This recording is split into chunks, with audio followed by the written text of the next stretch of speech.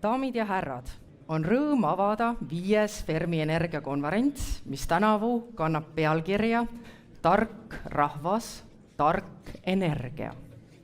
Kahtlemata on tuumaenergia teatud intellektuaalset pingutust nõudev energialiik, mis sobib tarkadele riikidele. Tänase konverentsi eesmärk ongi uurida, milliseid teadmisi läheb vaja tuumaenergia kasutuselevõtuks. Kas Eesti on selleks valmis?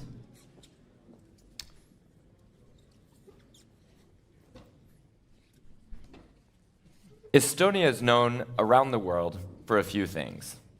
I, like many people interested in tech and living in San Francisco, knew of Estonia for its brilliant children, high PISA test exam scores, genius IT entrepreneurs, and its entrepreneurial spirit in the face of a hard history that might cause other peoples to give up. I had to come here to Estonia to learn about the pristine nature and the environment. And I have to tell you, and I've talked to other people who say the same thing, when you see the Estonian flag and for the first time somebody explains to you how the white of the snow, the black of the trees, and the blue of the sky were chosen to represent this pristine natural environment, you learn why it must be protected. So here to describe, open the conference today and to describe the importance of nuclear for the environment, we have the Minister of Climate of the nation of Estonia, Kristen, Michal.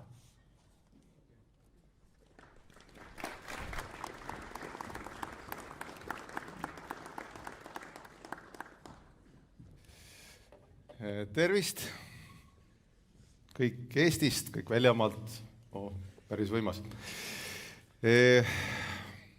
Sissejuhatuseks kõigepealt, et võib-olla tasub mõelda nii, et me oleme riigina ja rahvana Eestis käinud ju üsna pika tee. Kui me vaatame seda, milline on olnud energeetikapilt ja võib-olla laiemalt ka see viis, kuidas asju tehakse, on see aastakümneid olnud hoopis teistsugune. Kui me vaatame oma suuri eesmärke ja just hiljuti siin eile või üleeile tuli see sama uudiski Eesti meediasse, et Euroopa kirjeldab oma 2040. Aasta eesmärke, siis nendes eesmärkides ka energeetika valdkonnas me oleme liikunud päris hea tempoga, mis ei tähenda seda, et me peaksime kuidagi saavutatuga joon alla tõmbama ja ütlema, et nüüd on kõik hästi. Vastupidi, me oleme seal tee alguses või tee keskel kuskil.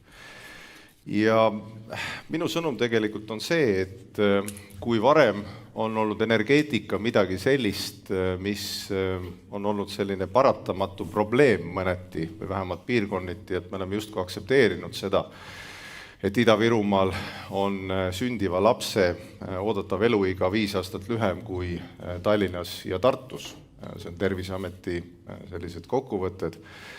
Siis tegelikult tuleviku energeetika on ikkagi oluliselt puhtam, oluliselt väiksema keskkonna jalajäljega ja midagi sellist, mille üle tunda uhkust, mis annab võimaluse luua tooteid, teenuseid, millel on ekspordipotentsiaal kõikides nendes turgudes, kuhu me tahame pääseda. Ja meie peamised ekspordiregioonid, eriti kus siin vaadatakse, on siin samas Skandinaavias, kus küsitakse, et mis on selle toote siis see keskkonna jalajälg ja mis on see lugu tegelikult, mida me pakume. Ja sellest tulenevalt, Eesti puhul ei ole ka saladus, me oleme võtnud erinevad eesmärgid. Üks eesmärk on ka see sama 2030. aasta, sealt edasi tulevad järgmised eesmärgid. 2030. aastaks on meie eesmärk, et kogu see siis summaarne tarbimine on kaetud taastuvate allikatega. Ja tänagi valitsuses ja laiemalt ühiskonnas see arutelu on käinud, või käimas täpsemalt, et kas me peaksime rahulduma ainult selle eesmärgiga. Ma arvan ilmselt, et see latt tuleb seada kõrgemale ja see tuleb seada kõrgemale just seepärast, et kui me tahame majanduses, elujärjes ja toimetamistes jõuda puhtamani ja kõrgema lisandväärtuseni, selleni, kuhu tegelikult Eesti alati on pürginud, siis tegelikult ka energeetika peab sellele vastama.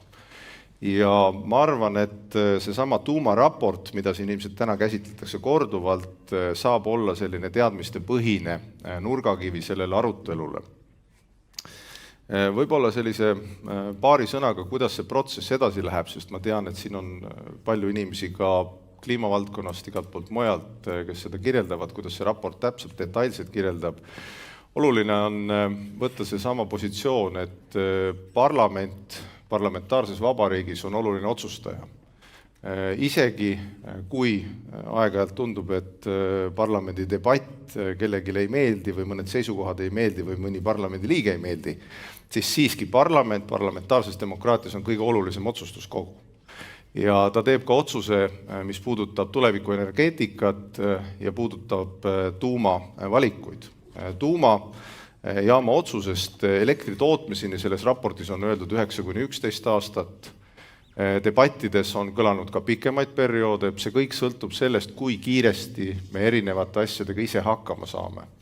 Ja täna on majanduskomisjoni esimest nägin siin erinevaid Riigikogu liikmeid, kõigil teistel neil on see sama vastutus, et parlamendis see debatt ära pidada ja see debatt peaks olema hästi palju teadmiste põhine, mida me ka selle raportiga taotleme, et kui arutada energeetika üle, majandusvalikute üle ja selle üle, milline Eesti tulevikus on, mis on meie majanduse baas, mis need võimalused on, siis see peabki olema eeskätt ju selle põhine, mida see annab meile.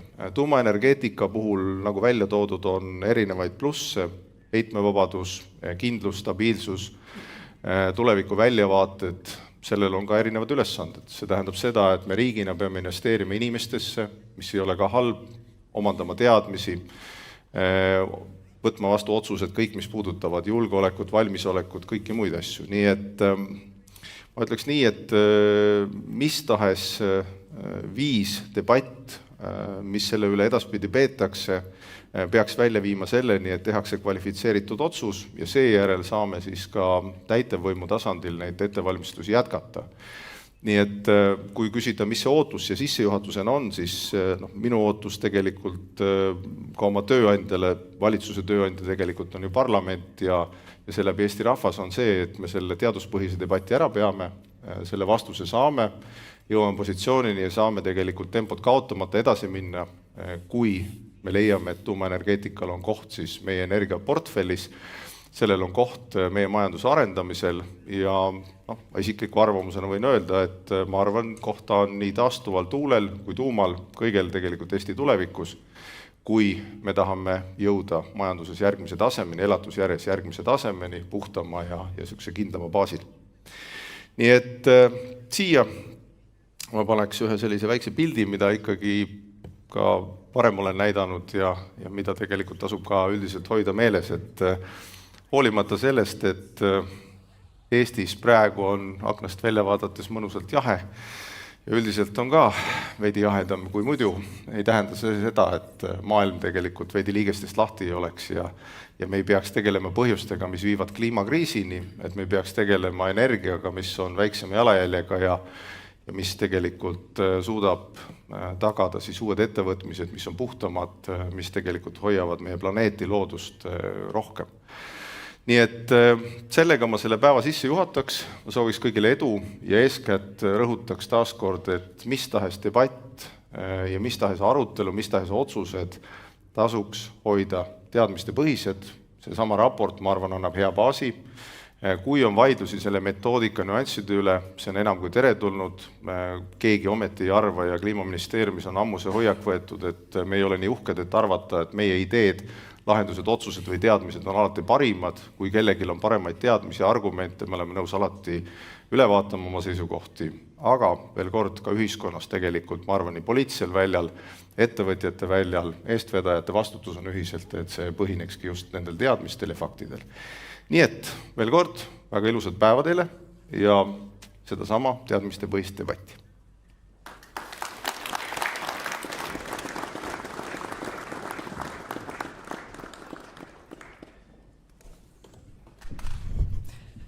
Fermi Energia jälgib kõrgendatud huviga, kuidas edeneb väikeste moodulreaktorite esmaehitus Kanadas. Sellest tuleb päeva jooksul veel põhjalikumaltki juttu, aga hetkel annan tervituseks sõna Kanada Ontario provintsi energeetikaministrile Todd Smithile. Thanks and good morning, everyone. It's a pleasure to have the opportunity to speak to you, even though I'm unable to join you in person today. Before I begin, I want to say how much I enjoyed my recent visit to COP28 in Dubai as part of my second international nuclear trade mission. COP28 was truly an historic opportunity for the nuclear sector. For the first time ever, nuclear energy was front and center, and we saw government and industry leaders from around the world coming together to sign an historic declaration to triple nuclear energy capacity to help us reach net zero by 2050. I was especially pleased to meet with Estonia's Secretary General of the Ministry of Climate, Keet Kasemets, to discuss Ontario's nuclear expertise and our collaboration on small modular reactor deployment.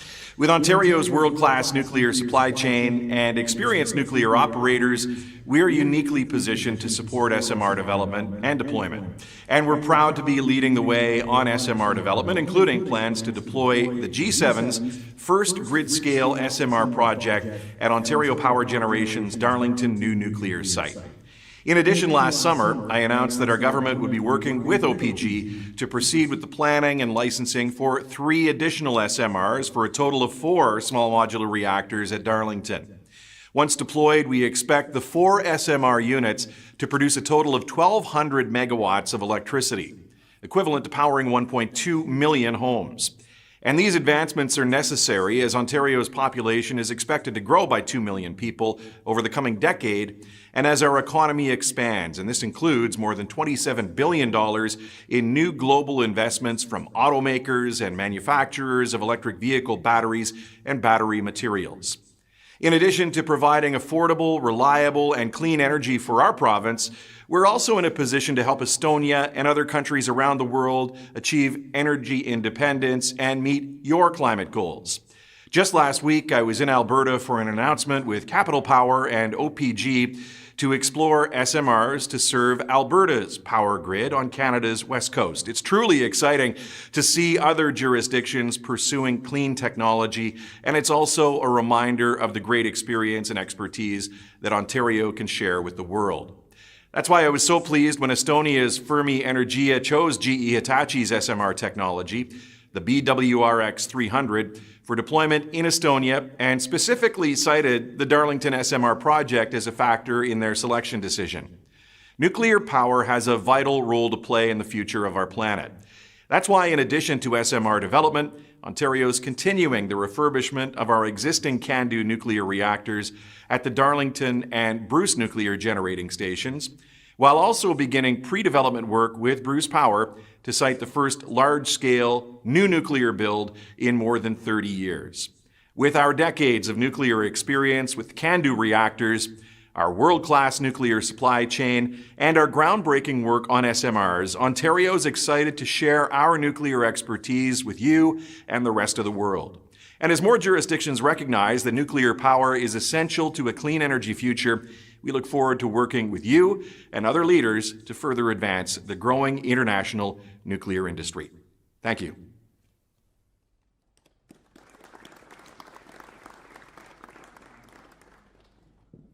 Aitäh!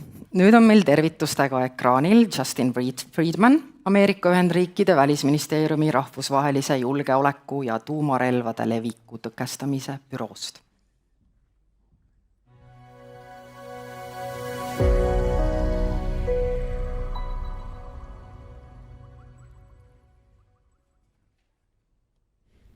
Minister Michal, Minister Smith, distinguished guests, ladies and gentlemen, good morning. Tere. My name is Justin Friedman, and I'm Senior Advisor in the U.S. Department of State's Bureau of International Security and Nonproliferation. It's an honor and a pleasure for me to be with you virtually to help open today's conference. I want to thank Kalev Kamenets and Fermi Energia for the invitation to speak with you today. I'm just sorry that I could not be with you in person as you discuss the very important subject of the role of nuclear energy in Estonia and around the world. My message to you is simple.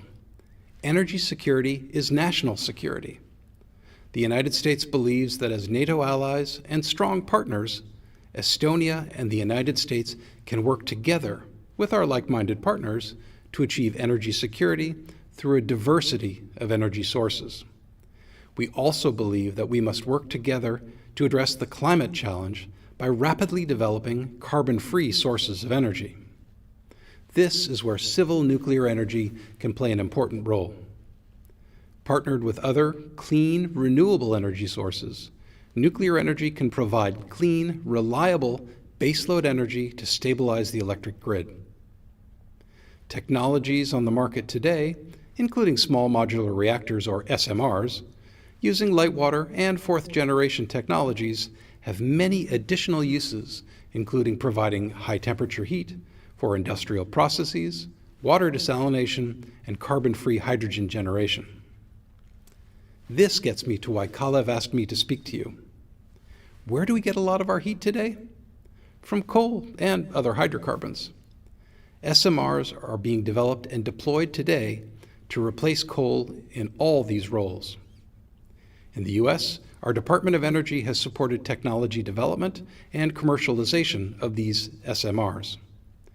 Internationally, the United States is working with partners like Estonia to explore the role nuclear can play in their energy mix.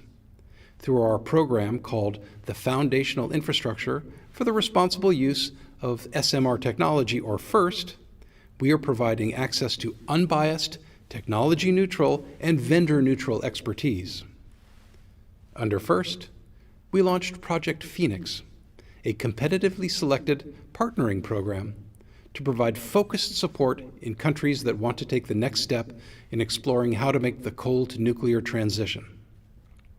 We have announced that Poland, the Czech Republic, and Slovakia have launched projects under this program, and a number of other countries are receiving support as well.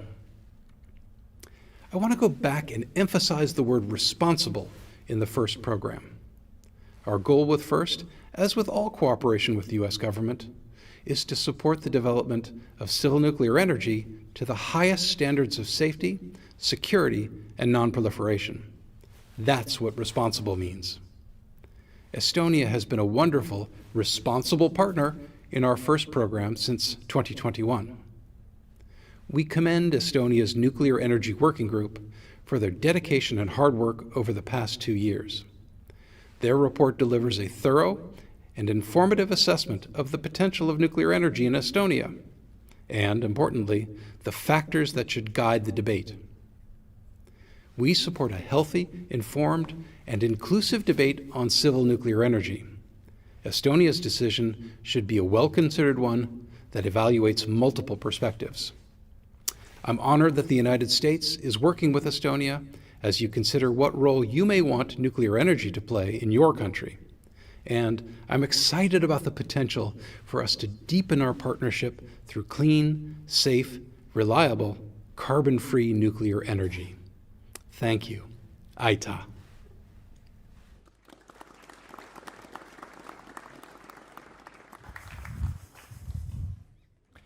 Well, thank you very much to Ministers Michal and to Minister Smith. I have to say, as an American, I'm thrilled to see this level of cooperation already happening. I'm excited by the level of interest I hear in America in working with countries around the world. And I have to tell you, coming from outside of Estonia, I and many others are eagerly awaiting to hear exactly where the Estonian SMR deployment program is going. And from that, we have Chairman of the Board of Fermi Energia, Sandor Liive, to update all of us.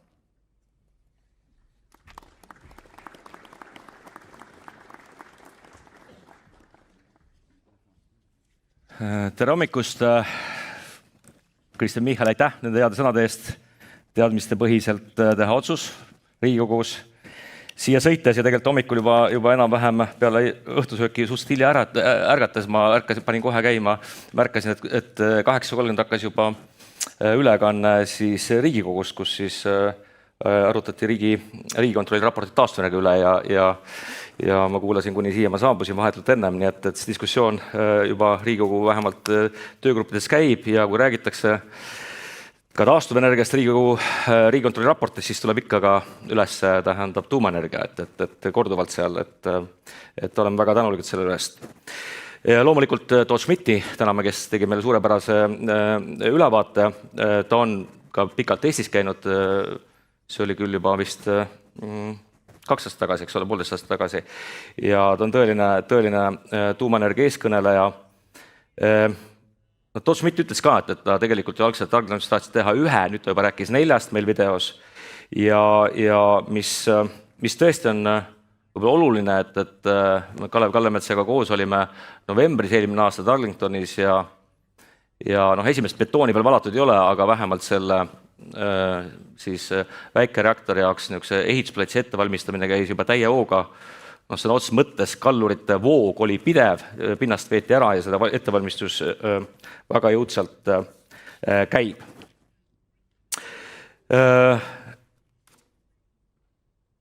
Kõik eestimaalased, kui me räägime tuumaenergiast, me pöördume kõigi eestimaalaste poole. Loomulikult kõik energeetikahuvilised ja tere tulemast siis 5. Fermi Energia konverentsile.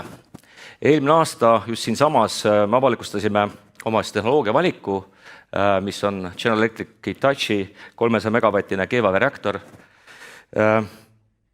Todd Smith ei ole mitu korda juba maininud, aga väga selgelt ju Alberta energiafirma, siis Capital Group kaalub sama tehnoloogiat.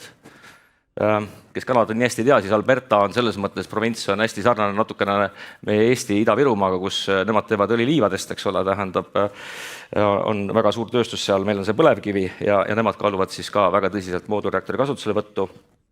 Ja Kanada poole pealt on siis ka juba varem siis Sask Power on juba otsustanud, nii et see ambitsioon Kanadas ikkagi selle väike tuumareaktorite kasutusele võtuks on üha kasvav ja mida ka Todd Smith väga selgelt ju mainis, et selle tuumaenergia arendamine on otses seoses tegelikult ikka niisuguse kindla, soodsat ja puhast elektrit vajavate tööstusinvesteeringutega. Et tööstusinvesteeringud tulevad sinna, kus on kindlat, puhast ja soodsat elektrit saada. Tehnoloogiast ma räägin natukene võib-olla päris pikalt, aga oluline fakt on ka see, et varem juba USA-s Tennessee Valley Authority on otsustanud selle kasuks ja ka siis Poolas Orlen Syntos Green Energy. Et miks ma räägin sellest tehnoloogia valikust, et eks ma veenan iseennast, et me tegime õige valiku. Et lihtsalt tuletan meelde, et meil oli ju kolm pakkumist laual, et NewScale, mis Utah's oli projekt, see projekt oleme kuulnud, et edasi ei lähe, Utah'ga on Eestil ka oma kogemus, et seal ka projekt väga ei liigu. Ja siis Rolls-Royce, kes meil oli 3. valik laual, tal ei ole, minu teada tal siiani ei ole veel ühtegi klienti, et selles mõttes mitte ainult see keevavereaktor on lihtsam ja kindlam, eks ole, ja rohkem tõestatud, aga see näitab ka see ikkagi, et kui kliendid, mida rohkem kliente seda valib, seda suurem tõenus on see, et ta ikkagi saab väga hästi saritootmisse ja need hinnaeesmärgid saavad siis ka ikkagi täidetud. Aga nüüd tagasi koju meie Eesti asjade juurde ja aastaga tegelikult on Eestiski nii mõndagi toimunud ja nii mõnedki asjad on tegelikult saanud selgemaks. Loomulikult, mida ka Kristen Michal juba mainis, et valmis riiklik tuumaenergia töörühma lõpparuanne. Eks see igaüks otsib sealt, mida ta soovib, aga meie väga selgelt leidsime, et meie hinnangul ta väga hästi kirjeldas ikkagi, et Eestil on eeldused edukaks tuumaenergia programmiks. Kuna kliimaministeeriumi asekantsler Antti Tooming ise räägib sellest juba pikemalt, siis ma väga pikalt siin ei peatu, aga mida ma kindlasti teen on see, et ma tõesti siiralt tänan kõiki töörühma liikmeid selle suure töö eest. Minu teada Eestis ei ole olnud ühtegi sellist töörühma enne, mis oleks riigi poolt nii tugevasti mehitatud, kus olid praktiliselt kõikide ministeeriumite esindajad, välja arvatud vist kultuuriministeerium ja tollane siis maaeluministeerium, mis nüüd on ka saanud uue nime, aga kes nüüd on seotud juba, aga see töö ei olnud oluline mitte ainult ju tegelikult Eestile, et seda on juba märgatud ka kaugemal. Reelika Runnel on kuskil seal, ma nägin Facebookis, et juba käis Singapuris, juba Singapurile õpetab, kuidas siis jagab oma kogemusi, kuidas seda riigi tuumaenergia kaalumise protsessi teostada ja tegi seda koos siis juba Rahvusvahelise tuumaenergia agentuuriga, nii et ka juba kaalumine teeb meid suuremaks, et Eestit suuremaks. Ma olen alati siin ka rääkinud natukene elektri hinnast, et täna ma ütlen siis seda, et aasta 2023 keskmine elektrihind Eestis oli 91 eurot megavatt-tunni kohta, võrreldes eelmise aastaga praktiliselt pool odavam. aga samal ajal Soomes oli 56 eurot megavatt-tunni kohta. Millest see räägib? Ta räägib sellest, et see kahekordne hinnavahe, praktiliselt kahekordne hinnavahe, et see näitab väga selgelt, et need pudelikaelad eri turgude vahel on jätkuvalt reaalselt olemas ja Eesti klientidele on väga suur vahe, kas tootmisinvesteering tehakse Eestisse või Soome. Sest kui see odav konkurentsivõimeline elekter siia ei jõua ja seda Eesti Soome vahelist hinnariski pole võimalik pikemalt kinni panna kui täna aasta ette, eks ole, ja selle hind selleks aastaks 30 eurot megavatt-tund.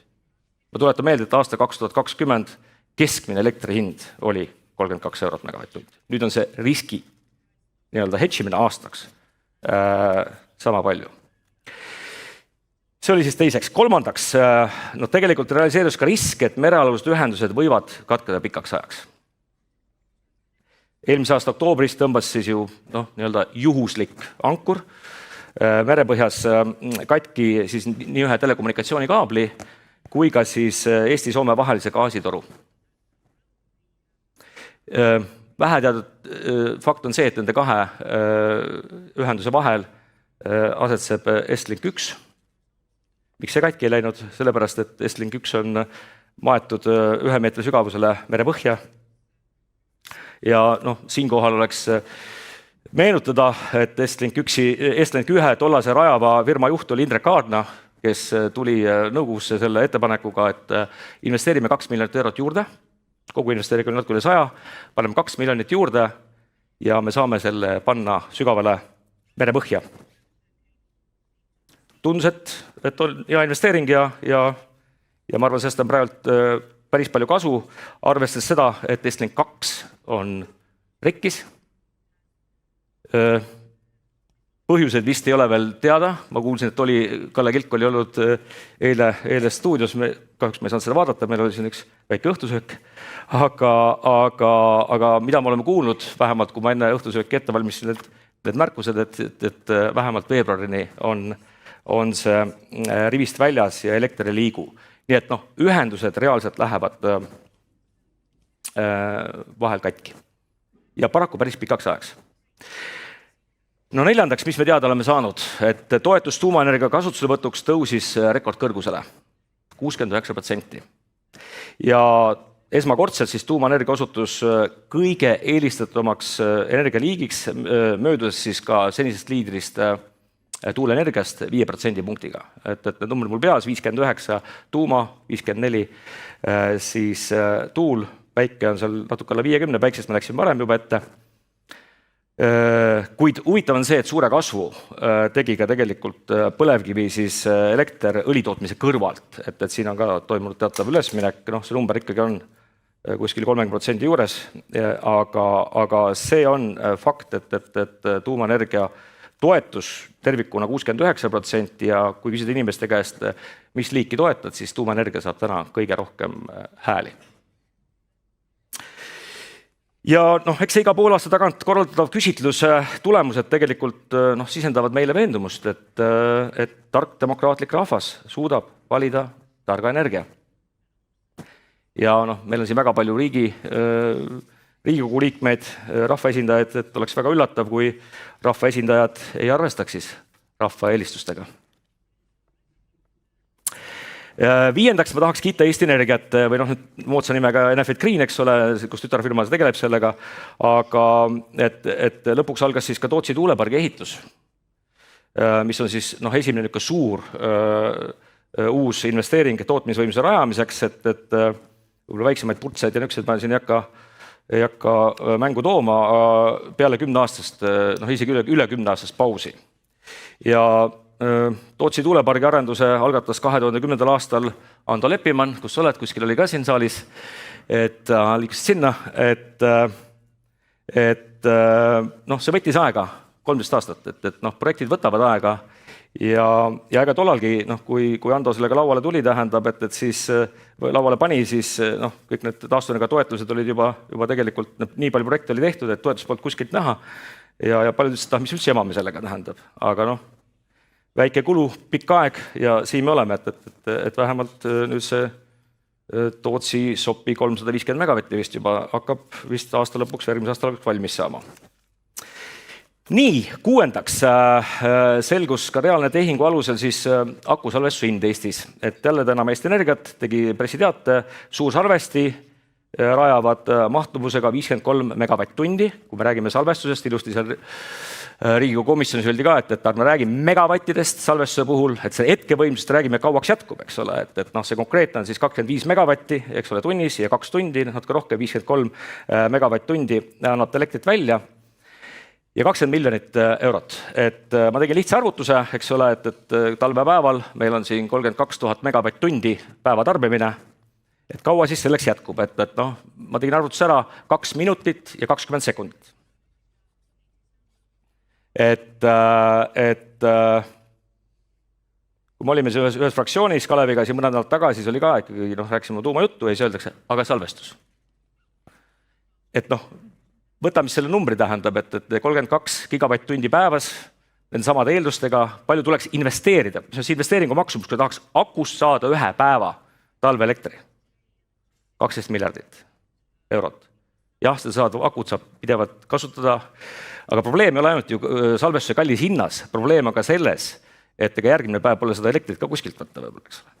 Nii et tegelikult ma olen väga salvestuse poolt ja tuleb ka neid akusid, aga me peame aru saama, et on ta aku või ta on ka hüdropumpjaam, siis ta ikkagi mängib niisugusel, ta peab ennast laadima ja siis elektrit andma tegelikult niisuguse ööpäevased tsüklist, võib-olla mõni tund, eks ole, sealt saame kätte, tähendab, et ta ei ole mingi selline lahendus täna, kuhu me saame panna suvise üleliigse päikeseenergia ja siis talve sealt võtta. Et sellist pikaajalist lahendust tegelikult ei ole. Kindlasti niisugused akulahendused ja hüdropump on ka tegelikult lisaks selle tippude silumisele päeva sees väga hea, aga tegelikult ikkagi sagedusturul kõigi ootamatuste tähendab klaarimiseks.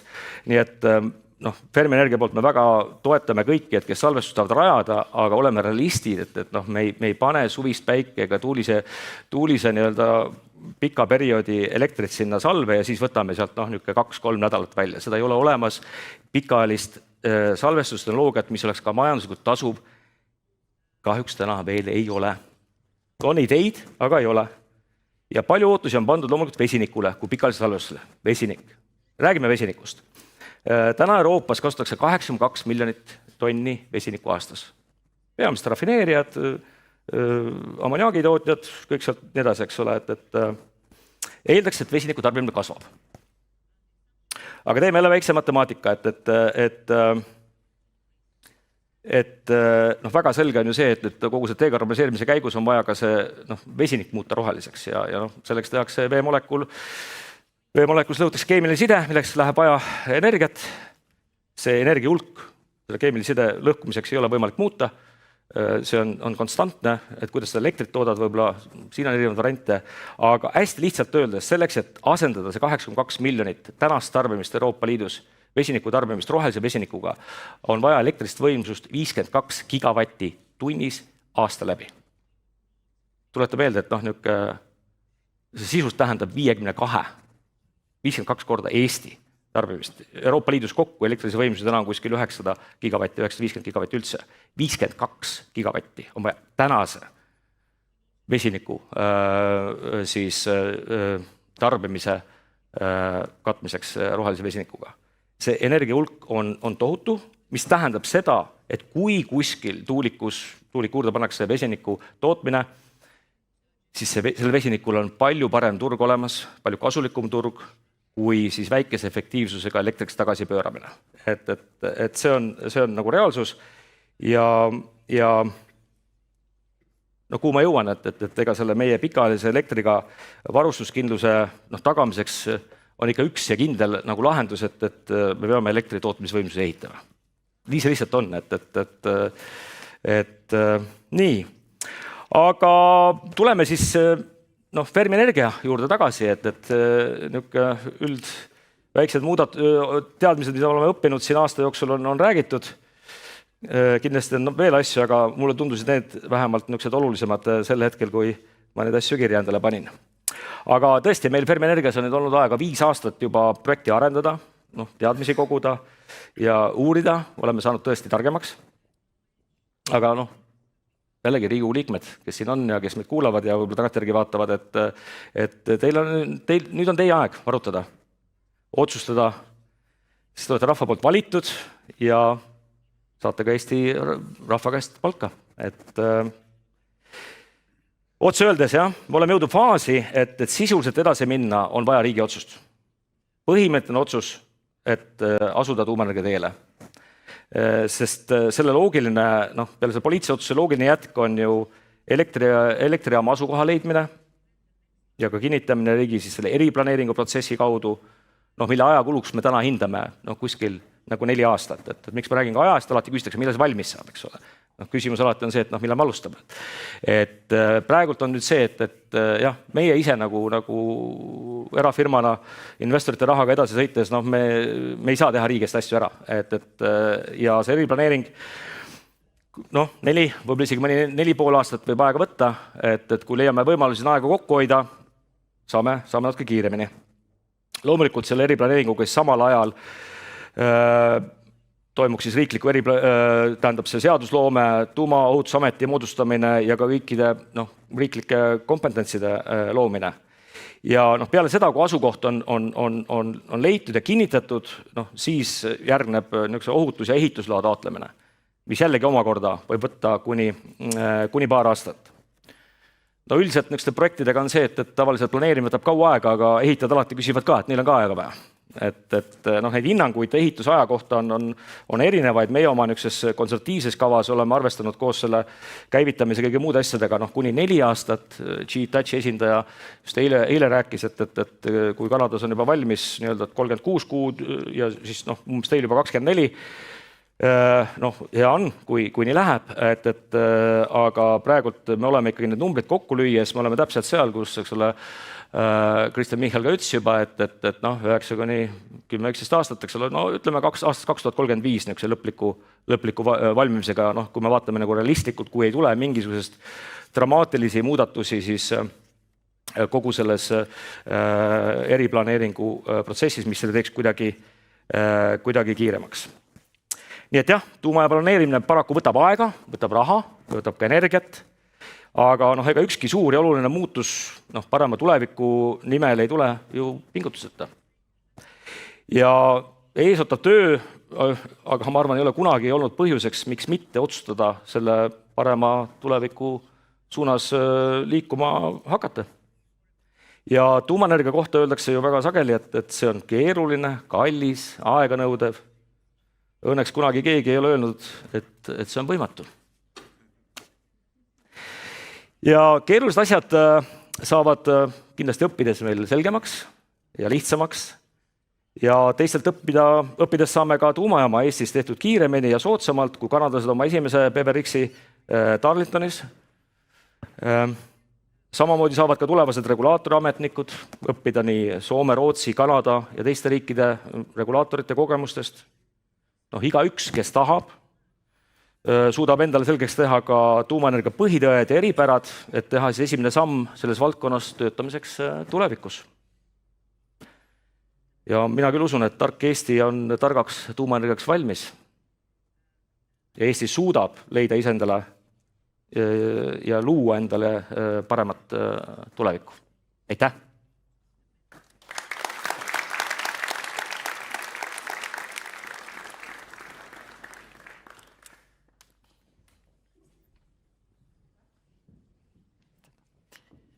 Aitäh Sandor Liivele ja enne järgmist ettekandjat on mul tegelikult väike ka soovitus publikule, et kui te soovite esitada esinejatele küsimusi, siis selleks on võimalus Slido vahendusel, et vast siia ekraanile ilmub täpne juhtnöör. Seda ta tegi. Craig Theed on Kanada Aecon Groupi asepresident, hallates tuumastrateegiat ja äriteenuseid. Tema ettekanne pakub ülevaadet Kanada Darlingtoni tuumaelektrijaama projektist. Just seal valmib maailma esimene väike moodulreaktor PVRX 300.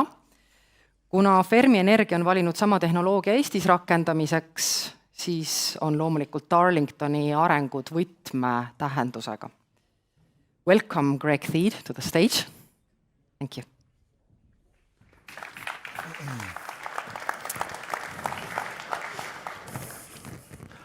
Good morning. Unlike Sandor, I can't get away with one slide, so I've got some photos to share and some videos. But I'm excited and honored to be here today to share the celebration of 5 years with Fermi Energia. Also share a little bit about who we are, the situation in Canada, the exciting project that Todd Smith talked about, delivering the first BWRX-300, and our ambitions to support deployment. So I'll quickly run through this. I'll start with a video about ourselves, give you some context, and then I'll finish up with a construction video, which I think you'll enjoy.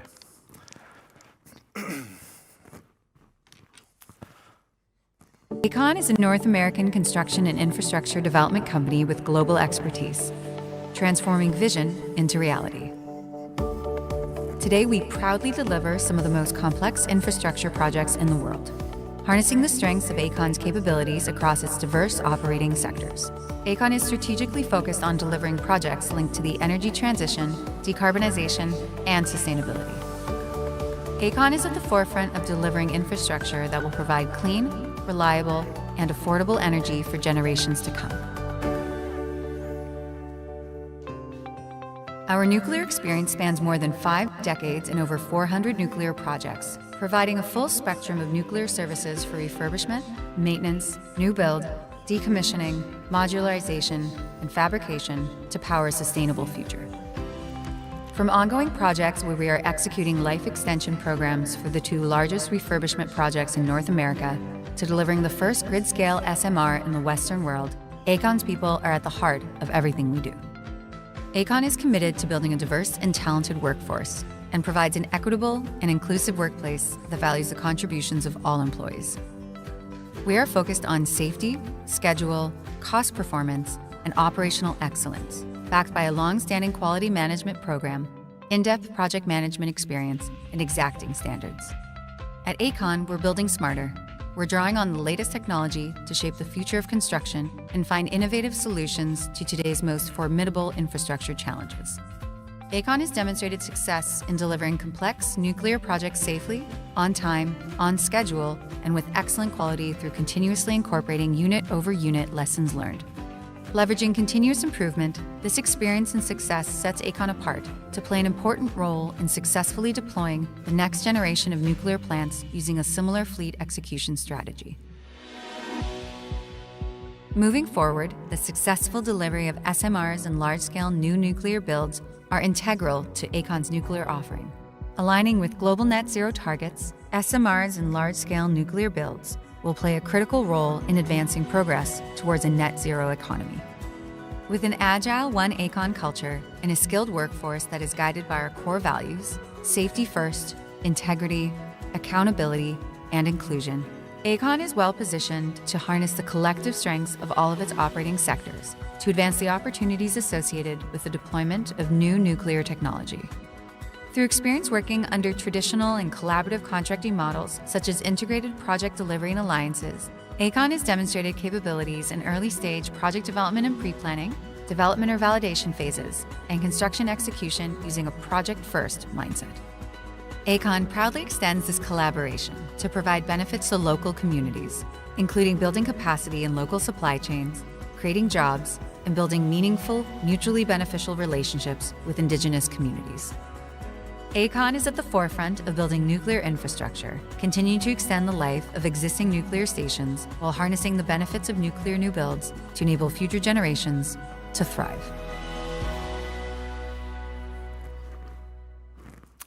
That feels like a shameless sales pitch, but it's really not. I'm quite proud of the work that we do. The projects that we take on are really close to our heart. Our people are fully engaged, and we love the story that Estonia has, so we're happy to be here today. Just to give you a bit of context in terms of the background with regards to Canada and how we arrived at selecting new nuclear technology. You heard Todd Smith, our Minister of Energy. He's quite a big advocate for us. He's a powerhouse for the industry. He understands it, and he's very well connected. I'm very happy that he comes here to Estonia and shares our story, but also looks for opportunities to support. Back in 2020, we had a pan-Canadian SMR roadmap. which align government, industry, operators, and stakeholders to make sure that we actually have a clear understanding of the opportunity. And really what that translated into was actually a Pathways to Decarbonization report. And in this report, what it did was it actually took a look at where we are today with regards to our current capacity and the energy mix that we have in Ontario today, which is roughly about 60% nuclear. By 2050, we've got to over double that capacity. A big part of that will be investments in technologies outside of nuclear, but there's quite a daunting challenge ahead of us. And the BWRX 300 is a piece of where Ontario wants to get to close that gap. So if you look at today's capacity that will still be in operation by 2050, it's just a little under 9,000 megawatts. So what that means is that we've got an additional 18,000 megawatts of new nuclear generation that we have to bring online. So the SMR, the 4-pack at Darlington, we're excited about. We know that the world's watching. We have to make sure that the first project is successful and be able to leverage that experience. Today, actually, I just took a snapshot last night, I think around 2 in the morning. But right now, nuclear is roughly 50% of our current generation in Ontario. And that's because what we have is we've got a number of units offline. We're going through refurbishment, but it should be around 60% on a normal operating day. In terms of background, it's important to understand that Aecon has taken on a quite significant role in the refurbishment of 10 CANDU reactors in Ontario. There's 6 reactors at Bruce Power. There's 4 reactors that we're over halfway through at Darlington. And what we've been able to do is we've been able to showcase that we've been able to plan and execute on time and on schedule a very complex, first-of-a-kind refurbishment activities. And the province of Ontario has invested $26 billion into that project. And what we've been able to show as an industry is we've been able to rally around the operators, the supply chain, and the resources to be able to deliver on our commitments. A little bit about our teaming approach. So we don't do things alone. Kalev and I and the rest of the Aecon team have talked a little bit about partnerships. They're very important to what we do. We don't pretend to take things on by ourselves. We know what our capabilities are. We know what we do well. But we also know what our shortcomings are. And so in each of these major refurbishments, what we have is we've got joint ventures that we've established with partners. And so what we have is complementary partnerships to be able to make sure that we've got the right partners, we've got the capacity and the knowledge to be able to take on the challenges, but also be able to work through some of the challenges because we know these projects don't go always swimmingly well. In terms of the BWRX 300, what's different about a new build for Aecon is that historically what we've done within the nuclear sector is we've delivered refurbishment, very isolated. But what we can now do is we can actually take a look at leveraging 4 of our operating sectors, of our 5, to bring that knowledge, those skills, those expertise to building a new reactor in Ontario. So a little bit about the SMR arrangement that we have. It's an integrated project delivery model, OPG being the owner, GE Hitachi, obviously the technology developer, and then what we work with Atkins Realis, who's the architect engineer, and ourselves as the constructor.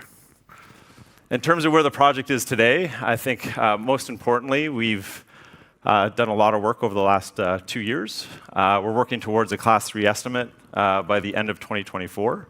But what we are is we're on track for a license to construct by the end of this year, as well as early construction start by the start of 2025.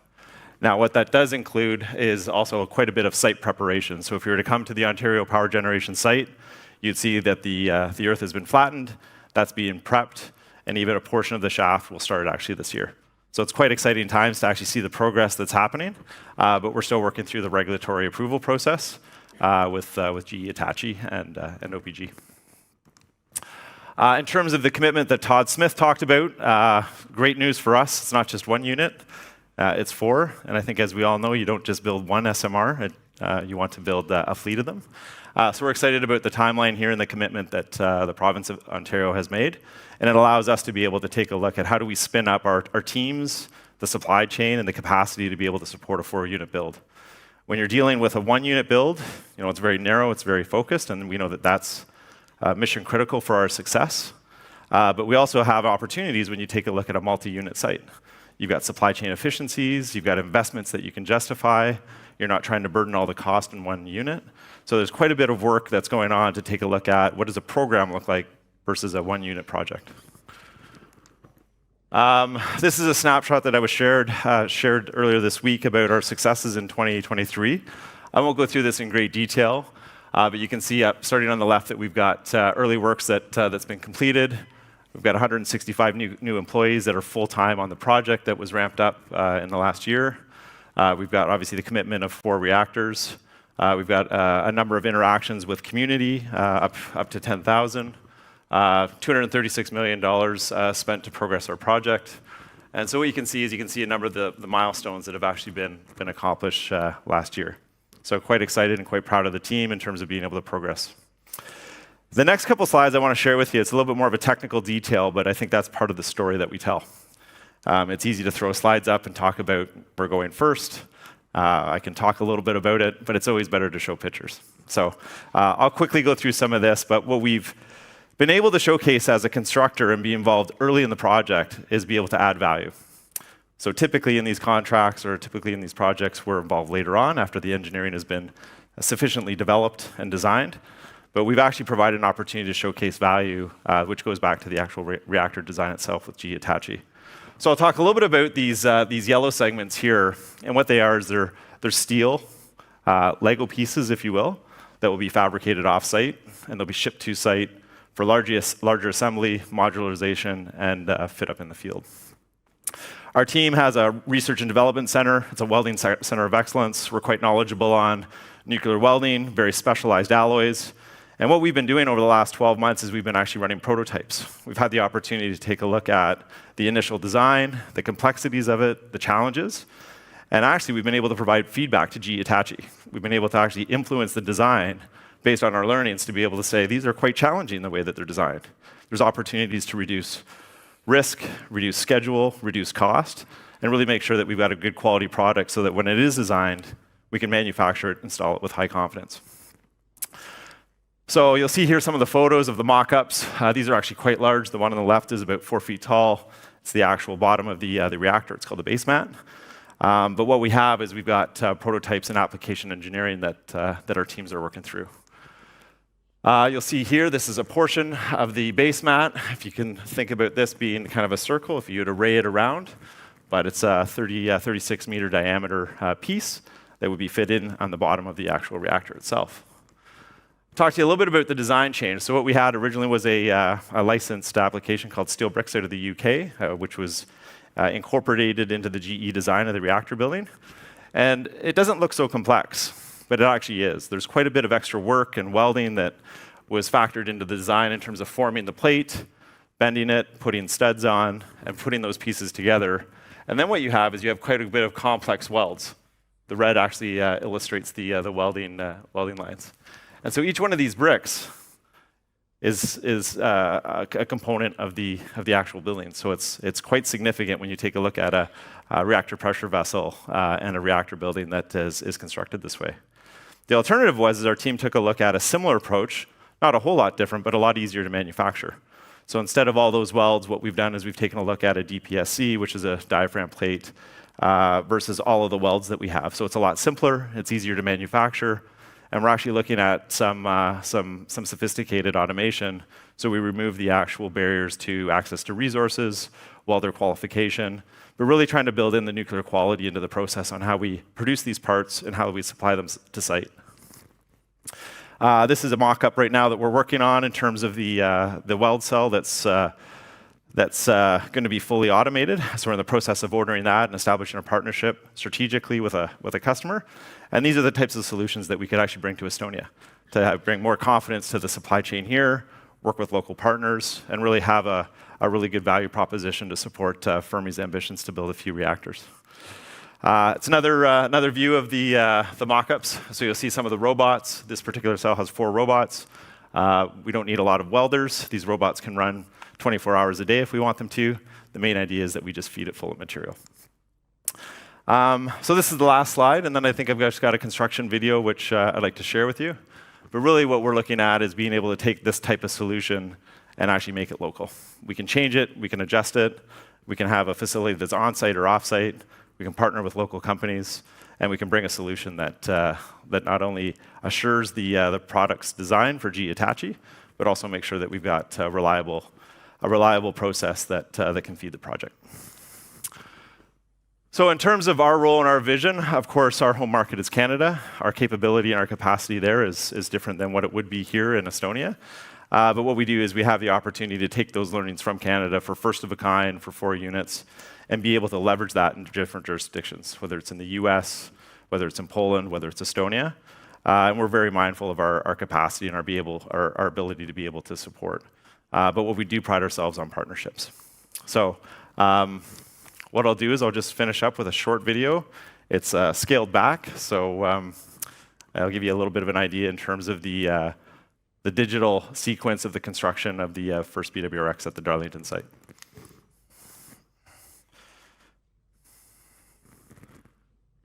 So this here is the reactor building. It's the sequence of how we currently envision the walls and the layers and the equipment going in, along with the reactor pressure vessel. And what you'll see on the top left-hand side is actually tied to a P6 schedule. And there's a timeline along the bottom. And up on the top, you'll see the actual progress of the days and the weeks. So right now, this is our current level 3 schedule, which is currently being defined. I will say that this video is probably about 12 months old now. There's quite a bit of advancements. But you can see that the level of planning and detail, understanding of the technology, understanding of the construction sequencing, really helps us understand and refine what some of those challenges are, critical path, and how we would go about building the first unit at Darlington.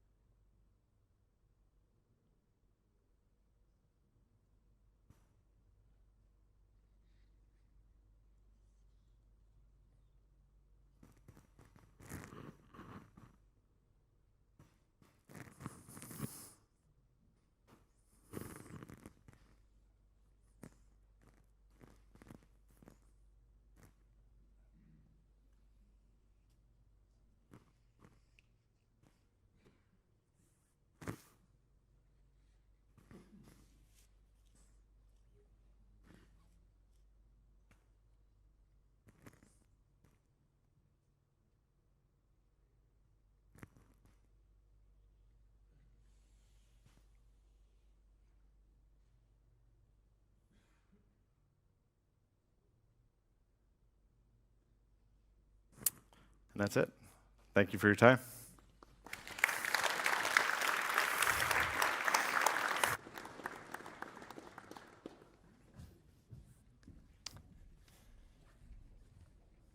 A number of decades ago, Sweden achieved by some metrics, the fastest build-out per capita of clean energy in the history of the world, a record that has not been challenged. After several decades of not building, however, the Swedish utility Vattenfall has now had to prepare for a new vision. The incoming Swedish government last year shocked the energy world by declaring a radical return to nuclear energy as the centerpiece of Sweden's energy future. The questions that Vattenfall is facing is not just about large reactors, but about SMRs. So with us today is Desirée Comstedt, Vice President for Fleet Development, who will be addressing how Vattenfall sees the questions of which SMR technology will arrive at market first and how they plan to develop it.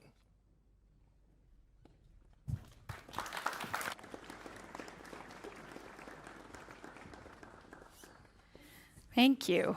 And I am actually going to start off a little bit wider than talking about SMR technologies and going back to the purpose that we have at Vattenfall.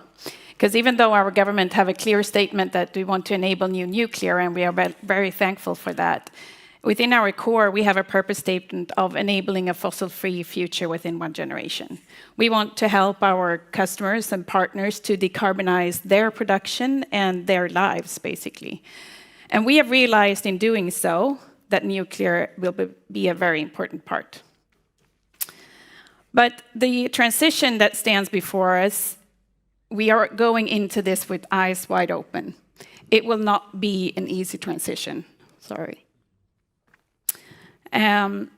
We see that the transitioning into a fossil-free future will not go unnoticed.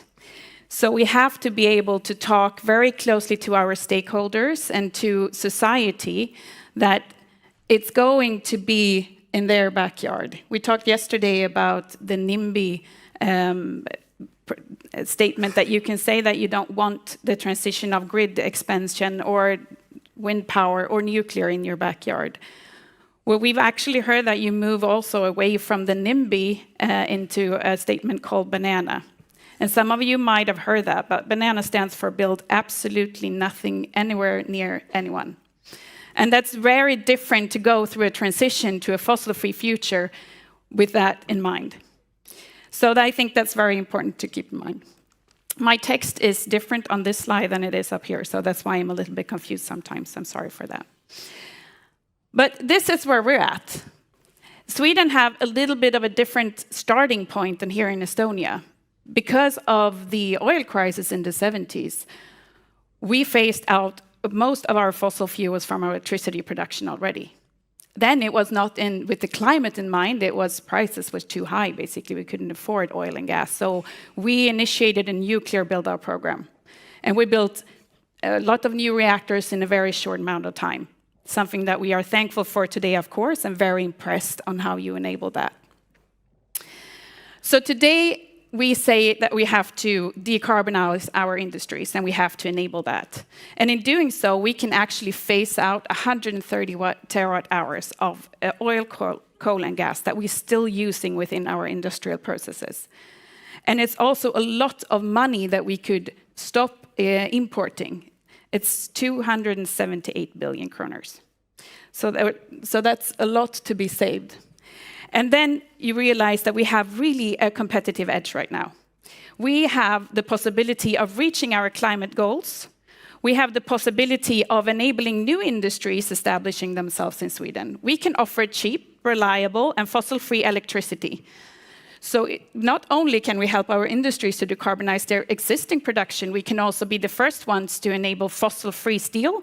You all heard about hybrid, I'm guessing. We can enable fossil-free cement, fossil-free jet fuel, and so on. So we really want to enable all of these industries to stay in Sweden, establish themselves in Sweden, and not move somewhere else.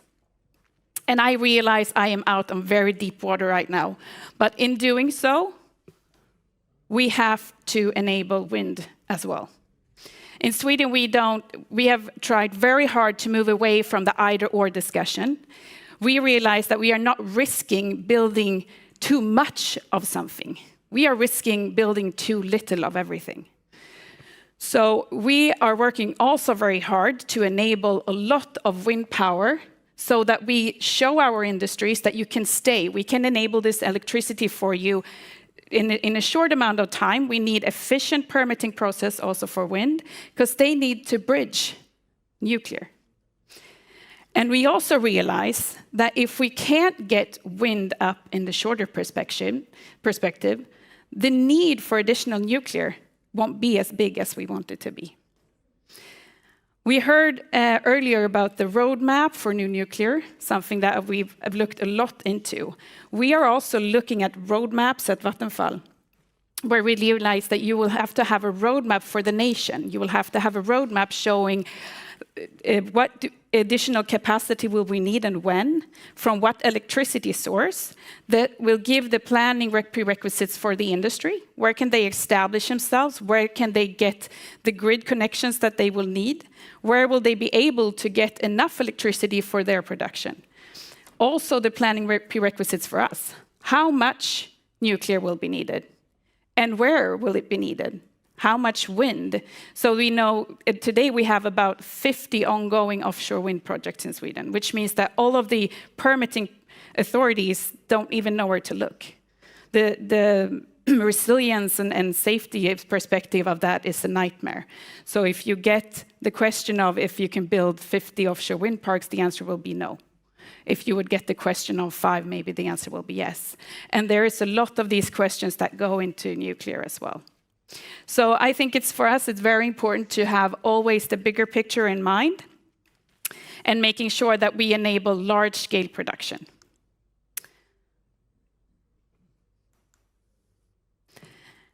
So what will be required then to establish a new nuclear program?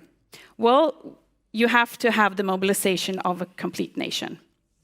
You have to make sure that you have efficient permitting processes, and I will get back a little bit to that. You also have to make sure that you have long-term energy policy.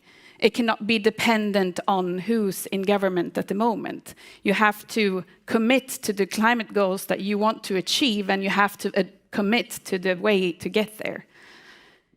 You have to have a nuclear program, meaning that you have someone taking responsibility to produce all of the prerequisites that you need in order to get new nuclear going.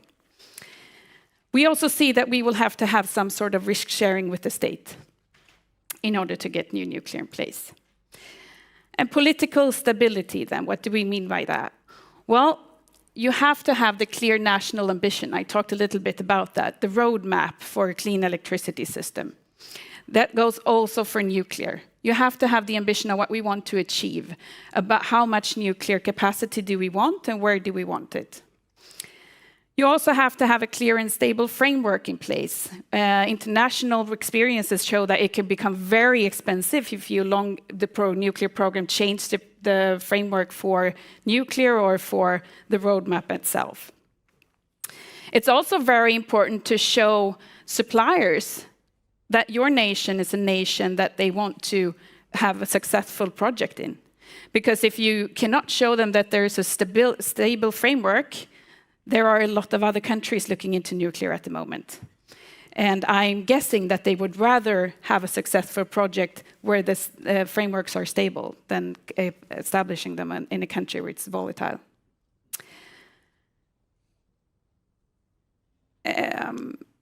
The Swedish government organization that we are pushing for, the Swedish nuclear program that we call it, is, I can see it's vastly important in order to get all of the authorities that will have to approve new nuclear aligned.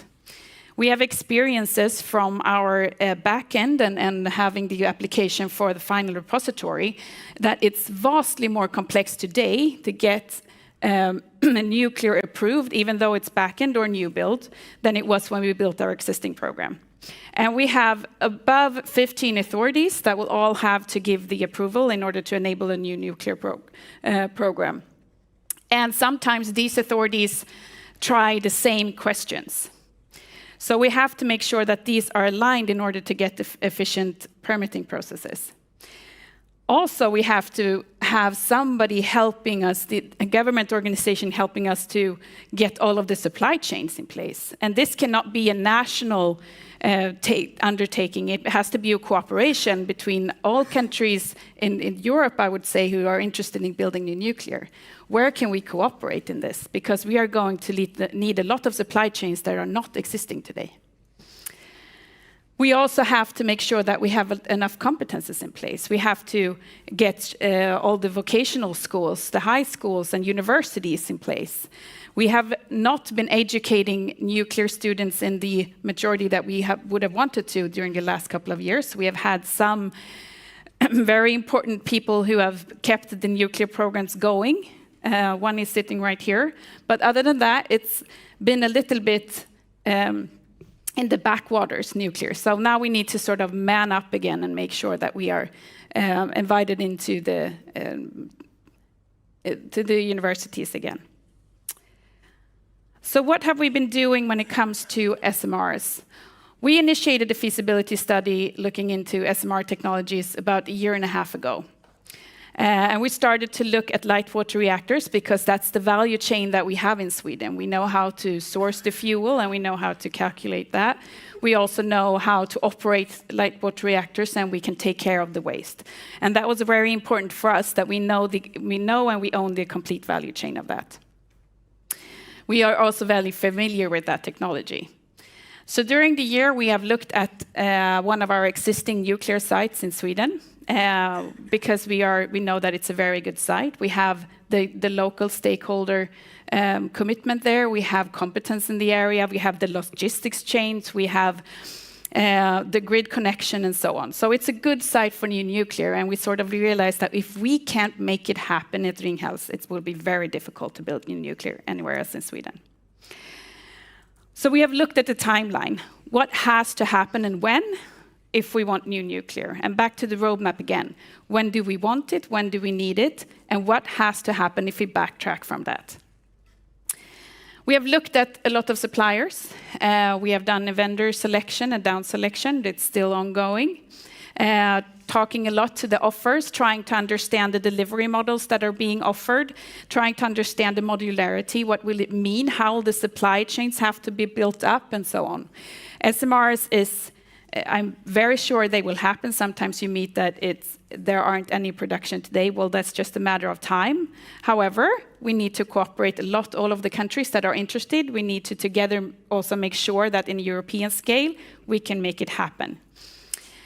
We have also looked at the site itself, making sure that we are ready to hand in the application to the environmental and court and so on.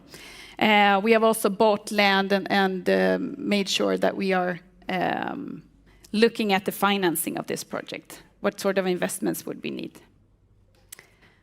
And we have also kept our close cooperation with Fermi, something that we are very proud of. We came in connection with Fermi Energia very early on, and by that time, we wanted to learn more about the SMR technique because we realized that this could be something for us. After that, we have accelerated our new build program in Sweden, and we have learned so much from being a part of Fermi, and we have had a lot of cooperation during these years as well. We have shared a lot of know-how and best practices. We have also made sure that we share the technical studies that we have been doing on the possibilities of SMRs. We have also looked at training and competence. How can we work together on that? And we see that we have a lot of areas where we can keep and cooperate closer, such as training and fuel and the value chains that I talked about that we have at Vattenfall. How can that come Fermi Energia to gain? And I want to end with this, because this, I think, is one of our greatest challenges when it comes to enabling the fossil-free future. All the climate heroes that will be needed. In Sweden, we are talking about an abundance of engineers, and there are a lot of exciting projects out there, not only the projects at Vattenfall, but within the total energy sector. And I think that we have to start thinking outside of the box in order to find all of these talented people that will need to be a part of this journey. And one of that outside of the box is to cooperate a lot more between countries. But I think it's absolutely doable. Thank you.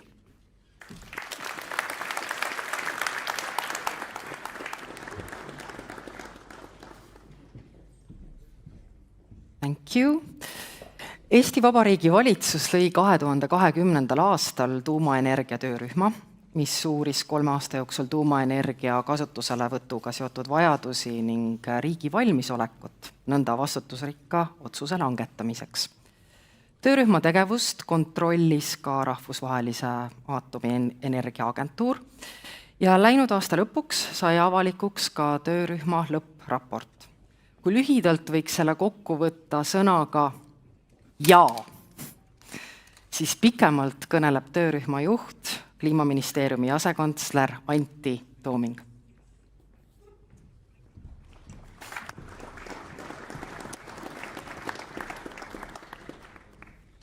Tere päevast! Aitäh Fermile kutsumast ja korraldamast nii suursugust üritust. Et see kindlasti aitab ka meil eestlastele kogu selle energialiigi osas rohkem teadlikkust tuua. Mina annan teile ülevaate, mida siis meie töörühm 2,5 aasta jooksul tegi, mis lõppjäreldusele jõudis ja mis on võimalikud siis edasised sammud. Olen siis Antti Tooming, kliimaministeeriumi asekantsler ja siis ühtlasi selle töörühma esimees. Millest me lähtusime üldse, et seda aruannet koostades? Me ikkagi lähtusime hästi konkreetselt sellest mandaadist, mida meile Vabariigi valitsus andis, ehk siis vastata 2 küsimusele, kas ja mis tingimustel on tuumaenergiat Eestis kasutusele võtta. Ja me püsisime selle raames ja seda raami me sisustasime ära siis hästi konkreetselt et Rahvusvahelise Aatomienergia Agentuuri juhiste järgi, et ikkagi iga teemapunkti osas konkreetsed peatükid, konkreetsed analüüsid ja need analüüsid said sisustatud siis ikkagi ekspertide poolt. Ehk siis me tellisime sisse väga palju erinevaid ekspertiise, meie töörühm hindas neid, valideeris, andis sisendit ja selle baasil siis ikkagi raport valmis. Ehk nagu meie minister hommikul teile ka ütles, et ikkagi nagu faktipõhine ja teadmistepõhine nagu info on nagu selles raportis siis toodud. Ja raportis vaatas üle Aatomienergia Agentuuri ekspertmissioon eelmisel sügisel ja nende järeldus oli lühidalt, et selle baasil on siis Eesti riigil võimalik see valik teha, et kas liikuda edasi tuumaprogrammiga või mitte. Ja mis peamised järeldused olid, et nagu Kadri siin ütles, et lühidalt on jah, aga me paneks sinna juurde ikkagi teatud tingimuste täitmisel. Et üleöö see ei sünni, et see võtab aega kindlasti, see nõuab põhjalikku planeerimist, kindlasti eeldab riigi poolt selle raamistiku loomist, et saaks selle energialiigi kasutusvõtuga edasi liikuda ja kindlasti, mis on nagu, ma ütleks, nagu kogu alus on poliitiline tahe ja kindlasti ka nagu rahvapoolne nagu tahe ja toetus selle energialiigi osas. Me järeldasime ka seda, et sellel energialiigil on mitmeid positiivseid aspekte meie kliimaambitsiooni püüdmisel, energiajulgeoleku tagamisel, elektrivarustuse kindluse tagamisel, aga teisalt tuleb arvestada, et see on ka kindlasti riigile väga pikaaegne kohustus ja seda ei saa otsust kindlasti kergekäeliselt teha ja tuleb seda ikkagi põhjalikult siis läbi kaaluda. Ja siis ajaraamist rääkides, tänane hinnang meie töörühma töö tulemusel oli, et see on seal 9–11 aastat ideaalsetes tingimustes, kui asjad lähevad plaanipäraselt, riik teeb oma töö, erasektor teeb oma töö, aga loomulikult, nagu ka minister mainis, et kui asjad võtavad kauem aega, siis see ajaraam võib olla pikem. Kui me räägime tehnoloogiast, siis riik täna on tehnoloogia neutraalne. Et meie ei vali tootjat, me ei vali konkreetset tehnoloogiat, et see on ikkagi sellise hilisema etapi osa, kui tehakse eriplaneeringut, kui valitakse asukohta, siis ka konkreetse nii-öelda taotluse alusel tuumaregulaator siis annab hinnangu ka sellele tehnoloogiale. Aga me kindlasti ütlesime välja kriteeriumid, millele see tehnoloogia vastama peab. Ohutus number 1, kogu selle raporti vaatest number 1 on meie prioriteet olnud ohutus, et kuidas seda tagada, kuidas ta meie võrkudesse sobib, kuidas ta meie piirkonda sobib, keskkonnaohutus ja kindlasti ka tehnoloogiline küpsusaste on olulised, et mis selle valiku puhul arvesse siis võetakse. Kui me räägime asukohast, et selleks üldse nagu aru saada, et kas on võimalik Eestisse seda tuumajaama rajada, et siis me tegime sellise eelanalüüsi, et kus me siis vaatasime Eestile otsa selles vaates, et kas geoloogilised tingimused sobivad, looduslikud tingimused sobivad, meil ei ole piiranguid, on piisavalt jahutusvett, ja selle baasil siis selgus, et meil on 16 sellist piirkonda, kus tuumaenergiat on võimalik või tuumajaama on võimalik rajada, aga siis 4 piirkonda olid sellised, et mille osas siis Antti soovitus, et seal on nagu eriti suur siis selline positiivne sotsiaalmajanduslik aspekt, mida võiks siis eelistada. Ja need on siis siin ringiga välja toodud Varbla piirkond, Loksa piirkond, Kunda piirkond ja Toila piirkond. Ma jääks nendesse nimetustesse kinni, pigem nagu see ala, mis on seal välja toodud. Aga veel kord, see ei ole nagu valik, see on nagu pigem taustainfo, et ikkagi täpne asukoht selgub meil riikliku eriplaneeringu raames. Jäätmed on number 1 teema, mida avalikkus tunneb nagu muret kõige rohkem, siis, et kui me räägime tuumaelektri kasutusest, et kuidas me tagame jäätmete käitlemine ohutult. Ja jällegi tellisime analüüsi, tegime põhjalikuma töö, kui isegi selles praeguses etapis oodati. Seda tõi ka Aatomienergia Agentuur välja. Me teame, palju siis ühe reaktori puhul neid jäätmeid võiks tekkida. Lühidalt on see siis tema ühe reaktori eluea jooksul siis 3 merekonteinerit koos ka selle nii-öelda pakendiga. On see nagu füüsiline maht. Ja kuidas seda käidelda? Esimene valik on kindlasti selline geoloogiline ladestamine, aga meie soovitus oli, et jätame need valikud täna ikkagi lahti, sest tehnoloogia areneb, see vajadus tekib mõne aja pärast, ehk siis tasub olla ka valmis, et kui tuleb kõne alla regionaalne lõppladestuspaik või siis ka ümbertöötlemise võimalus.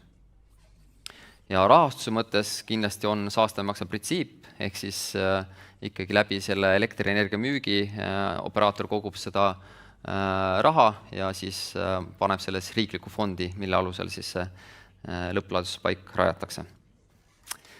Kui me räägime nüüd edasisest, et kuidas siis edasi liikuda, kui me saame selle mandaadi, et meil on võimalik edasi liikuda, siis number 1 küsimus on loomulikult tuumaregulaator, A ja O, et kuidas siis ikkagi ohutult kõike seda planeerida.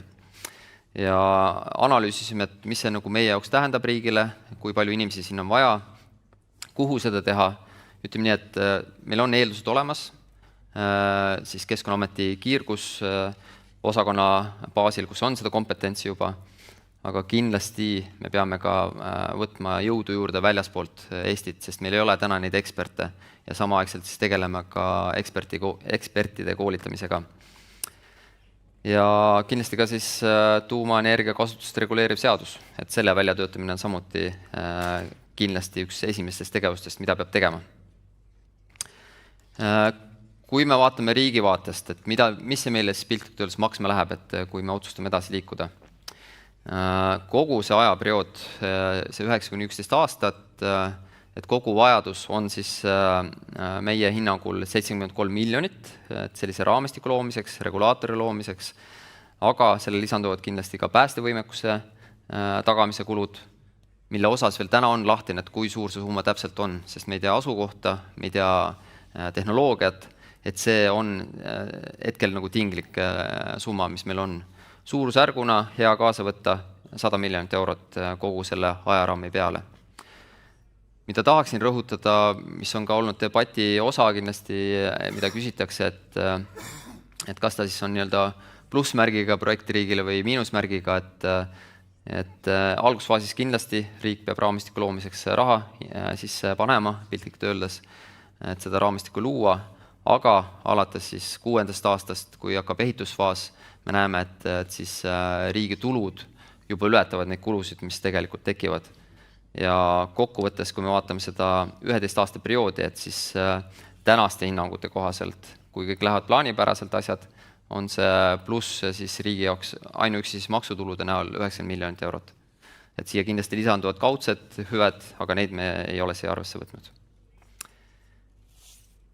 Kuidas edasi? Et töörühm tegi oma töö, raport valmis, see on põhjalik, sellele antud hinnang, et selle baasil saab otsuse teha ja nüüd ongi siis avalik debatt ja poliitiline debatt, mis on tegelikult juba siin uue aasta alguses toimunud, mis meie vaates on väga positiivne, et seda teadlikkust tuua juurde ja just nimelt, et see debatt oleks siis fakti ja teadmise põhine. Et see on nagu ka üks asi, mida ma sarnaselt ministrile tahaks nagu rõhutada. Aga valiku ikkagi, kas me liigume edasi või mitte, teeb Riigikogu, et kuna ta on nii põhimõtteline teema. Ja kui tuleb positiivne mandaat Riigikogu poolt, siis järgmised sammud ongi regulaatori loomine, õigusloome loome, kindlasti pädevuste arendamine ja ka siis sellele järgneb juba asukoha valik konkreetselt siis eriplaneeringu näol. Ja mis ma tahan siia lõppu veel üle rõhutada, et meie siis töörühma roll oli pakkuda selle raporti baasil parimaid teadmisi. Et see valik oleks võimalik teha faktipõhiselt ja pikaaegselt ja kas Eestis on siis tuumaenergial rolli või mitte. Et meie roll kindlasti ei olnud valida siis pooli ühele või teisele poole ja kui tuleb siis positiivne otsus, et siis on meil võimalik edasi liikuda konkreetselt siis järgmiste sammudega juba.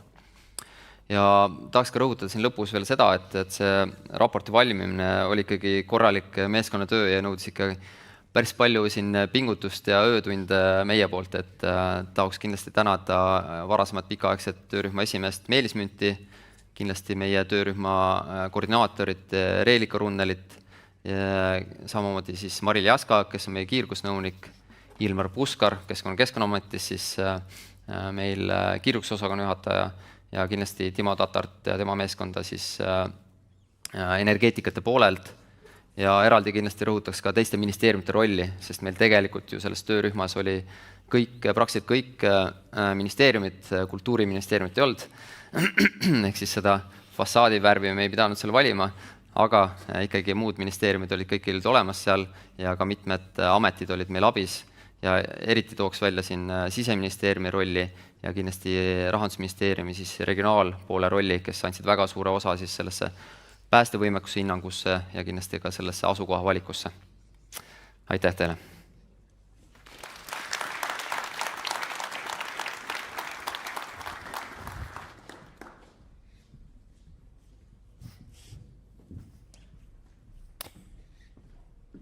I speak about nuclear energy around the world, and one of the top things people point out, top things energy experts themselves point out, is that nuclear is very expensive. Certainly, if you look at the costs of nuclear plants, the numbers are big, the zeros are long, it's very intimidating. God bless you, Kalev, you're very brave. But that leads us to something very strange. I myself live in Chicago with 80% nuclear electricity and cheaper electricity than I believe all of you have. So it leads us to this paradox where nuclear energy appears to be an expensive way to make cheap power, and renewables seem to be a cheap way to make expensive power. How can this be? Well, it turns out that system costs are very important, and it turns out that being able to deliver energy that your customers want, where and when they want it, is of the highest importance. A question that I think Estonians may have is, if you build this beautiful, grand, world-leading project, will the individual household actually see some of this cheap nuclear power? To explain more, we have Urmas Voit, Fermi Energia Sales Director and Business Development Manager for large customers, who will explain Fermi's approach to finding agreements between customers and Fermi that will provide power should this project proceed on time and on budget at costs that are actually lower than today. Urmas?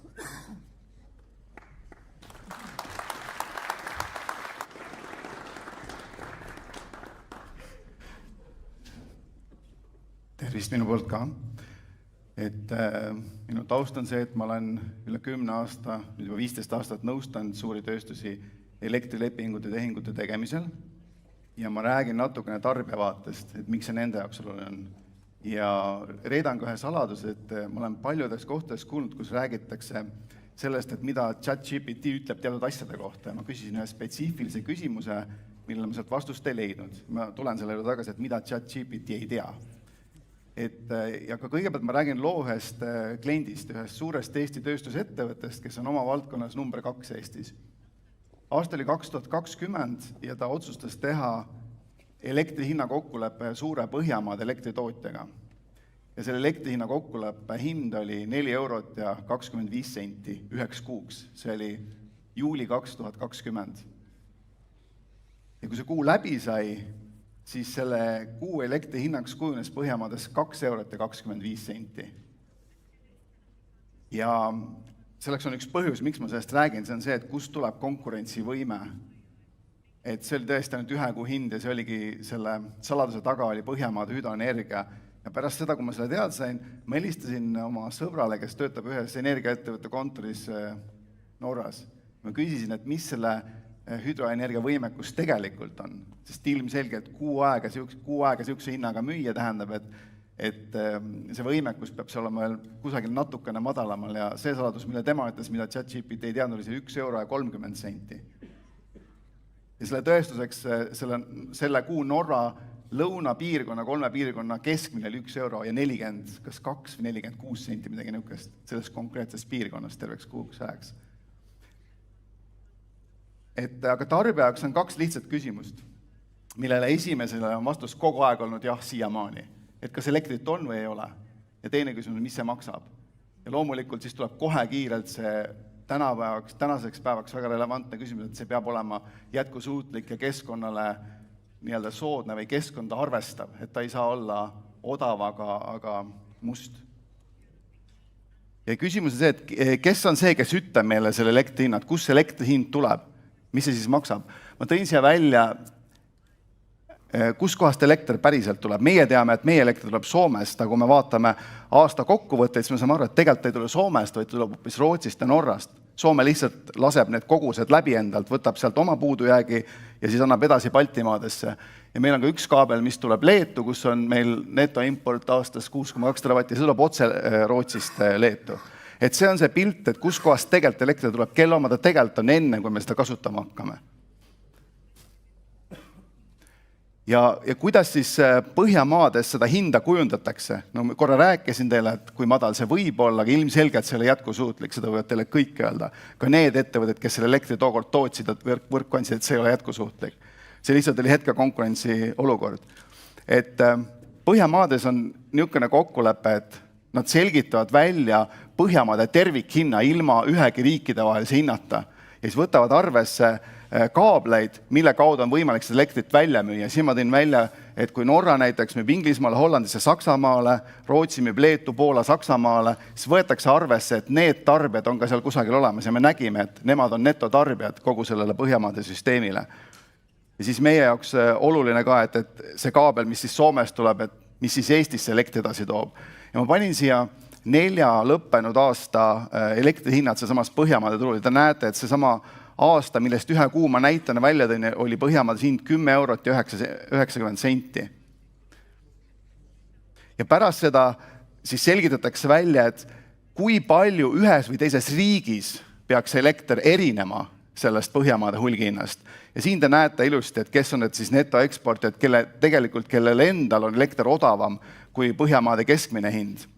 Ja seda hinda viivad siis üles välja viivad kaablid, pluss Taani ja Soome. Ja me näeme, et eelmisel aastal Soome jõudis esimest korda nulli. Ja selle taga on siis palju installeeritud tuuleparkide võimsusi ja samuti ka Olkiluoto 3. reaktor, mis läks 2023. aastal käima.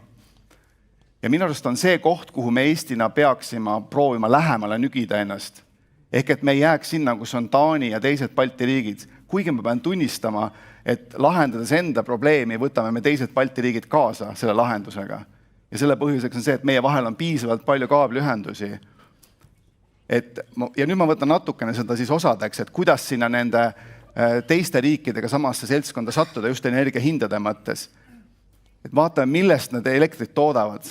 Norra, loomulikult hästi suur potentsiaal, hüdroenergia ja need numbrid on 22 aasta omad ja nad pärinevad siis Our World in Data Energy Mix lehe pealt. Ehk et stabiilne tarne odava muutuvkuluga. Rootsi, tuumaenergia, vesi ja tuul, komplekt. Soome ja Taani. Me näeme, et Soomel on juba palju laiem tehnoloogia valik, juba loomulikusest, mida nad seal varem on teinud, on palju puidutööstust, kust kohalt tuleb näiteks biomassi osakaal hästi suureks, sest nende enda tootmisprotsessi käigus nad vajavad energiat, neil jääb jääke puidutööstusest, mida nad kasutavad.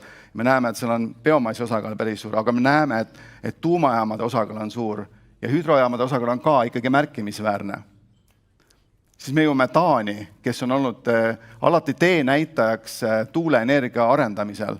Nad on väga head tehnoloogiapakkujad ja nad on ise sellesse uskunud ja investeerinud kõigepealt, et see kogu see tööstus välja töötada. Aga mida me näeme, mis esimest korda pilti tekib ja miks ma panin selle erinevad kivid, nii kivisöe kui põlevkivi, gaasi ja õli ühte tulpa, on see, et mida suurem on see osakaal selles viimases tulbas, seda keerulisem on üldse saavutada mõistlikke hindasid.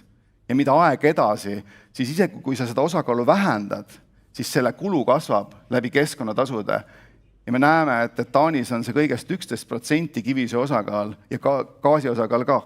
Aga ikkagi elektri hind, see, mis Põhjamaade hinnal tuleb juurde maksta, on suur, on kõrge. Ja me näeme isegi, et kriisi aastal 2022 oli kõrgem kui meil siin.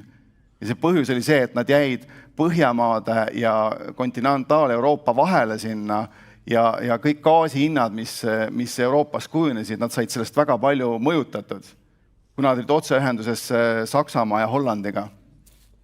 Ja siis Baltimaad. Et me näeme, et siin ongi see töö, mida me kõik tegelikult aru saame, et meil teha vaja on.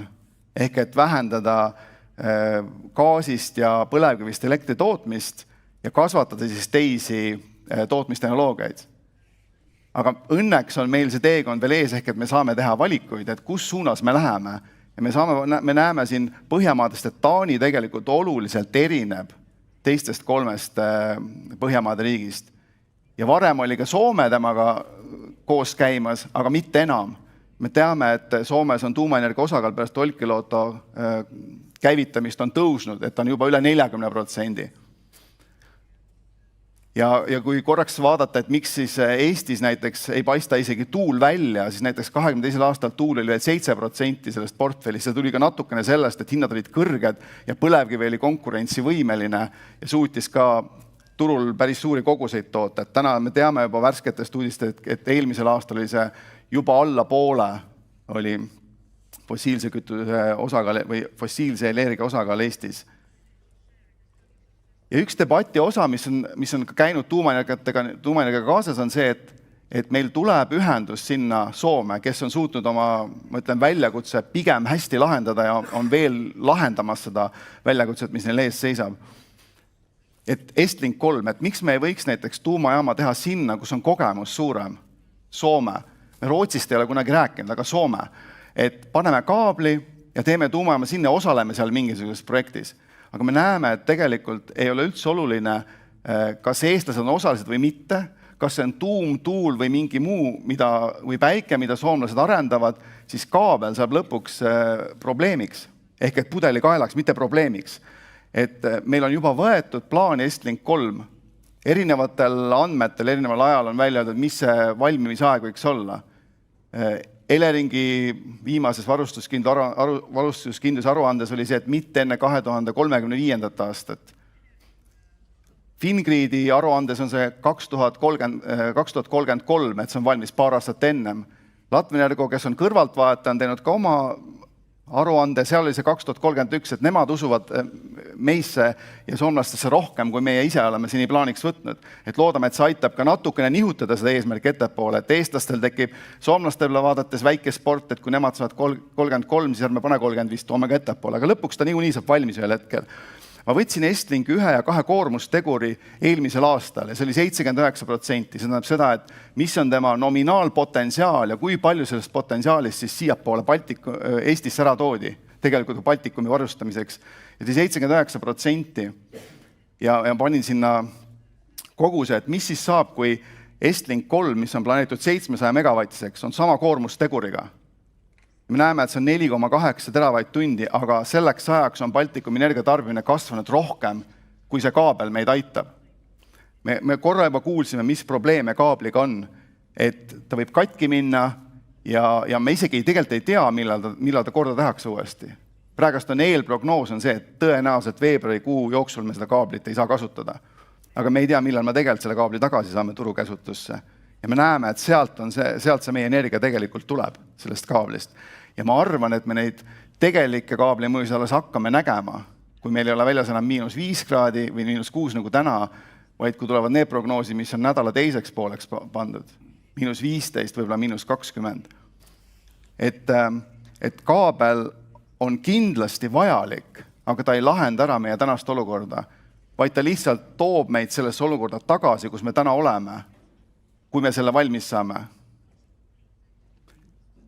Ja ma panin ka korra kaardile selle, et tihti peale millegi pärast, ma arvan, et see on muutunud, et meie rahvas usub teinekord meisse rohkem, ja seda me näeme nendest toetusprotsentidest, kui osad meie helgemad pead, kes ütlevad, et me ei saa hakkama, me ei ole kunagi teinud, meil pole inimesi, meil pole haridussüsteemi, me ei ole nii rikkad, et tegelikult meie ümber on tuumaenergiat juba täna väga palju. Kui me vaatame, kui Slovakkia saab hakkama, miks me ei võiks hakkama saada? Kui Tšehhi saab hakkama, miks me ei võiks hakkama saada? Ma ei tea, kas me täna kuuleme ka Orleni ettekandes midagi Poola plaanidest, aga Poolal on täna riiklik tuumaenergia plaan, kus on 3 riigi osalusega ettevõtted, täiesti erinevad ettevõtted, kellest osad on 100% riigi omad, osad on osalised riigi omad, kellel kõigil on oma tuumaenergia projektid plaanis. Ja Poola on piisavalt suur, et neil kõigil jagub ja neil on natukene erinevad nišid, kus nad opereerida tahavad oma tuumaenergia projektidega. Et kui see Poolaga seal kollaseks teha, siis me tegelikult jääme Balti riikidega suhteliselt keerulist olukorda. Me näeme, et Norra loomulikkuses ei peakski kollaseks minema. Kuigi ta võib minna, aga just kui ei peaks, et hüdroenergia on seal loomulik suur eelis. Et ma näen, et kui teised saavad hakkama, siis ma ei tea, miks meie ei võiks hakkama saada. Ja me oleme teinud, ja ma loodan, et see on ainukene müügiosa kõnest, et me oleme teinud Fermi Energia esilehele niisuguse väikse nupuks selle ilusa pildi all, kus me siis korjame kokku äriklientide soove, kes tahavad sõlmida meiega ühiste kavatsuste memorandumi, et kui meil see jaam on valmis, me oleme seal öelnud ka hinnavahemikku, mis vahemikku me oma eesmärke seame, et nad võiksid siis saada eelisjärjekorras selle lepingu sõlmida. Ja et lihtsalt tuues veel ühe siis nagu hinnaparalleeli on see, et kui Sandor mainis, et eelmise aasta elektrihind Eestis oli 90 eurot megavatt-tund ja natuke peale, 92-93, et siis see sihik on kindlasti üks 20% allapoole seda. Ja me isegi ei hakka selle peale praegust mõtlema, et mida siis inflatsiooni tase võiks teha selle hinnaga kusagil tulevikus, kui see on valmis kas 2032 või 34 või 35, kus iganes ta valmis, et mida see inflatsioon, mis võib sellele hinnale veel teha, et kui palju soodsam ta siis kontekstis võib olla. Et aitäh minu poolt ja ma annan edasi järgmisele kõnelejale.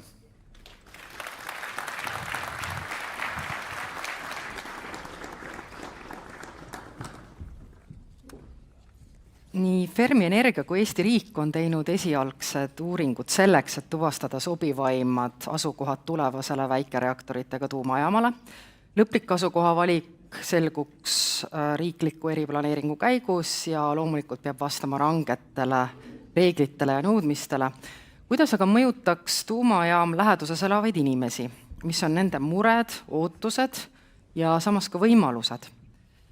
Selleks palun ühiseks aruteluks lavale 2 võimalikku asukoha valla esindavaid omavalitsusjuhte, Viru-Nigula vallavanem Einar Vallbaum ja Lüganuse vallavolikogu esimees Dmitri Dmtirjev. Palun.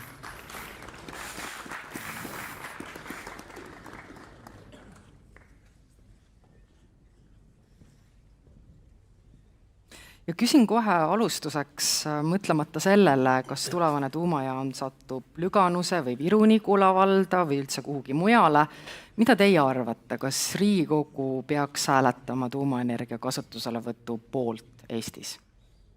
No minu nägemus on selles, et see tuumajaam, kui ta Eestisse tuleb, siis ükskõik missugusesse valda ta tuleb, ta on Eestile kasulik, Eesti ettevõtjatele kasulik. Et selles mõttes, aga muidugi eks iga vallavanema ja volikogu esimehe unistus oleks, et ta tuleks tema valda, sellepärast, et eks sellega tulevad töökohad, sellega tuleb raha, sellega ta tarvitud inimesed. No, nagu siin Sandor nagu eespool nagu öelnud, et tegelikult pall ongi praegu Riigikogu käes, kas peavad või pea hääletama, see on parlamendi otsus hetkel. Meie küll huviga seda ootame ja ütleme, Einariga oleme head sõbrad 13. koosseisu sees, nüüd ilmselt hakkame konkureerima, juhul kui tuleb positiivne otsus, aga vaatame eelmise aasta tööstustoodangu langust näiteks, et kindlasti üks põhjustes on sama sisendite kallinemine, üks neist ongi elektrienergia hind, et lisaks energia julgeoleku küsimus, et kas me suudame toota piisavalt nagu Eesti jaoks, juhul kui näiteks ühenduste kaudu ei tule meile piisavalt elektrienergiat naaberriikidest või kas meil on piisavalt juhitavaid võimsusi selleks, et lahti ühendada ennast kõrvalnaabrist. Et kõik need küsimused ilmselt on natuke kõrgema tasandi küsimused kui kohaliku omavalitsuse küsimused, aga mis kohalike inimesi kindlasti huvitab, on see sotsiaalmajanduslik efekt, mis tuleb. No värskelt tegi ka Kantar Emor uuringu, mis näitas, et suur osa ikkagi, ütleme enamus, 69% küsitletutest inimestest arvab, et võiks kaaluda seda tuumaelektri kasutusele võtmist. Ja ma saan aru, et teie enda suhtumine on ka pigem positiivne, et ei ole see nimbi või banaana. Ei, loomulikult selles mõttes, eks ma olen tuumajaamades käinud ja näinud neid, eks ole, nii Soomes kui Rootsis, mis seal on tehtud ja kuidas on. Ja see, kui tuuakse meile siin ette, et kuidagi Sernopolis oli. aga sellest ei räägita, miks seal juhtus, eks ole, et ega see ei olnud ju see pool ja kui me vaatasime siin ümbrus, kus meil tuumajaamad asuvad, eks ole, siis meil mõlemad vallad, eks ole, meist jääb mõlemale poole üle, Narva jõe on kohe ja Soome poole, eks ole, kõik jääb 60 kilomeetri raadiusesse, et ja miks siis mitte meie hakkama ei saaks, nagu siin eelpool juttu oli, et kui naabrid saavad hakkama, siis me ei saa hakkama, kas me oleme niisugused viletsamad või? Kindlasti saame hakkama, aga eks me oleme ju harjunud sellega, et kui midagi teha tahetakse, siis on ju ikka keegi vastu ja keegi tahab ilmselt tarka panna, eks ole. Ja pärast on ta üks esimesi, kes läheb ütlema, oi, väga tored asja tegite.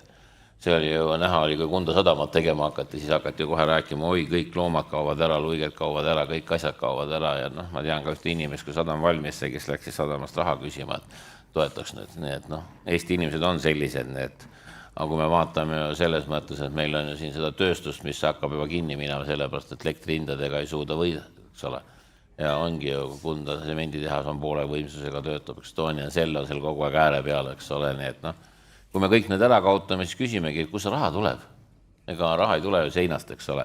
Ja nii nagu mõni on ütelnud, et viime jaama Soome, võtame Soomest elektris, ma arvan, et viime lehmad ka Soome ja toome Soomes piima ka, mis siis välja tuleb, eks ole.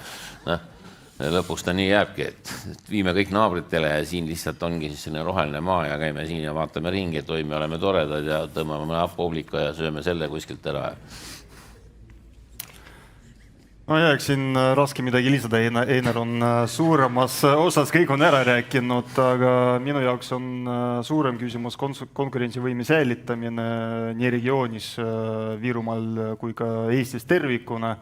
Et vaadates majandusprognoosi, ega seal ka midagi väga positiivset ei ole ja ma arvan, see stabiilsus energiahindades võiks küll anda tuleviku mõistes lootust ka investoritele ja ka säilitada teatud mahus töökohti, eriti tööstusregioonis, milleks ongi eelkõige Ida-Virumaa, aga ka Lääne-Virumaa. No, ma ise arvan, et see teadlikkus inimeste hulgas, ka täiesti tavainimeste hulgas on ikkagi määratult tõusnud, võib-olla tänu sellele, et nad on lihtsalt ka Fermi Energia tööle tegelikult. Või lihtsalt sellele, et nad on sunnitud oma arveid olnud maksma. Et on vaikselt kohale hakanud jõudma. Miks need arengud sellised on olnud, et kas te olete ise pannud tähele nüüd oma valdades või oma inimestega suheldes, et on see suhtumine muutunud, on see teadlikkus üleüldse energeetikast kasvanud viimasel ajal? No kes huvi on tahtnud tunda, see kindlasti on saanud, selleks võimalused on olemas, et seda on pakutud nii kirjanduse poole pealt, kui viidud ka Soome inimesi vaatama, kuidas see tuumajaamas on, eks ole, aga mõni on niisugune nagu kategooriliselt ei ja kõik üldse ei tahagi sel teemal rääkida. Kui inimene on kategooriliselt ei, no ega siis ta ju ei muuda ringi, eks ole. Aga paljud, kes on Soomes käinud, eks ole, mõlema valla inimesi on viidud, üle Eesti on inimesi viidud, Fermi Energia on sellest väga hea selles mõttes niisugune, kuidas öeldakse, hea müügiinimene või kes näitavad, et kuidas asjad käivad. Ja kui sa ise oma silmaga näed, siis ongi hea, eks sa saad näha, eks ole, ega inimesed tuleb tutvustada. Ega siin, kui me võime ju veel selliseid pilte rääkida, mul oma elust tuleb meelde, et kui vanama veel oli elus, siis vanemad tõivad gaasipliidi koju, siis vanama läks ka puukuuri magama. 2 nädalat tuppa ei tulnud, eks ole, ütles, tema ei tule sinna gaasipliidi juurde, eks ole. Pärast tegi süüa küll gaasipliidiga, ütles, et väga hea on, eks ole, nii et need on ju elulised näited, eks ole, et samas ka siin muid asju. Ja, aga te olete ise ka käinud tuumajaamas, et kui me just räägime, ütleme siis kohalike omavalitsuse ja inimeste vastuvõtust sellele, siis kas te ka jälgisite sellise kõrgendatud huviga, et millised need asulad seal välja nägid seal tuumajaama ümbruses ja mis seal toimus või millise mulje nad teile jätsid või kas te mõtlesite nagu nii omavalitsusjuhi kontekstis, kui te külastasite tuumajaama? Kindlasti selles mõttes sai inimestega rääkida, siin saime valla inimestega käisime ka selles mõttes kogu valla juhtkond ja allasutuste juhtidega, et just rääkida, mida see tuumajaam on andnud sellele vallale või kuidas selle valla areng on seal läinud selles mõttes, mis vaatad kadedusega. Ma enda pool lisan, et kuna oleme Soomes tutvunud nende võimalustega ja paraku siin mõne vahega tuleb sellised, kuidas Eestis ja Soomes need maksusüsteemid ja kohalikele omavalitsuste laekuvad summad tulevad, et Ilmselt Soomes on natuke suurem motivatsioon kohalikel omavalitsustel tegeleda arendustega, meie pigem vaatame laiemat pilti ja lisaks oma regiooni arendusele näeme, et nii või naa Eestil on vaja suuri otsuseid ära teha ja inimeste poole pealt, see surve, mis praegu tuleb rahakotile, see on üks pool. Aga teine pool, nagu ma olen ka enne öelnud, et Fermi on teinud positiivses mõistes head tööd, et just informatiivsuse poolest väga head kohtumised rahvaga, mis võib-olla võtnud ka pinget maha ja teinud ka kohalike omavalitsuste juhtide tööd natuke lihtsamaks, et me oleme ka teatud vastused saanud teatud küsimustele, ka inimestel loomulikult omad küsimused, eriti ohutuse keskkonnavaldkonnas, aga loomulikult see positiivne sotsiaalmajanduslik efekt, mis võib tekkida nii regioonis kui ka tervikuna riigis, et turgutades majandus või teatud piirkondade majandust, et seda kindlasti tuleb silmas pidada. Millised on üldse teie ootused siis nii riigile kui arendajale, mis puudutab siis, oletame, et Riigikogu ütleb jaa, et mis siis teie ootused oleks nii riigile kui arendajale?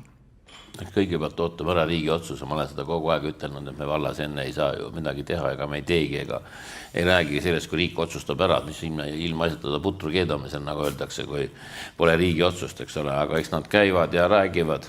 Mis siin on väga lihtne, mul on praegu just panin 3 päeval kohtume Kunda inimestega, Aseri ja Viru-Nigula inimestega, teema ei ole üldse aatomelektri, teemad on seal lihtsalt vallateemad, teed ja prügi ja kõik need, mis päevakorras on. Siis Kundas lõppes esmaspäeval kohtumine ära ja siis üks väga soliidne proua tõuseb püsti, ütle, kaua nad seal Tallinnas jamavad, et me ei saa seda jaama ehitama hakata. Ma tahaks näha, mille see valmis saab, et ega mul pole siin kaua elada.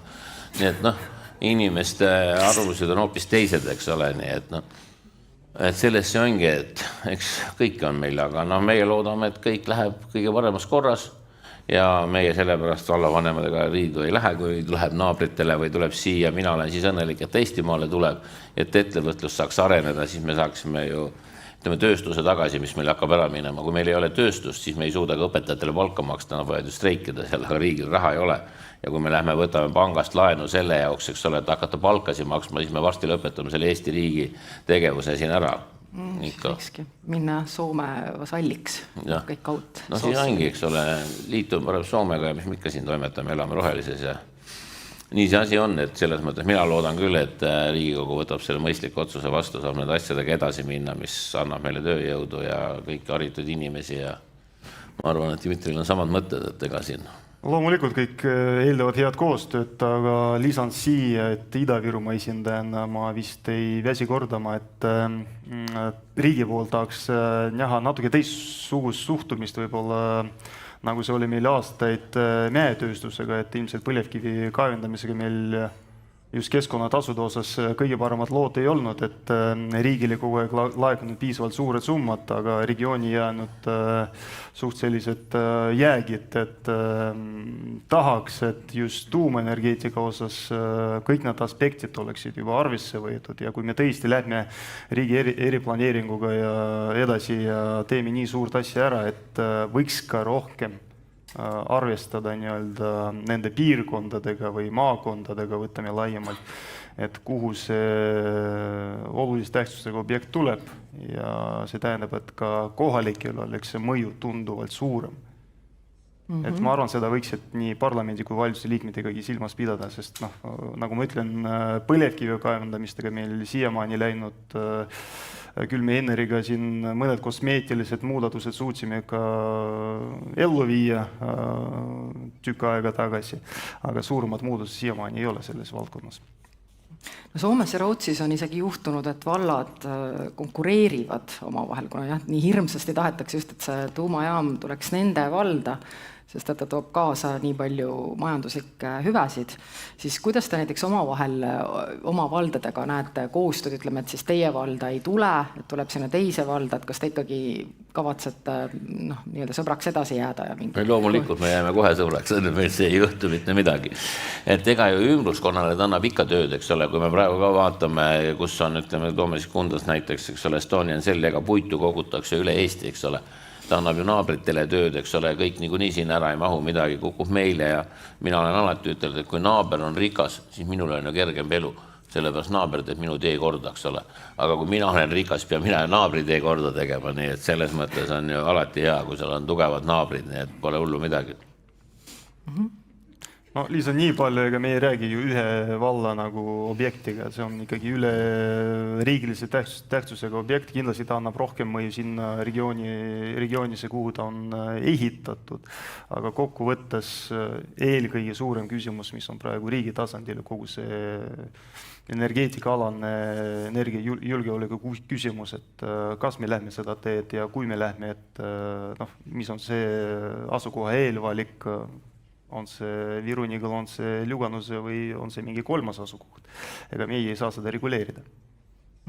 Kui nüüd rääkida teist isiklikult või teist endastest, kas teil oli mingi selline märgiline hetk, kui te muutusite tuumaenergia pooldajaks, et saite te mingid teadmisi kuskilt või mis teid nii-öelda inspireeris, et ma tean, et üks Ida-Virumaalt pärit inimene rääkis mulle, et tema hakkas tegelikult kaudselt tuumaenergia fänniks siis, kui ta mõtles, et ta lapsepõlves talle ei antud üldse, ta ei saanud oma roosat jopet kanda, sellepärast, et see läks kohe tolmuseks või nõgiseks, et õhk oli nii must, et sellest saati oli tal nagu selline huvi ja tundlikkus just, et oleks puhas keskkond.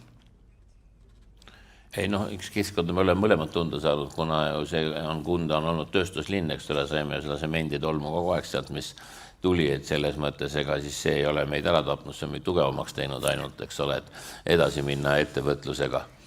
Et nii ta on ja Kohtla-Järvel on samuti ja kui sõitsid, siis eks ole ju paljud ütlesid, et Kundas sõitsid bussiga läbi, et kuidas te siin elate, et õunad on semendiga, traadid on koos, nii et selles mõttes ma kutsun teid kõiki praegu Kundasse, Kundalinna muuseumisse, kus saate tulla vaatama, missugused olid meie elektritraadid semendi korraga kaetud ja seal saate tutvuda aatomitoaga, mis näitab, kuidas ja käega saate katsuda, nii et meil on seal väike aatomituba on olemas ja juba asjad toimivad, nii et hullu pole midagi.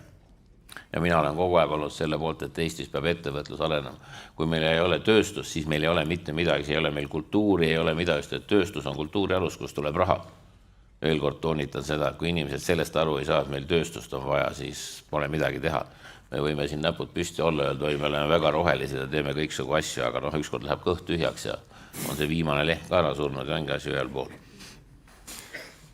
No mina ennast niivõrd nagu fänniks ei nimetaks, aga puhtalt pragmaatilised ja majandusinimesena ma näen, et see on tegelikult hea võimalus, hea lahendus, mis võiks töötada Eesti puhul. Ja küsimus ongi selles, et me räägime elektrienergiast eelkõige, aga kohalikud omavalitsused vaatavad ka natuke laiemast. On see kaugkütte teema üks võimalik lahendus, on see nii-öelda piirkonna elavdamine, ka kinnisvarahindade tõus ja nii edasi, et see on nii-öelda meie jaoks natuke laiem küsimus. No suur tänu. Just sellest läkski kinnisvara peale, et seal öeldigi, et algus meil räägitakse, meie kinnisvara hakkab nulli lähedale minema, et enam ei ole midagi teha, kui see jaam tuleb. Soomes oli vastupidi, kinnisvara hinnad tõusid seal jaama ümber, nii et kahjuks on nii, et ikkagi tööstus tõstab nii kõikide hindasid. No aga suur tänu teile vestluse eest ja nüüd on siis selline rõõmus vahepaus, ehk me saame minna sööma, lõunapaus. Peale tänast päeva tulge Kunda muuseumi tuppa, näete aatomituba. Tund aega siis lõunavaheaeg.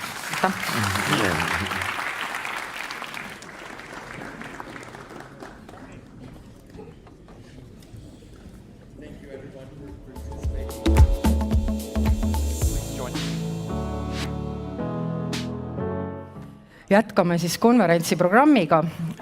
Nagu Eesti vaevleb ka Poola kõrgete süsinikuheitmetega ja sellest lähtuva saastega. Nii Eesti kui Poola on hetke Euroopa elektrikaardil sõna otseses mõttes mustad plekid. Aga Poola on juba käised üles kerinud ja soovib olukorda ruttu parandada. Roheenergia maastikul on Poola liikunud Eestist märksa kiiremate sammudega, asudes arendama nii taastuv kui tuumaenergiat. Seejuures nii konventsionaalseid suuri reaktoreid kui uusi väikseid moodulreaktoreid. Poola tuumaenergia ettevõttest Orlen Santos Green Energy on tulnud PVRX 300 kasutuselevõttu selgitama Václav Gudowski. Václav, welcome, thank you.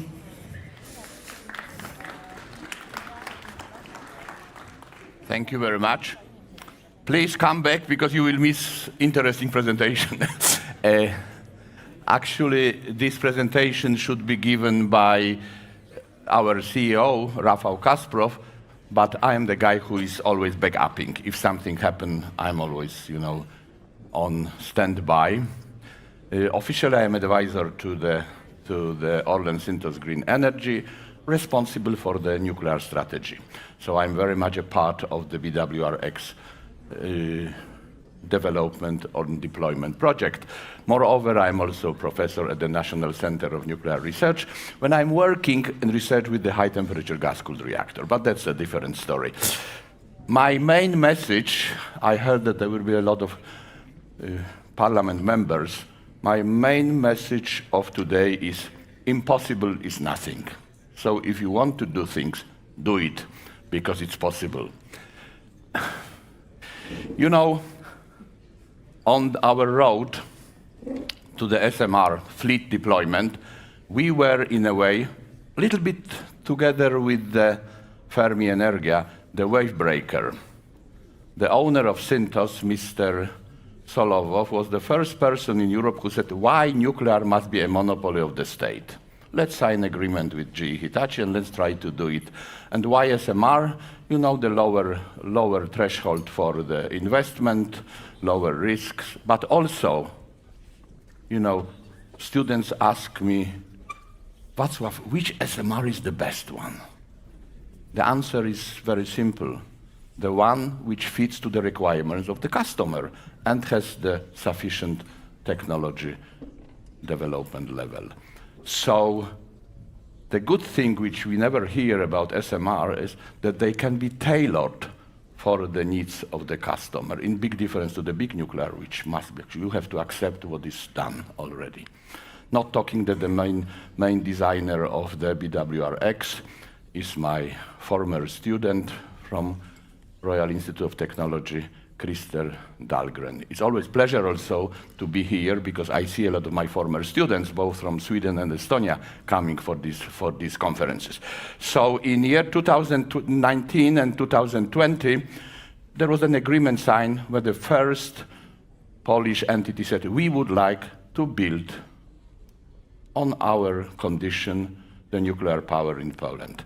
The reason was very simple, and that is also the message which should go back to the decision makers. We are talking quite a lot with the municipalities, with the people responsible for the development of municipalities.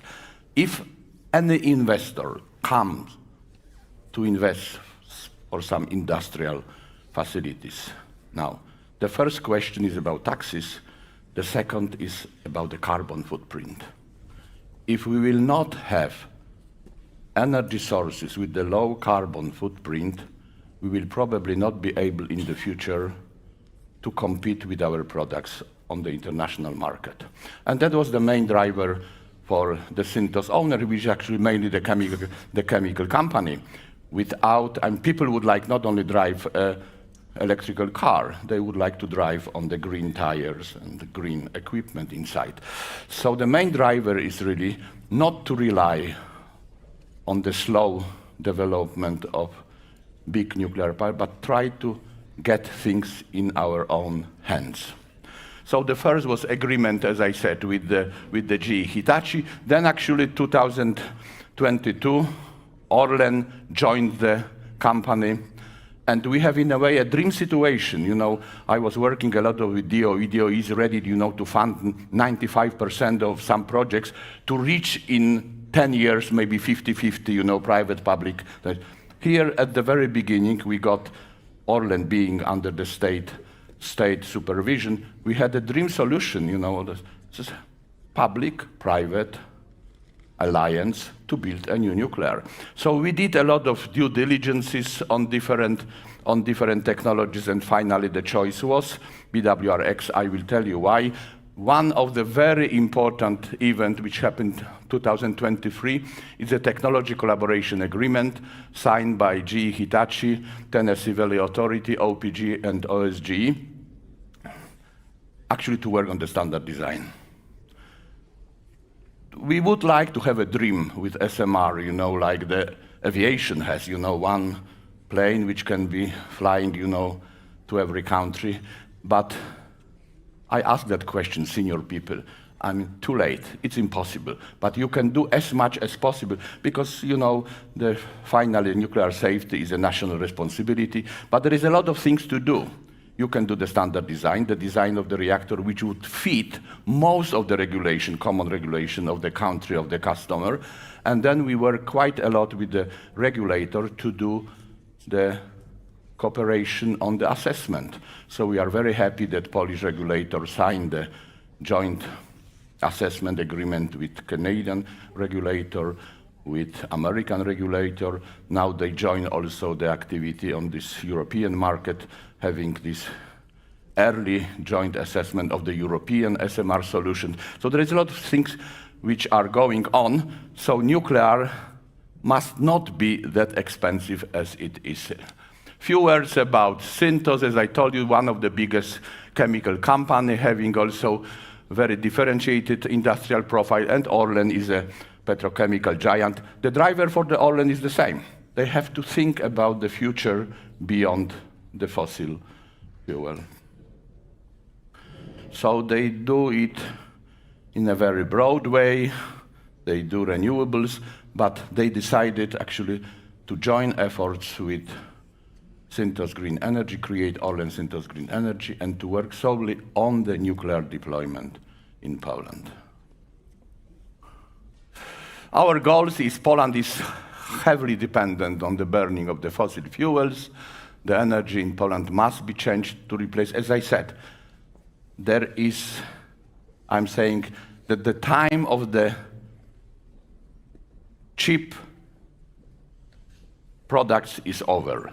The customer will be ready to pay more to have better conscience and to live the lower carbon footprint. So I'm saying that a lot of industry people understand that the only way to compete on the international market with the different projects, actually is also valid for agriculture. I was surprised how much the carbon footprint is left on the agricultural products. So for the countries like Poland, Estonia, which are living very much on the export, to have access to the low carbon footprint of the energy is the first step to do, because it will follow all the products' way. We have one of the highest footprint in the energy. So we have about almost 1 ton over the megawatt hour produced in Poland, the footprint. So there is a deep understanding that without emission-free energy, there will be no future for the industry. The energy market is, well, you saw this. Today we have, as you say, hard coal is 45%, lignite or brown coal as we got 27%. We have a growing renewable part. Last year it was 21%, but renewables are not controllable. It's not the base load for the grid. And I hear on many conferences people coming from the grid with all the discussions about the future of energy, people are neglecting the grid requirements. So you will see that our strategy to deploy the BWRX is also very much with respect to the requirements of this grid stability. In 2050, we would like to have totally emission-free. This is an ambition of the whole Europe. So if we look, it's a very complicated. This is an analysis done by PNC on our request, Polish nuclear power program. So you will see that the black one are the coal-fired, which are just aging. This is not the problem only of the climate concern. I visited a few months ago the big thermal power plant of Veolia in Poland. They showed me very proudly all the facilities. It's from 70s. I said, welcome to the communist time. And main activity of the engineers is actually to prolong the lifetime of many components which are actually living 3 times over the design lifetime. And that's the majority of the Polish power plants. So this black one has to be taken out of the grid. So there is no money and no intention to go. You know, there is some political. We have still coal. But as I said, if we will use coal in the future, we will not sell. Maybe we can warm our houses, but we will not sell any product on the international market. So this equation is extremely simple. There is nothing to hide. So that is a strategy which is Polish energy program 2045 will be updated very much based on this data, and you will see the projection. You know, we are today of about the same, being 4 times more populated country. We have almost the same energy production as Sweden, about 170 terawatt hours. 80% of that based on the fossil fuel. And this is our projection how the consumption will grow. Everybody knows also that the development or human development index is very strongly correlated with the energy consumption. We can save some energy, but the energy growth will be something from 170 terawatt hours today to about 240 terawatt hours. And at the same time, we have to eliminate all the coal-fired. The black part here, actually, there's a first assessment, by the way, of the hydrogen. Hydrogen economy is called, or hydrogen transformation. It is very much, I would say, overemphasized on the political level, but the truth is that it has its own virtues. But it is very, very badly overemphasized on the political level. Everybody believes that the hydrogen will solve the problem. Hydrogen will not solve all the problems. There will be a contribution to it. This is the first, actually, assessment showing also high hydrogen economy. For the Swedish situation, it was never mentioned, but if you want, for example, go to the carbon-free steel production, the energy consumption will increase by the factor of 3. So whatever you touch, there will be, if you want to produce cleaner products, you will also intensify the use of the electricity. There is no other way. So this is one of the first assessments showing also the impact of the hydrogen. The gray one is a power consumption of the household. Another problem aside of the electricity is actually heating. 82% of the heating energy is produced by the fossil, 72% by coal, 82% of the fossil fuels.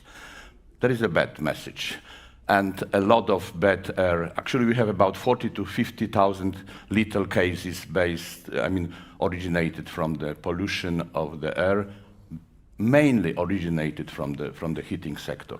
Between 40 and 50,000. Actually, we are leading this list just behind Turkey. But there was a bad news. But the good news, Poland is the very well-piped country. 16 million people are actually connected to the heat pipes, almost half of the Poland. So we see, and we have thousands. We have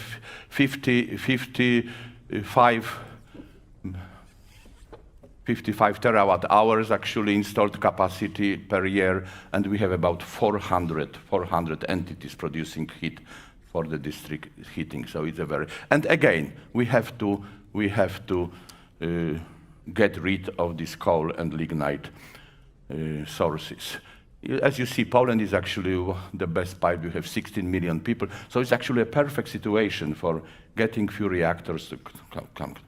What we'll do with another 16 million people, actually, we strongly believe that will be electricity plus heat pumps. That will be a solution to get rid of the polluting sources. And gas, of course, because of the, by the way, also for the, one should listen to the expert. I remember 2008, I was on the conference on the energy security in Norway, and the title of my presentation was, "If you think energy security, think pipes, not nukes."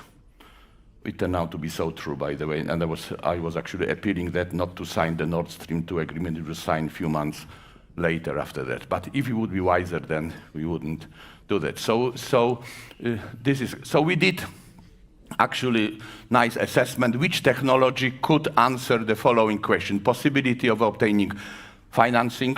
We know the international funding market, potential of large-scale implementation, following Polish needs, which will be the highest between 2030 and 2040, stability, availability of production control.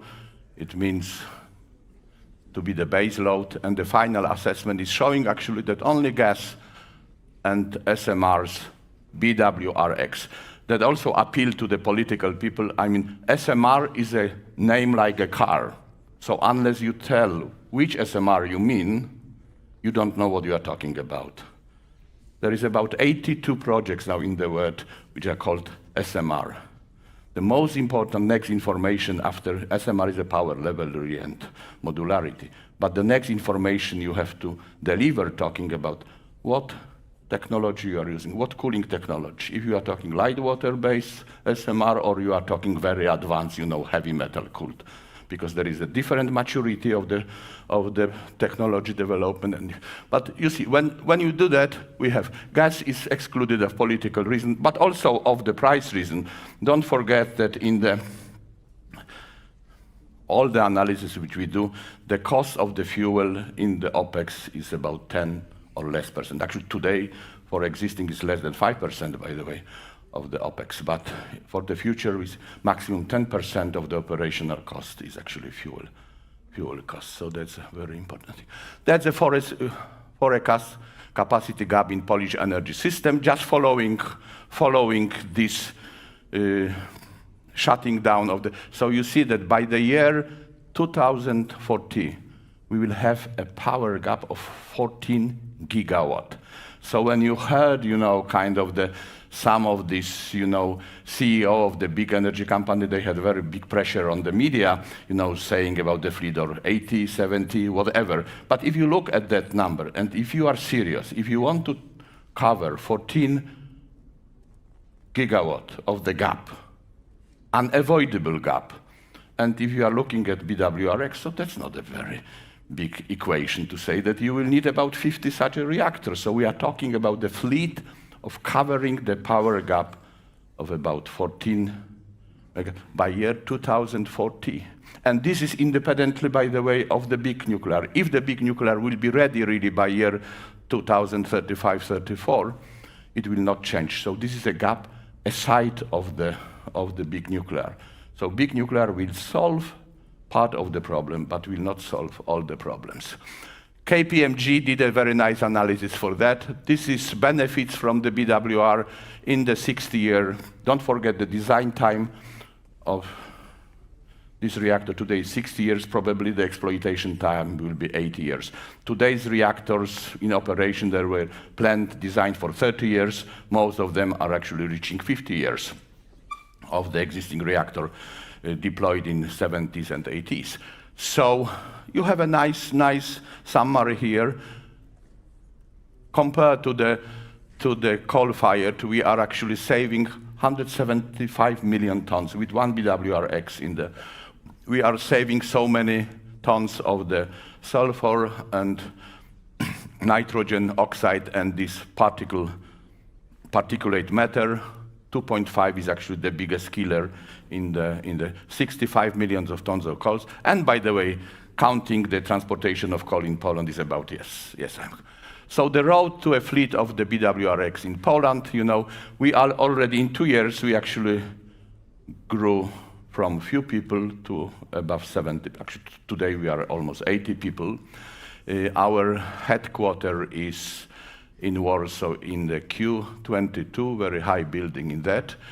We have experienced staff from the builds in UK, in Finland, in Sweden also, and United Arab Emirates. Some of these people who are working with the So key organizational support by global partners. Significant part of the team has worked for the Polish regulator. The team has experience in preparing application for in general opinion, team of engineers. You know, we have to transfer the knowledge, but you have to have the giver and the switch taker of this. So we are working very, very hard on that to have a qualified people. We started from being an intelligent customer to be intelligent recipient of the technology. So we have the early work agreement with GE Hitachi, with Laurentis, then master service agreement with OPG subsidiary. We work with Jacobs and many institutions from Poland. We actually are doing all the environmental assessments with the Polish company. We analyze initially 80 sites. Okay, 30 were the first deeper round and 7 preferred location. We asked for the decision in general, the political, only for 6 locations. We left Warsaw for the time being because we are discussing with the municipality. And this is the selected site. You will see that still west of Poland is, and they're actually coming to us, why we are not on this map. So the public it's very positive with that. Blue is actually the heat generation, the green is, but in general we have the policy, no single watt wasted. So every watt should be phased.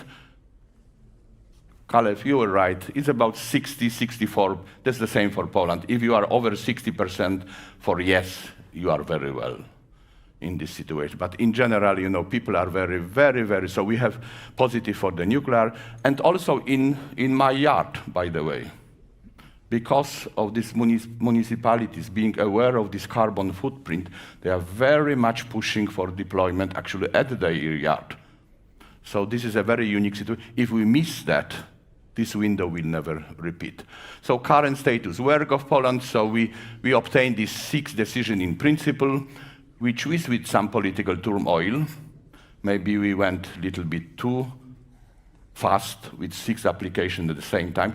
This decision in principle is actually political blessing. Go ahead, it is compatible with our energy strategy. We don't see any problems with this location and so on, so on. It was not the problem-free way, but we got it. And actually very few days ago, we agreed with the environmental authority on the content. Yes, I'm going. So we are a part of the project Phoenix, by the way.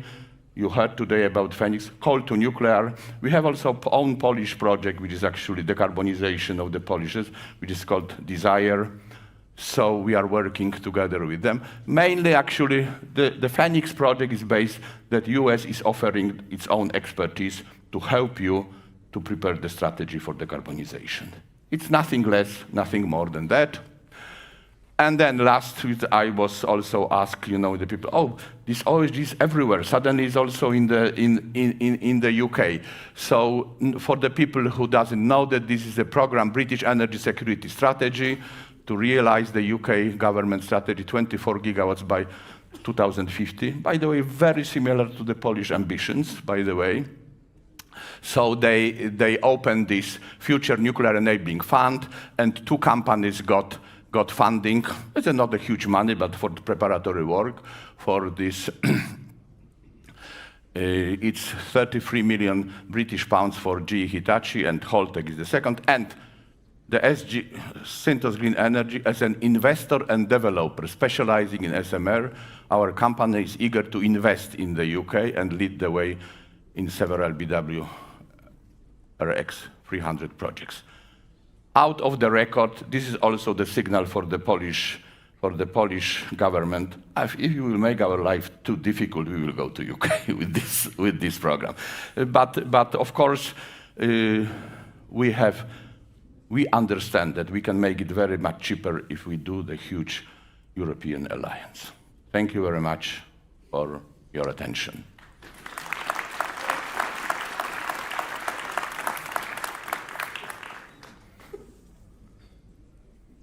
If any question, I can just... No.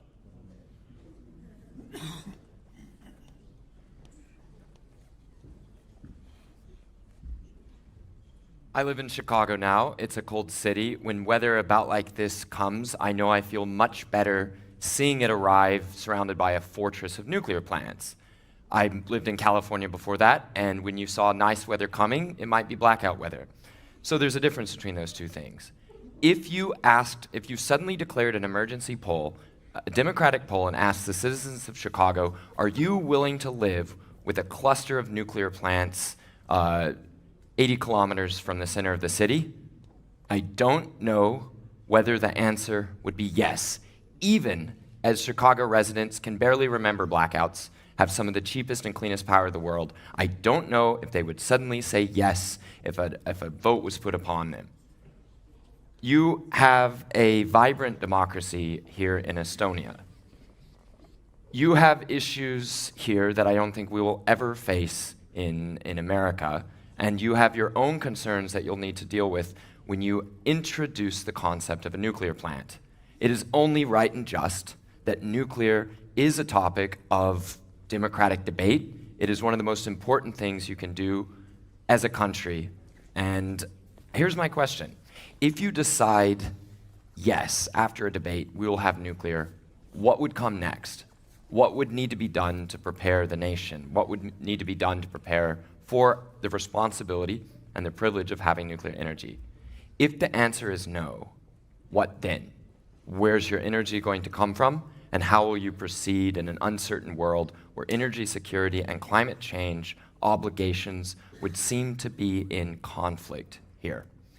I'm very pleased to look that this debate is coming in some form here to the stage today.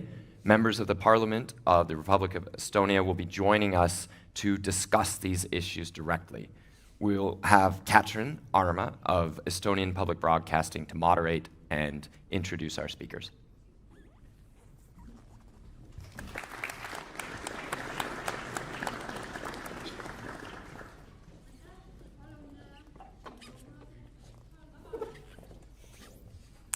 Mina olen Katrin Aarma ja on siis aeg rääkida otsustajatega.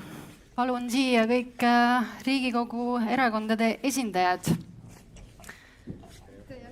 Tere tulemast Yoko Alender Reformierakonnast, Rain Epler EKRE-st, Lauri Laats Keskerakonnast, Priit Lomp Sotsiaaldemokraatidest, Andres Metsoja Isamaast ja Toomas Uibo erakonnast Eesti 200.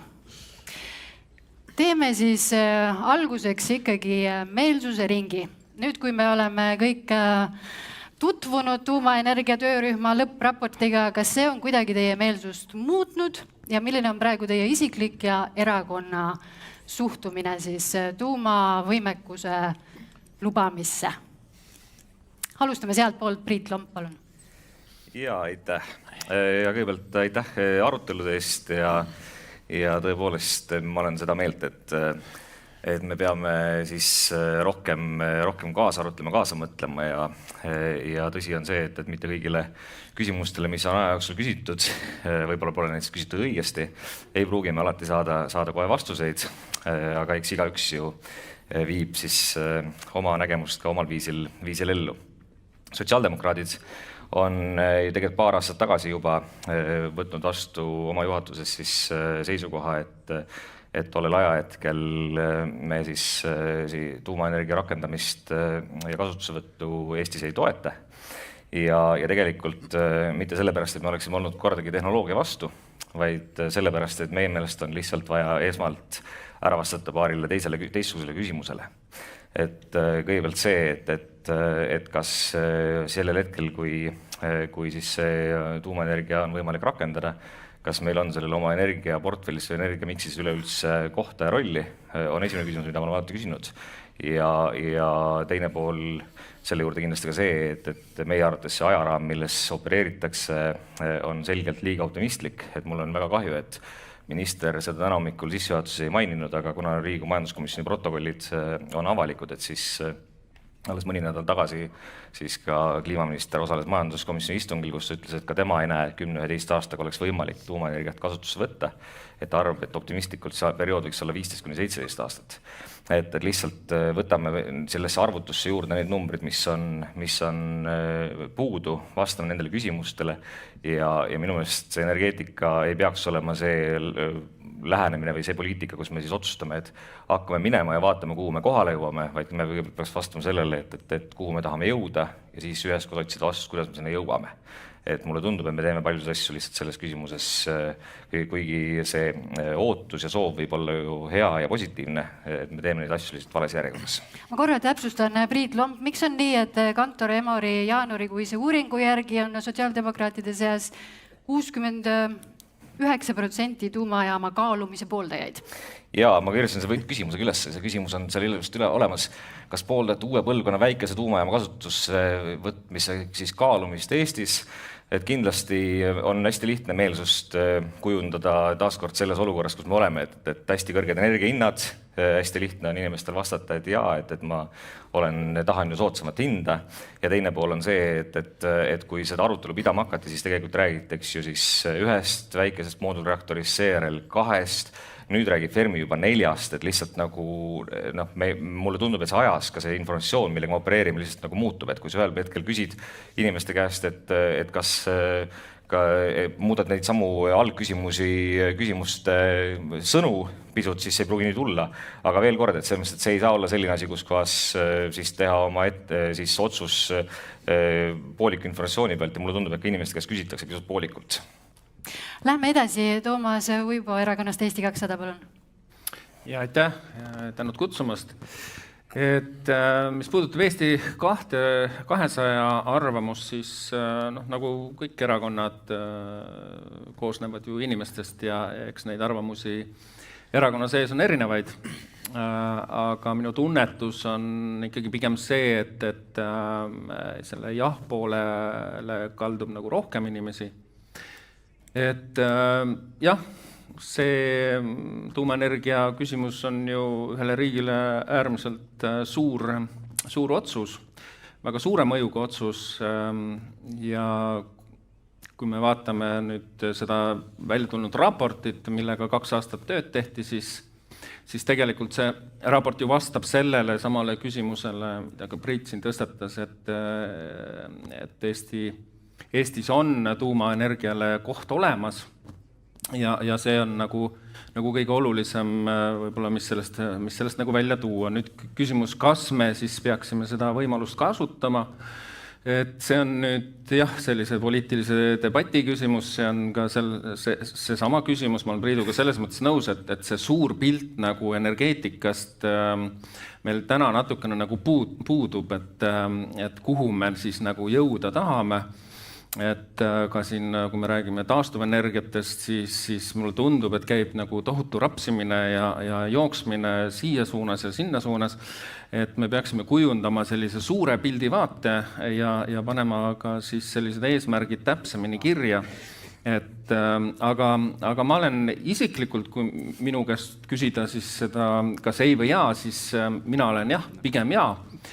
Loomulikult on endiselt igasugused küsimusi, mis tulebki protsesside käigus lahendada ja ega ükski protsess ei möödu ju niimoodi, et kohe alguses on kõik selge, et see on see, kuhu poole me liigume ja see on hästi normaalne protsess, et me kogu aeg õpime, vastame esile tulevatele küsimustele ja minu meelest see protsess on nagu väga õigesti nagu alanud, et ma ei näe siin nagu, et mismoodi oleks võinud siis teistmoodi nagu teha.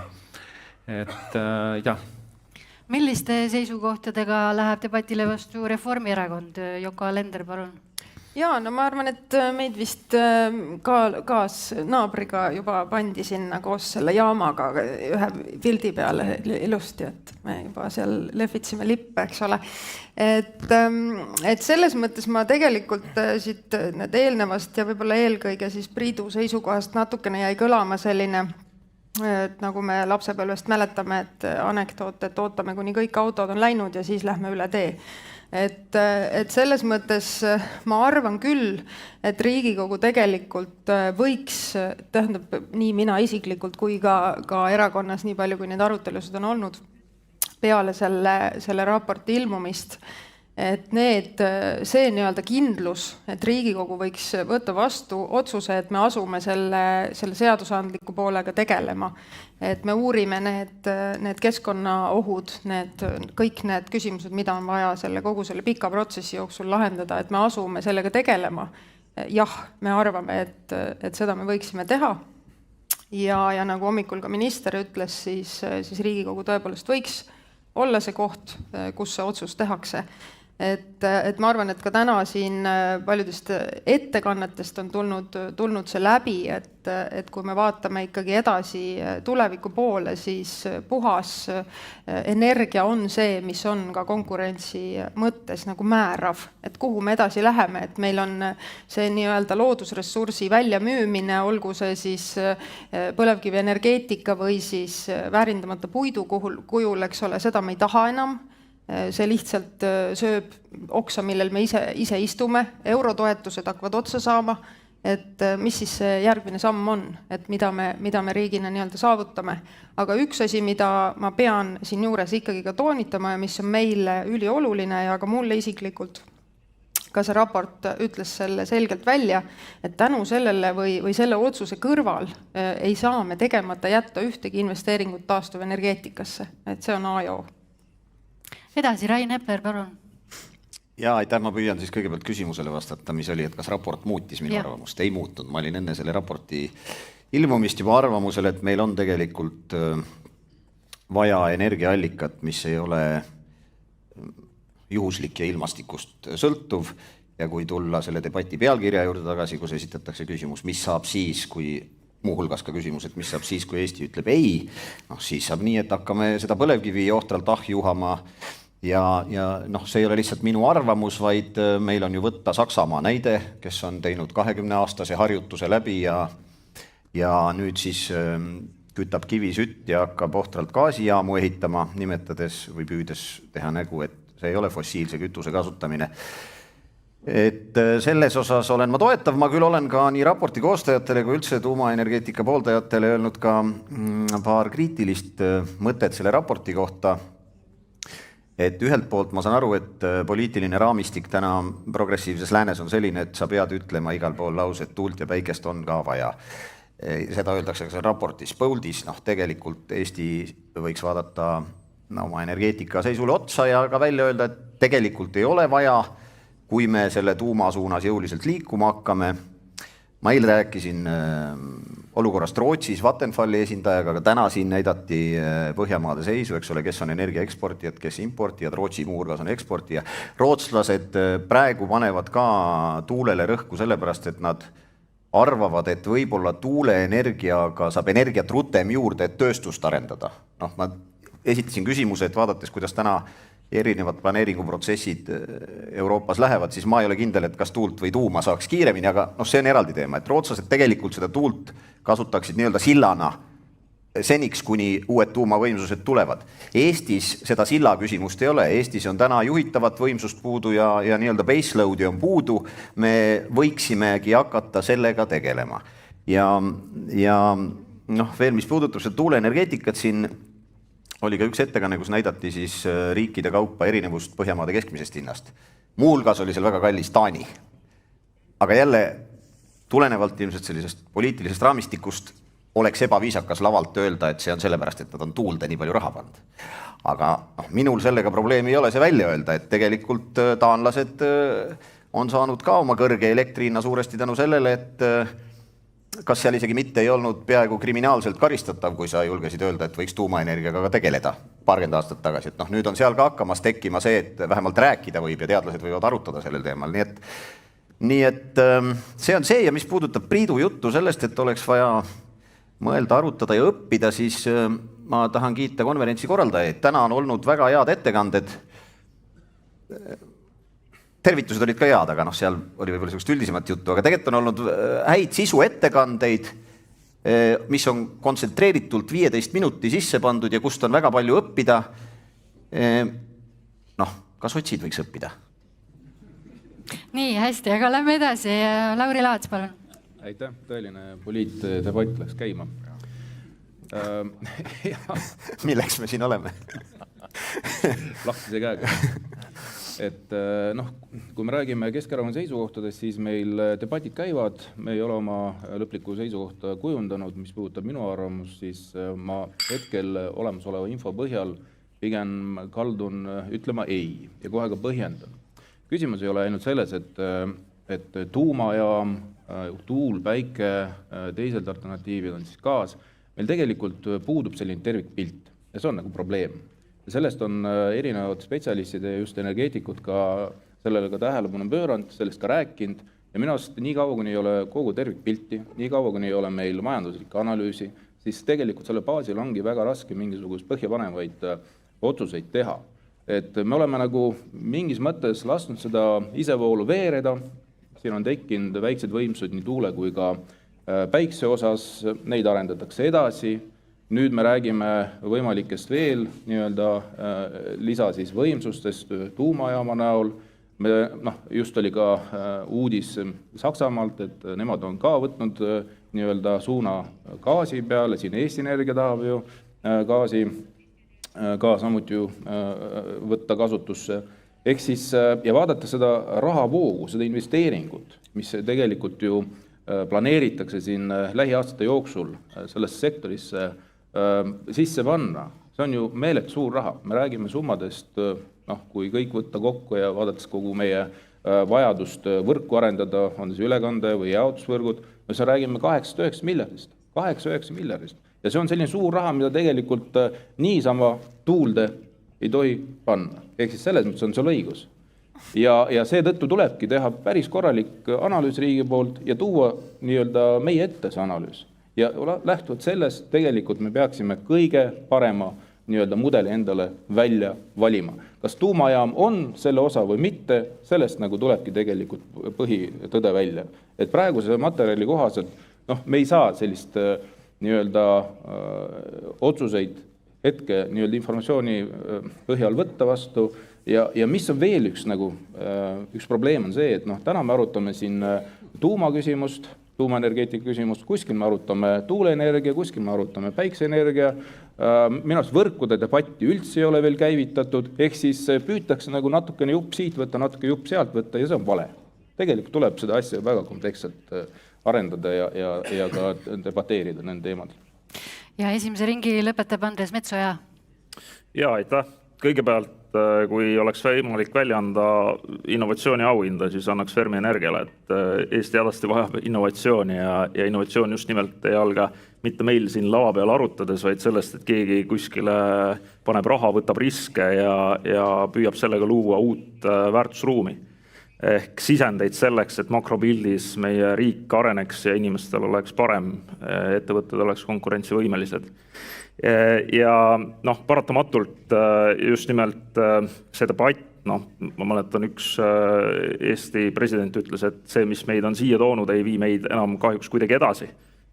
Ja täpselt samas olukorras me selle energeetika valdkonnas oleme, et kahtlemata ei ole mõistlik rääkida sellest, et mida me välistame, vaid tuleks kokku leppida, mida me teeme. See viib meid edasi. Kui nüüd vastata küsimusele, et kas see raport andis mingi teadmise juurde?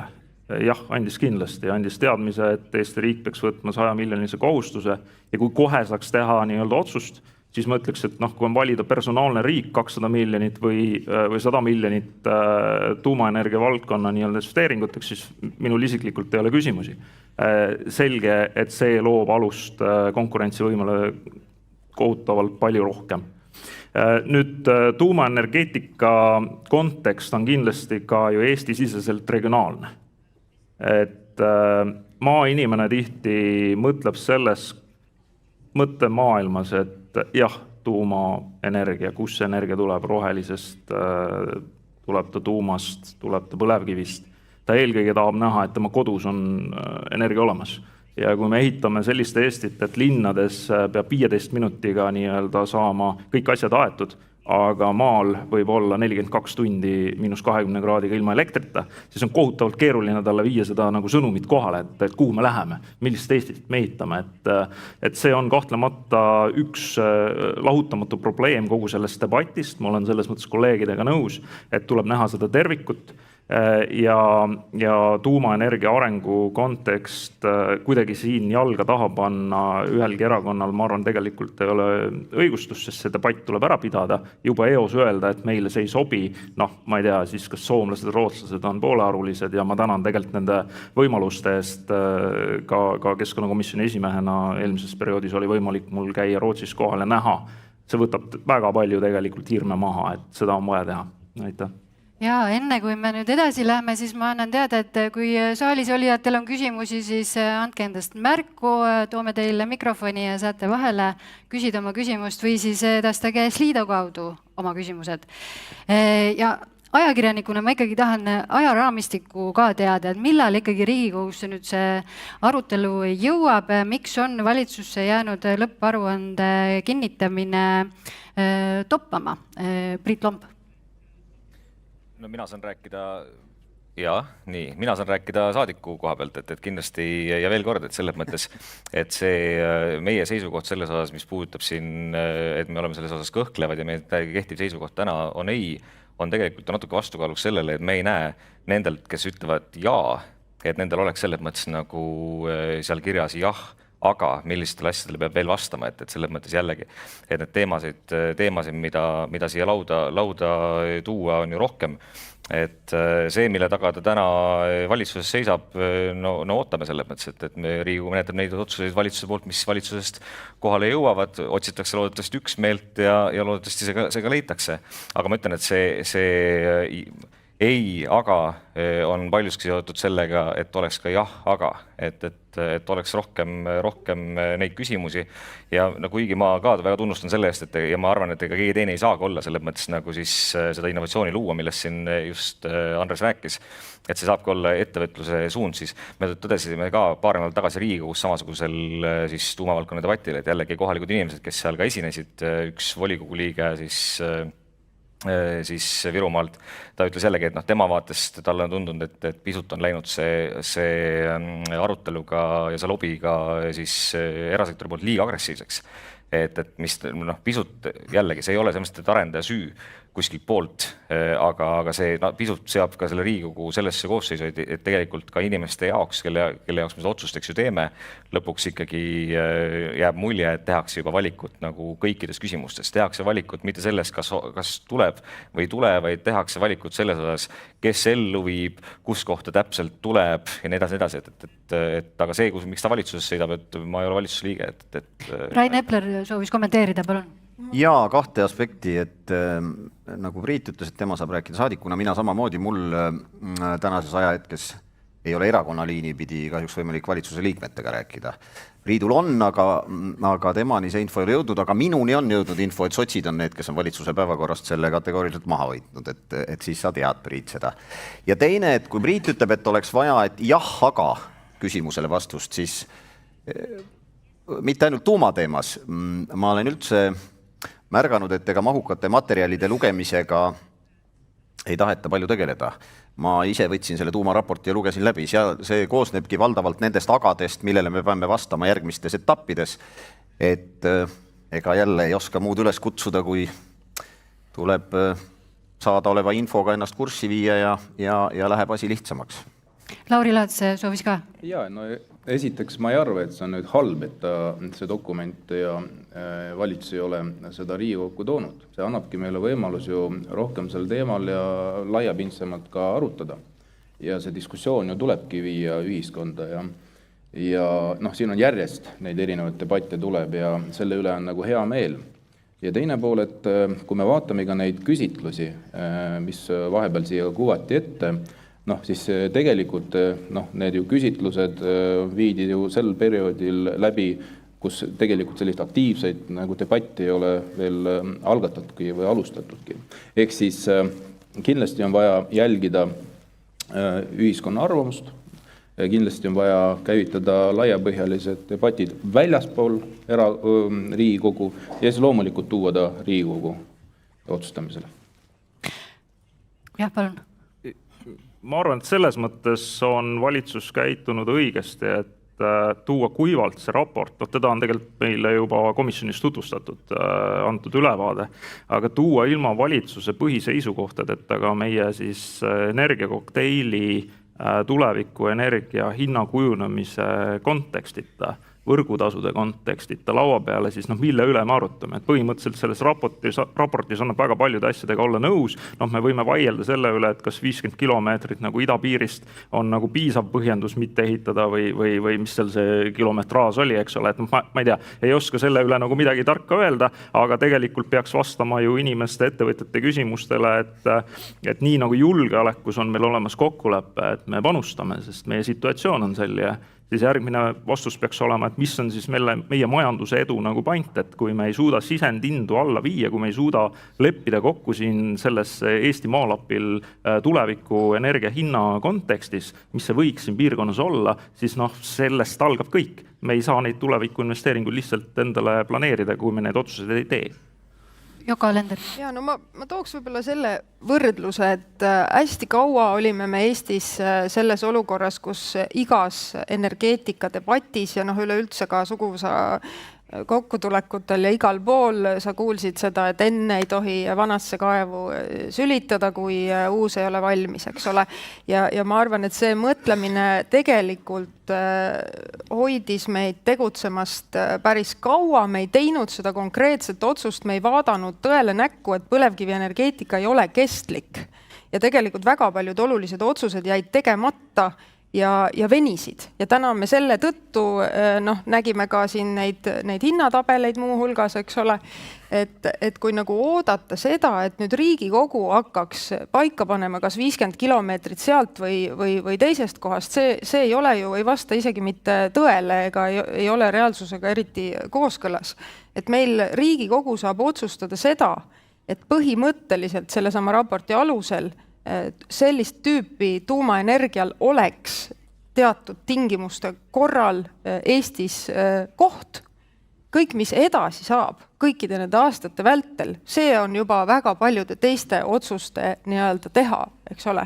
Et Riigikogu saab justkui siit üleüldse nagu teha selle ukse nagu lahti selle raporti põhjal. Ja minu meelest, kui vaadata ka ikkagi seda, et sellele toetus on, eks ole, teiseks, mida Riigikogu selle otsusega ka ütleks, oleks see, et põhimõtteliselt me saame aru, et energia tarbimine kui selline, me kahjuks tõdeme, et see ilmselt ei kahane. Ega suures osas nii-öelda majanduse looduse piiride sisse viimine, see on hästi palju põhineb ju ka elektrifitseerimisel, eks ole. Ka see küsimus on vaieldamatult oluline. Ja ma küll ei tahaks, et me jääksime selle debatiga ootama nii, nagu oli põlevkivist väljumise. Ma mäletan, kui me vist oli see eelmise valitsuse koalitsioonileppesse esimest korda sai pandud see nii-öelda arv, eks ole, see aasta arv. Ma mõtlesin, et miks me nii palju peame selle eest võitlema, et see pole ju ometi nii oluline. Kõik teavad ju, et põlevkivist tuleb väljuda. Ometi see oli nii oluline, sest see oli mingi konkreetne otsus.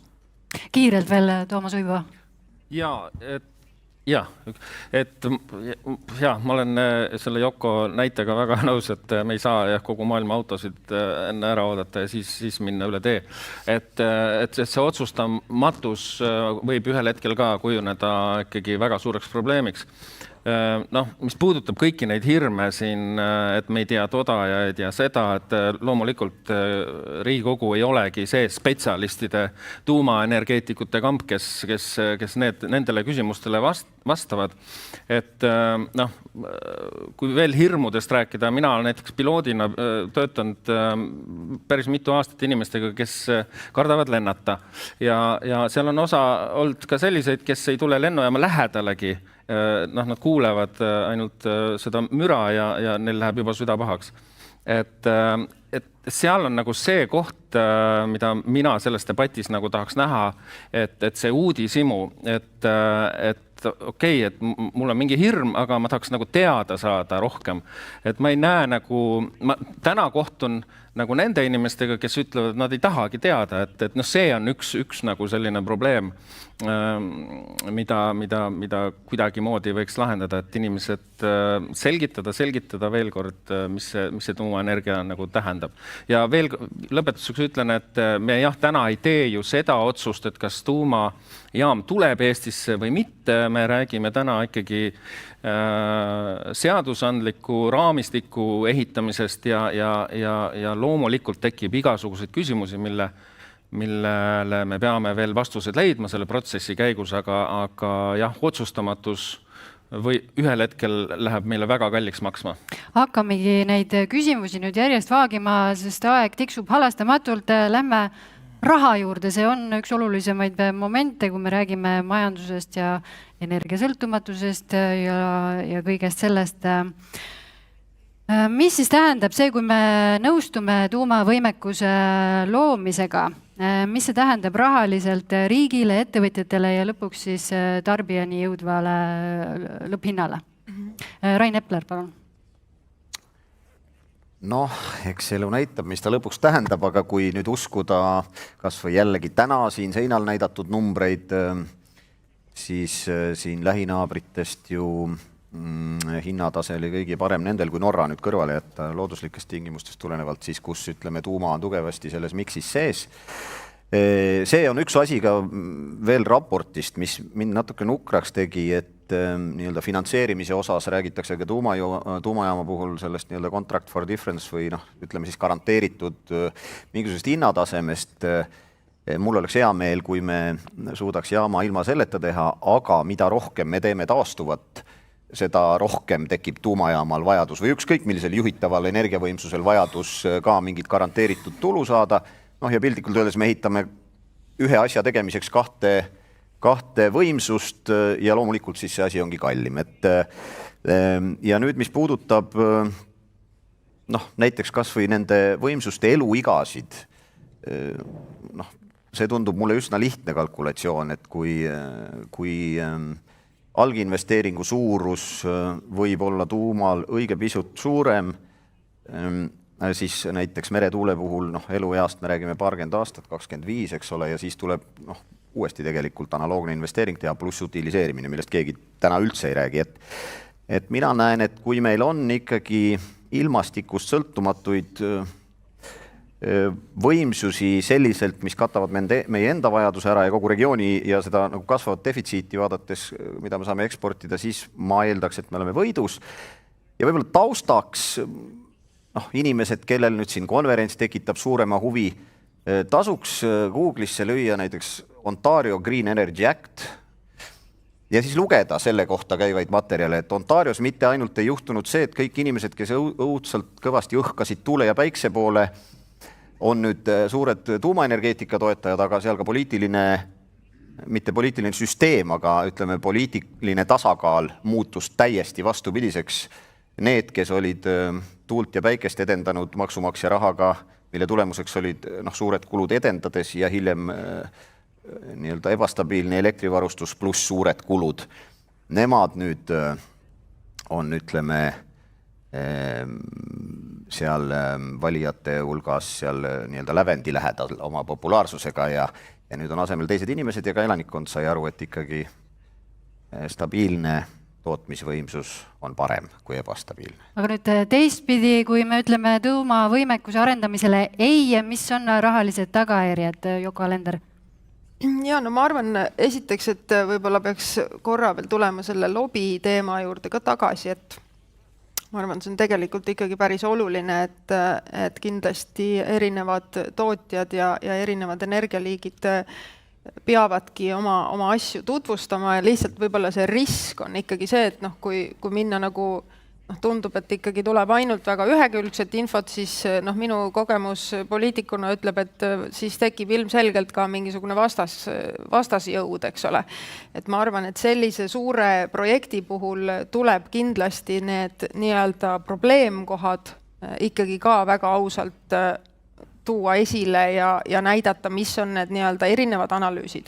Ja siit jõuangi selle sama finantseerimise küsimuse juurde, mis minu meelest või ütleme siis selle prognoositava rajamise ja prognoositava elektrihinna juurde, mis on ju inimestele niivõrd oluline, kuna seal on ka osaliselt maksumaksja rahaga tegemist ja elektritarbijatena.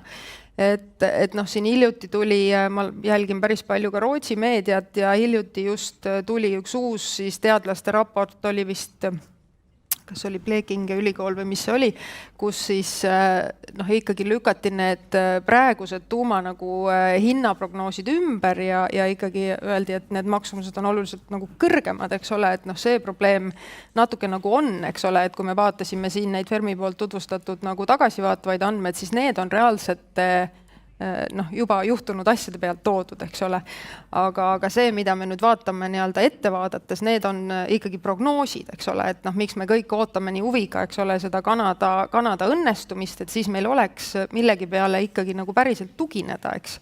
Aga vaatamata sellele ma ütleks, ega siin mina olen aru saanud, et jah, tõesti seal valitsus vist on ikkagi selle koalitsioonis püütakse nagu see niinimetatud suurpilt nagu nüüd paralleelselt nagu kokku panna, eks ole, ja minu meelest see on tore ja ma arvan, et selle suure pildi osad kõik need autod ei saa olema, eks ole, see ei ole võimalik, eks, aga pigem nagu teeme otsuse ära, et jah, me tõdeme, et tarbimine ilmselt kasvab, me tõdeme, et seda on vaja puhta energiaga, eks ole, toota ja sealt saame, eks ole, edasi minna, et ma arvan, et need finantsasjad, need on nagu need, kus ongi praegu need kõige suuremad küsimärgid tegelikult. Priit Lomp, palun. Ja mis puudutab nüüd kulude poolt, et siis ma tahtsin seda sama öelda, et lõpuks on ju hästi palju ikkagi tulnud pigem seda informatsiooni juurde, mis puudutab seda prognoositava hinna selles mõttes kallinemist, et lihtsalt me ei ole selles mõttes eilses päevas, me peame vaatama selles asjas ka nagu homsesse, et ei oskama vastata ka nendele küsimustele. Ja teine pool siis see osa, mis puudutab riigi kulusid, et jah, et siin oli ka siis slaid selle kohta, kuidas siis ikkagi maksulaekumistel see üht või teist hästi mõjub, et loomulikult mõjub iga selles mõttes, iga selline tegemine mõjub, et ja meil on nagu ka majanduskomisjonis oli arutelu selle üle, et loomulikult juba ainuüksi ehitusperioodil on see mõju olemas, et märkimisväärne osa selles mõttes ju võetakse sellest samast teadmisest, mis meile täna endal olemas on, aga lihtsalt nagu jube kurb oleks see, mida mina püüaksin vältida, on see, et kui me siis teeme ühel hetkel selle otsusega kuhugi suunas kiirustades väga nappi häälte enamusega ja siis oleme selles olukorras, et tegelikult 4 aasta pärast tõdeme, 3 aasta pärast, 7 aasta pärast, et tegelikult läks tühja. Antil oli seal slaid selle kohta, et isegi selles riigi ametis, mis peaks hakkama siis regulaatorina toimima, et ka seal prognoositakse lausa ka personali vähenemist mingist ajahetkest, tegelikult me ju teame, et see tõenäoliselt niimoodi olema ei saa, et üldiselt ikka kipuvad need asjad pigem ajas kasvama kui kahanema ja lihtsalt jube kurb oleks, kui see tehakse kulu ilma selleta, et seda edasist pilti vaadatakse. Ja lihtsalt ma tahan öelda 2 asja siia juurde, miks mina ütlen, mulle tundubki, et see jah või ei ongi nagu selline toores, on sama, et tahaks arutada selle üle tegelikult sisus, et näiteks kas me oleme nõus sellega tingimusel, et näiteks Eesti riigis ei ole võimalik tuumajaama teha ilma, et siin on riigil mingi mitte strateegiline, aga ütleme siis mingi väike osalus selles mõttes, et riik ei saa ainult olla selles osas õigusruumi looja, vaid ta peaks olema ka näiteks käed küljes siis ka tegemise juures, et omada rohkem informatsiooni. Et see on üks osa näiteks debatist, mida ei peeta, mida ei olegi võimalik pidama hakata, sellepärast, et ma ju eeldasin, et minu seisukohad ei ole siin populaarsed, eks ju. Jube kihvt, et Rain teeb nalja ja siis selles mõttes, et see niimoodi on, aga me peame tegelikult pidama seda mõistlikku debatti selles osas, et kas riigi osalus on vajalik, kas Riigikogus piisab sellest, et selle poolt hääletab 51% või 51 saadikut 50 vastu, kas see on mõistlik selles mõttes, et täna saame napilt, eks ju, üle jõnksu, 3 aasta pärast on valimised, need, kes olid täna vastu, teevad selle pealt mingi lobi, oleme ära kulutanud hulga miljoneid ja siis tuleb võimule see pool siis tänasest, eks ju, parlamendi esindusest, kes ütleb, et ei, sest et rahvas on eks ju, otsustanud teistmoodi. Et lihtsalt nagu harutaks nende asjade üle ja vaidleks nende asjad selgeks. Nii, palun. Kõigepealt Toomas ja siis Rain, vabandust. Jaa, et ükskõik milliseid otsuseid me nagu täna teeme, siis ega keegi ju tulevikku ette ei tea. Et noh, ma arvan samas, et me kõik elus teeme mingisuguseid otsuseid tulevikku, kus tulevikus me ei tea, mis juhtuma hakkab, aga sellepärast me ei jäta neid otsuseid tegemata, et selles mõttes tuleks võtta selline hästi läbi kalkuleeritud risk. Iga otsus on alati mingil määral risk, aga minu vaade on ikkagi see, et me läheksime liikvele, et nendele kõikidele nendele muredele küsimustele vastused saada, sest nagu ma ütlesin, et me ei otsusta täna selle üle, kas tuumajaam tuleb Eestisse või ei tule. Aga selleks, et teada saada, kas see on mõistlik, mis see maksma läheb, selleks me peamegi nagu edasi liikuma, et sellest aru saada. Ja sinna raha nagu natukene kulutada, see on minu meelest mõistlik, et see lõplik otsus nagu oleks hästi selge riigi jaoks. Ja mis puudutab riigi osalust, eks loomulikult see tuleb ka läbi vaielda, et riigi vaates või maksumaksja vaates võib-olla sellise lahtise paariarvega töötamine ei ole mõistlik, et ikkagi mingisugused väga kindlad kokkulepped tuleks nagu teha, et maksumaksja saab aru, et mis see suurusjärk on, mis see siis riigile nagu maksma võib. Aga nagu raport ütleb, siis riik hakkab suhteliselt kiiresti sealt nagu tagasi teenima seda raha. Ja ma tahtsin lihtsalt, kuna Priit mind nimetas kommenteerida, et muidugi Priit, see on kihvt, kui Rain nalja teeb, aga ma täna ei ole nalja teinud veel kordagi, nii et selles mõttes, et me võime koos video läbi vaadata ja ma olen kõigi nende sõnade taga. Nüüd see, mida Priit ütleb ja mida ka Andres ütles, et just kui peaks olema põhjalikud analüüsid erinevate asjade kohta, riigi osaluse kohta, hinna kohta ja nii edasi, siis see, ma arvan, eksitab avalikkust selles osas, et tegelikult täna on küsimus selles, et Riigikogu teeks põhimõttelise otsuse. Kas Eesti hakkab edasist analüüsi tegema tuuma suunal või ei hakkagi ja panemegi selle raporti kappi ära ja kõik nii edasi. Meil on terve hulk otsuse kohti seal veel ees, kuni me jõuame selle otsuseni, kas me lõpuks ehitame ka tuumajaama, eks ole, et meil siin Euroopast on võtta head kolleegid austerlased, kes isegi läksid nii kaugel, et kõik ehitati valmis, lõpuks jaama ei tehtud, nüüd Kultuuriministeerium teeb seal kontserte ja teatrietendusi, et sellega nagu ma ei eksitaks avalikkust, et just kui nüüd Riigikogu ütleb jah, siis me oleme teinud mingi otsuse, kust nii-öelda tagasiteed ei ole. Et see tekitab minust sellise asjatu now or never tunde, mida praegu ei ole vaja tekitada, et küll me jõuame ka nende osaluste, kes ehitab ja kui siin räägiti ka sellest, et võiks ka kriitilistest asjadest rääkida, ma arvan, me jõuame ka nende seminarideni, sest tõepoolest täna modulaarne tuumareaktor on niisugune pop-sõna ja ütleme, poliitikuid hullutav ka sõna kohati võib-olla. Tegelikult seal modulaarsust on teatava piirini, suurem jagu on ikka betooni valamine, ka selles osas üritatakse midagi modulaarseks teha, me täna nägime siin nii-öelda steel bricks ja kõik mis, aga tänane otsuse koht, kus me täna ikkagi, ma kutsuks üles ja siin olen Toomasega nõus, et põhimõtteliselt ärme pane ust kinni ühele väga olulisele võimalikule energiaallikale. Nii, palun, Lauri Laats. Ja Raini ja siis Priidu kohta võib öelda, et kohe näha vanad sõbrad.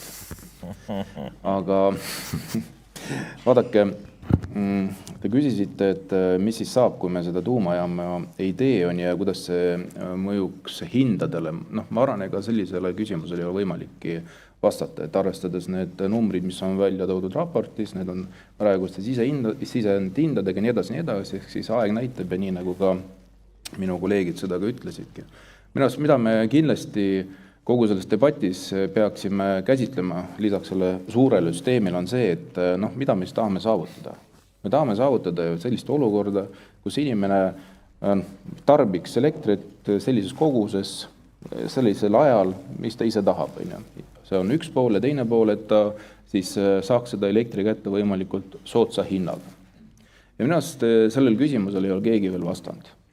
Ja seda küsimust oleme kogu aeg püüdnud ka majanduskomisjonis erinevate osapooltele ka esitada ja kuna nii-öelda terviklikku pilti ei ole, siis keegi ei oska sellele vastata. Aga mis oleks teie vastus?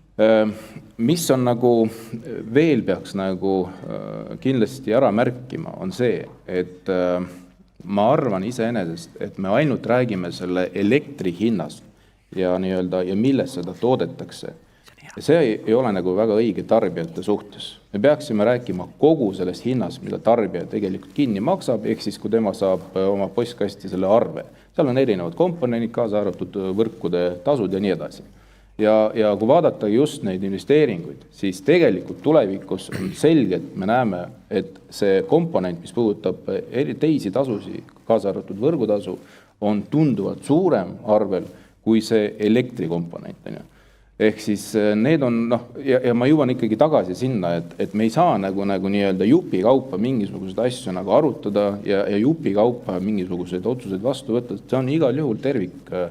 Pilt peab olema loodud ja vastavalt selle tervikpildile võiks nagu ka otsuseid teha. Aga mis puudutab nüüd seda investeeringud ja siin toodi näite, et Austria hakkas ehitama ministeerius ja pärast nagu nii-öelda lõi käega ja tegi hoopis kontserdimaja, siis Eesti seda endal lubada ei tohi. Mitte mingil juhul. Me ei ole nii jõukas riik. Ja minu arust see ongi see oluline küsimus, et kui me hakkame ja võtame need otsused vastu, kui see on jaatav otsus, siis me tegelikult saame aru, et me hakkame siin investeerima riigi raha, maksumaksja raha ja siin selle koha kindlasti peame nagu nii-öelda, kui me seda Riigikogus ka otsustame positiivse suuna osas, siis me peaksime endale kindlasti aru andma, et sellest momendist hakkab kindlasti juba ka riigi raha jooksma, ta juba praegugi jookseb. Andres Metsaja, palun. Jah, teatud määral ma olen Rain Epleriga selles mõttes nõus, et nagu Rail Balticu projekt, et kui liiga palju asju kirja pannakse, siis lõpuks on mõtet kellelgi võimalus seda lõputult kritiseerida ja tekibki nagu olukord, et see projekt justkui peaks nagu arenema ja ellu viima, iga päev kaheldakse selle nii-öelda mõttekuses või teine minu meelest selline riigi üsna oluline möödalaskmine suhteliselt ohutu asja rajamine Tootsi ehk Sopi tuulepargi rajamine 10 aastat tagasi käivitati, tänaseks pole valmis 300 megavatti tootmisvõimsusega. Me ei ole nagu suutnud seda protsessi mõistlikult juhtida riigi vaates, minu arvates, ja kui me peaks ära munama, vabandust selle väljenduse eest, selle sama tuumaenergia projekti, siis ma küsin üldse, et mis investeeringud Eestisse tulevad. Et riigi roll on luua nagu kindlustunnet. Loomulikult iga nurga taha me ei näe, aga kui mingid otsused on tehtud, nagu minu meelest soomlased teevad seda väga hästi, et kui on otsused tehtud, siis me viime need ellu.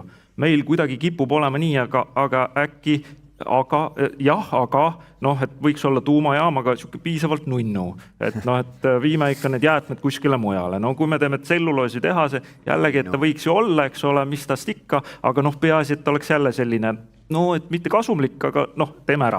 Et nii need asjad paraku nagu investeerimiskeskkonnas ei toimi.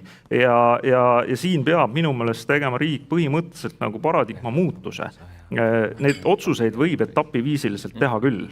Ma arvan, see ongi mõistlik, aga me ei saa jätta rahvale vastamata. Ja minu meelest selles mõttes on tehtud väga head tööd, on räägitud riskidest, on räägitud plussidest. Valitsuse roll on võtta see tervikuna kokku ja vastutada. Riigikogu saab anda rohelise tule, aga seda vaheetappi ei ole võimalik ära jätta. See tervik peab sinna vahele moodustuma ja me ei saa jätta sellist muljet, et sellele küsimusele me vastame kunagi hiljem. Siis see praeguse seisuga on nii, et paljudele küsimustele tuleb vastata kunagi hiljem, sest meie aeg on otsa saanud, meil on küsimusi siin väga palju, aga olukord on selline, nagu ta on. Aitäh teile tulemast ja jõudu tööle arutelus. Aitäh kutsumast.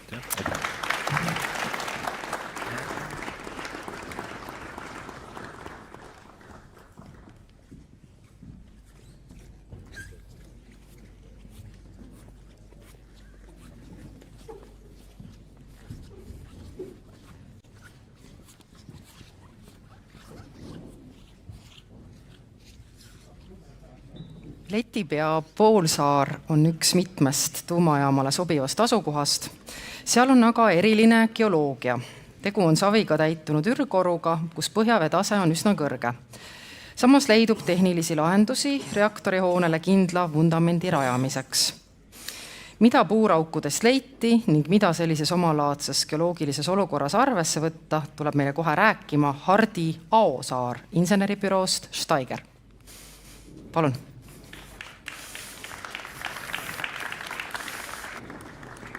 Jah, tervist. nimi Hardi, tulen inseneribüroo Steigerist ja räägin täna teile siis, mis me seal leti peal tegime. Kasutan võimalust kohe tulise poliitikute debati peale, tõmban siin saalis temperatuuri alla ja panin avapildiks kohe siukse eheda külma ja karge olukorra leti pea puurimistest. Tegelikult nende ettekannete kokkupanekuga minu jaoks kõige keerulisem asi ongi leida see ilus, ehe pilt esiava selleks slaidiks. Ja minu arust see Ain Liiva foto võtab selle asja hästi kokku, et ei ole mingi ilupilt, et on reaalne olukord töösaidilt. Meie geoloog Sven ei ole ka seal kõige rõõmsama näoga, sellepärast väljas on miinuskraadid, on külm ja paha, aga see on reaalsus, mida tegelikult puurmeistrid ja geoloogid peavad tegema selleks, et saada kätte maapõues seda faktipõhist infot, sest lõppkokkuvõttes faktipõhine info on ju see, mille pealt ainult olulisi otsusi langetada saab. Vot. Aga jah, selline avapilt ja minu arust väga-väga hästi õnnestunud Ain Liiva foto. Aga ennem kui ma hakkan rääkima teemast, ma kasutaks võimalust ja räägiksin natukene inseneribüroo Steigerist ka, et kes me oleme ja mis me teeme. Et Steiger tegelikult tähistab see aasta juba 20. sünnipäeva, et oleme olnud siin Eestis tegev päris pikka aega, siis tegelikult meil teenuste ampluaa on väga lai, aga ütleme siis meie põhikompetents on seotud ikkagi tööstusega ja peamiselt just maapõuega, et inseneribüroo Steiger on siis Eesti suurimaid ja juhtivamaid maapõuega seotud siis teenuste ja konsultatsiooniga tegelev ettevõte. Meil on ligi 60 töötajat ja me oleme osaühing. Me oleme, ma ütleksin, selles vaates igavesti hea osaühing, sest meie firma omanikud on meie töötajad ise. Ehk siis selles vaates ma arvan, et on väga hästi, kui firma omaniku ja seda käekäiku juhivad need samad eksperdid ja spetsialistid, kes seda valdkonda kajastavad. Meie peakontor on Tallinnas, tegelikult on meil 3 kontorit on Tallinnas, Tartus ja siis tegelikult on meil aastast 2020 on ka tütarettevõtte Indias, Hyderabadis, ehk siis kes ka sinna Indiasse satub, olete kohvile oodatud. Ja siis meie kasvust ka, et selle 20 aastaga oleme kasvanud jõudsalt, siin viimased 2 aastat on meie siis konsolideeritud käive juba seal 4,5 miljonit eurot, mis maailma mastaabis oleme väike mutukas, aga Eesti vaates tegelikult täitsa asjalik konsultatsioonifirma. Aga nii palju Steigerist, järgmisena läheks juba tegelikult asja kallale, et siis leti peast endast ja sellest uuringu eesmärgiks. Uuringu eesmärgiks oli siis välja selgitada, kas põhimõtteliselt letipea ala võiks sobida siis PVRX 300 reaktori vundamendi ehituseks. Ja sealjuures tegelikult ka arvestades, siin juba sissejuhatuses räägiti natukene geoloogiast, arvestades sealjuures ka siis mattunud mahuorgu ja täpsustada selle orgu morfoloogiat. Lähemalt, millest ma räägin, et siin on niisugune geoloogiline kaart letipea piirkonnast. See roheline tähistab siis aluspõhja kivimeid ja siia näete niisuguse keelekesena ronib sisse selline punane viirutusega alamahuorg, et varasemast ajast oli teada, et sinna niisugune jääaja aegselt sisse kulutatud org sisse jookseb ja see org on täitunud teist sorti materjali, et kui me külje pealt siit vaatame, et siis me näemegi, et seal on niisugune Lontova sinisavi, kõik teavad Kunda külje all Lontova sinisavi, et see on nagu see põhiline aluspõhjaline kivi, aga sinna sisse jookseb niisugune sügav sälkorg, mis on siis täidetud erinevate kvaternaarisetetega. Ja kui me nüüd mõtleme ehituslikult, siis on ju väga suur vahe, kas sa hakkad seda reaktori vundamenti rajama siia sisse, siia nõlva peale või siia Lontona sinisavisse, ehk siis see on nagu see üks oluline aspekt, mida siis selle uuringu käigus tuli välja selgitada, et millised need ehitusgeoloogilised tingimused siin on ja teine asi välja selgitada, kuidas täpselt see orunõlv siin välja nägema hakkab ja kust maalt, kui sügavalt ta sisse jookseb. Et see oli siis uuringu pealmine eesmärk. Ja kui see eesmärk oli ette antud ja teada, siis selle alusel mõtlesime välja programmi, et kuidas siis neid küsimusi lahendama hakata. Ja selle küsimuste lahendamiseks on ehitusgeoloogiline uuring, mis siis koosnes järgnevastest etappidest. Kõigepealt geofüüsikalised uuringud, ma tulen nende teemade täpsemalt lähemale, räägin lahti, mis need siis endast kujutavad. Siis puurtööd ja välitööd, laborid ja andmete analüüs ja aruandlus. Ehk siis need on 3 põhilist kategooriat, kuidas me seda uuringut läbi viisime. Aga nagu Aecon siin hommikulgi rääkis, ei pelga ka Steiger öelda, et ta ei ole kõikides asjades kõige suurem ekspert. Ka meie kaasasime sinna oma head partnerid, Tartu Ülikooli, IPT projektijuhtimise ja ka tractable engineeringu. Ehk siis selline 4. seltskond oli see põhiline ekspertide grupp, kellega koos, mis tegelikult seda uuringut läbi viisime. Ja nüüd ma hüppan siis geofüüsikasse, teen teile siukse crash course'i, et mis see siis geofüüsika endast kujutab. Kui ma olen käinud koolides seda selgitamas, siis ma ütlen, et see on nagu sa lähed arsti juurde. Ja arsti juures ennem kui sulle operatsioon tehakse, et siis sul tehakse mingi röntgen või ultraheli, et näha su sisse, et kus seal midagi on, et täpselt planeerida, kus siis seda operatsiooni läbi viima hakata. Et geofüüsika on umbes sama loogikaga maavarade või selle maapõue puhul ka, et siis niisugeste mitte selliste nagu puurimise puhul, mitte läbistavate tehnoloogiatega on võimalik maapõue sisse näha ja saada aru, et mis seal siis on või ei ole.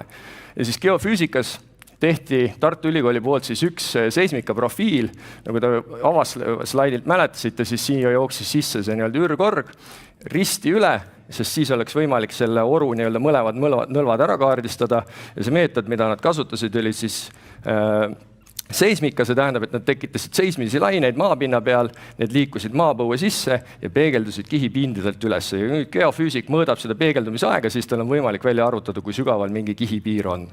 Ja selle alusel on võimalik ekstrapoleerida, tuletada, mis maa sees on. Teile kindlasti on see üks paras udukogu, aga tegelikult geofüüsik näeb siin ära juba erinevate maapõue kihtide piire, näeb ära seda sisse lõikavat sälkkorgu ja selle morfoloogiat, ehk siis tegelikult väga lihtsate ja kiirete meetoditega on võimalik hakata aru saama, mis seal maapõues tegelikult toimub. Aga jah, see oli selline eeluuring, selle alusel me natukene paigutasime ringi oma puuraukude asukohti ja tegelikult see uuring pärast oli lõpusisend ka, et aru saada, mis seal alal toimub. Aga kui geofüüsika on tehtud, siis järgmise asjana mindi juba päriselt puurtööde ja välitöödega edasi, sest geofüüsika annab kindlasti head infot, aga ta ei ole lõplik tõde, et meil seal erialaringkondades on ka ütlus, et kui sa küsid insenerilt, geoloogilt ja geofüüsikult, et kui palju on 2 + 2, siis insener, tema on kõige oma siis selles projekti arengutasemel kõige eespool, kõige rohkem informatsiooni, tema ütleb kohe, et 4. Geoloog ütleb, et seal kuskil 3 ja 5 vahel ja geofüüsik küsib, et mis sa soovid, et see oleks. See muidugi ei tähenda, et geofüüsikud oleks valetajad, aga lihtsalt see informatsiooni tase ja täpsusklass, mis sa erinevalt nende meetodika saavutad, on lihtsalt niivõrd erinev. Aga jah, ühesõnaga geofüüsika ei anna lõplikud vastuseid, aga annab head pildi enne operatsiooni tegemist ja selle alusel siis lõppkokkuvõttes tuli meil ikkagi sinna puuri teha. Ja me puurisime sinna siis leit 01 augu 60 meetrit, leit 02 augu 80 meetrit ja see mõte oligi, et leit 01 jääksid torust välja ja leit 02 jääks nõlva peale, et saada mõlemad geoloogilist situatsiooni tabada. Tegime ka penetratsioonikatsed, kui puurimisega võetakse materjali ja penetratsioonikatsega surutakse metallvarras maapinda ja mõõdetakse vastusõrvet, sealt on võimalik siis välja arvutada erinevaid maapinna ehitusgeoloogilisi geotehnilisi parameetreid. Neid katseid tegime 2 tükki ära siin nõlva lähedal. Ja loomulikult ükski geoloog ei jätta ühtegi auku niisama, et kui auk on juba puuritud, võtame välja sealt nii palju infot kui võimalik. Tegime ära ka puuraukude loodusliku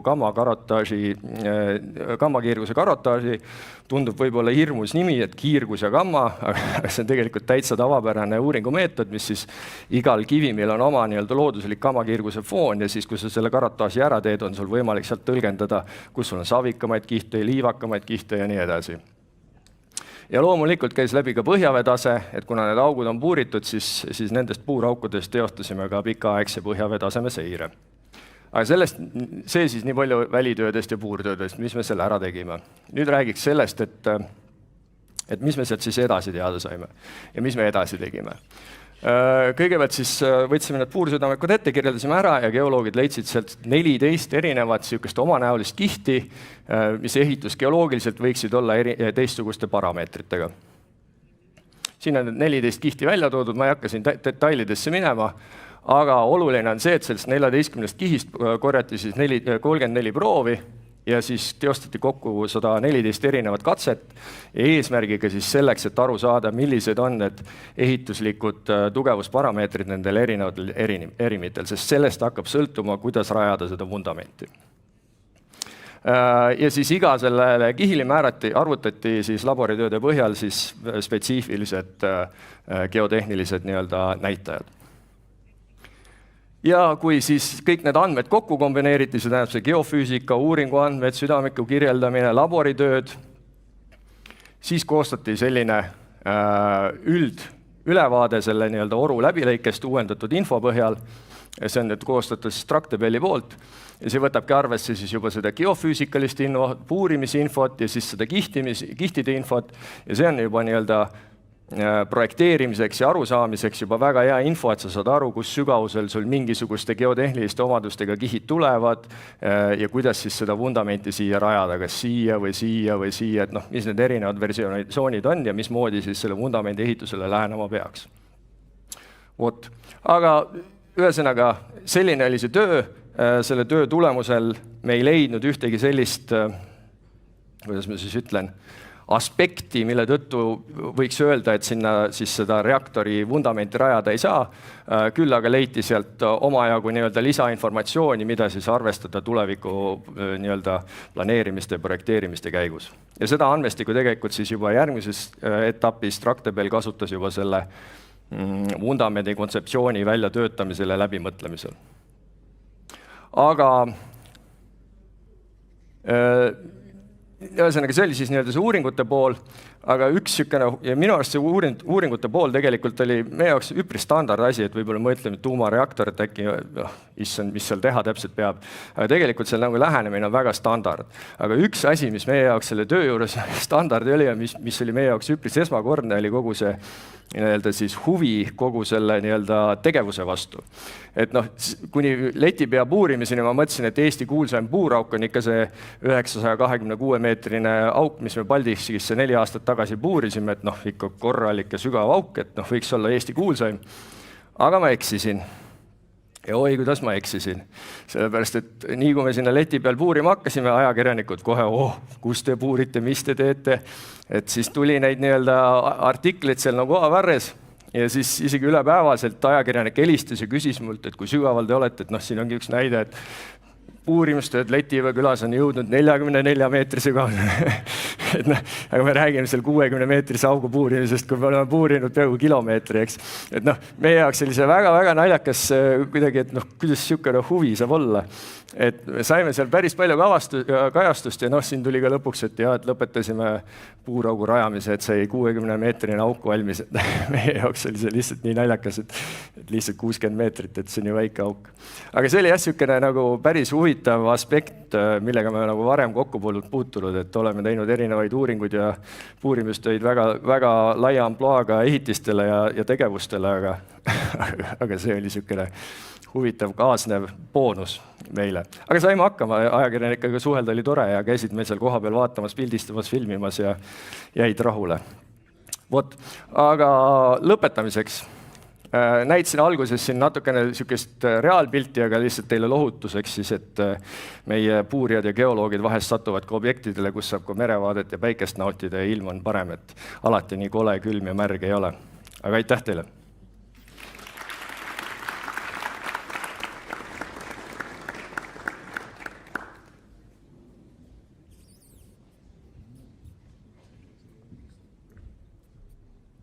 The miracle of nuclear energy is in many ways a miracle of nuclear fuel.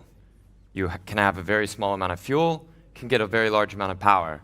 This is one of the many things that confuses people who are trying to learn more because they think there will be some enormous amount of mining, enormous amount of travel, enormous amount of installation work to make nuclear fuel work, when what they're really thinking is all the work required to mine, move, and then burn coal and natural gas.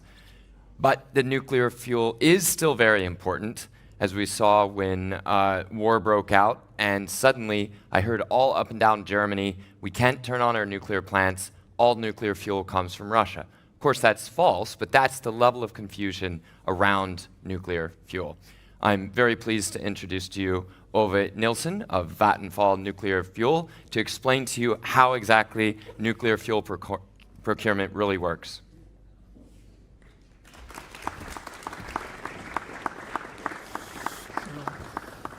Thank you very much for that. Thank you, Fermi Energia, for inviting Vattenfall to speak at this 5th anniversary. And as might you remember, my colleague Desirée Comstedt said this morning that Vattenfall has extensive experience from operating nuclear facilities in Sweden since a long time back. But we also have extensive experience from the front-end business and also the back-end. So the front-end in this case is the nuclear fuel supply. I will go into the front-end process, and I will also speak a little about our company, Vattenfall Nuclear Fuel, and also about sourcing and market prices, as just recently was mentioned. There happened a lot of things 2 years ago. So the front-end process and Vattenfall Nuclear Fuel is very active in all these 4 areas. We purchase uranium from mines, and going into next step, that is conversion. There is a transfer to something like we used to call yellow cake, U3O8.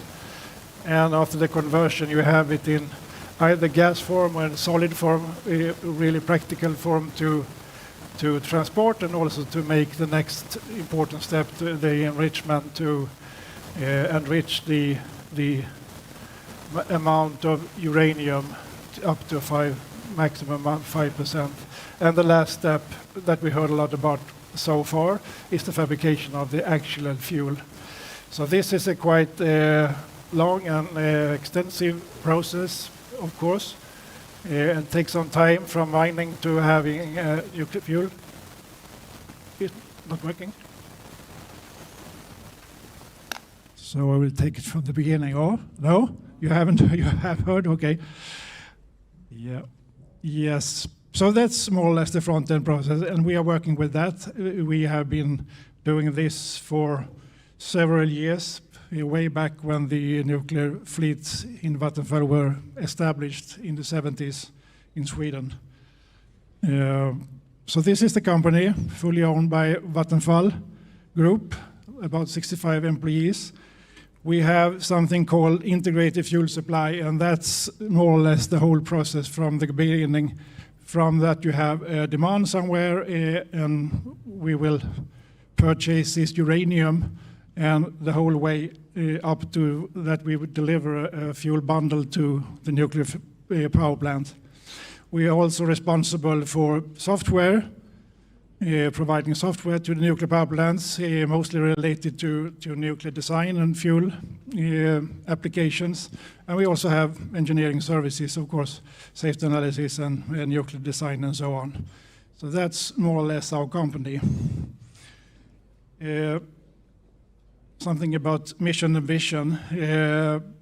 Our mission is quite important, we think. Of course, we should provide our customers with nuclear fuel and related services with high quality in a sustainable supply chain. And the last 3 words is really important for us and for Vattenfall, that all we do should be sustainable in some way.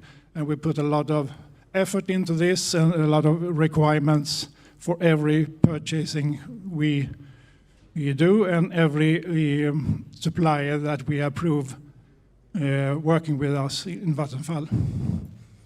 And of course, we should strengthen our customers by a responsible and cost-effective manner of our operations. Current customers, we have 5 nuclear power plants in operation still.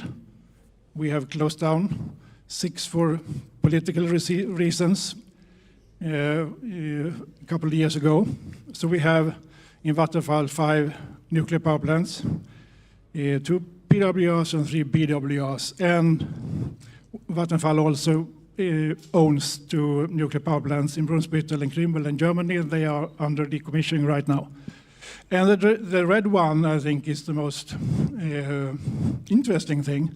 We signed an LOI with Fermi Energia in November last year, and aiming for helping Fermi Energia with supplying fuel in the future. So we are quite excited about this and helping Fermi with this very important front-end process.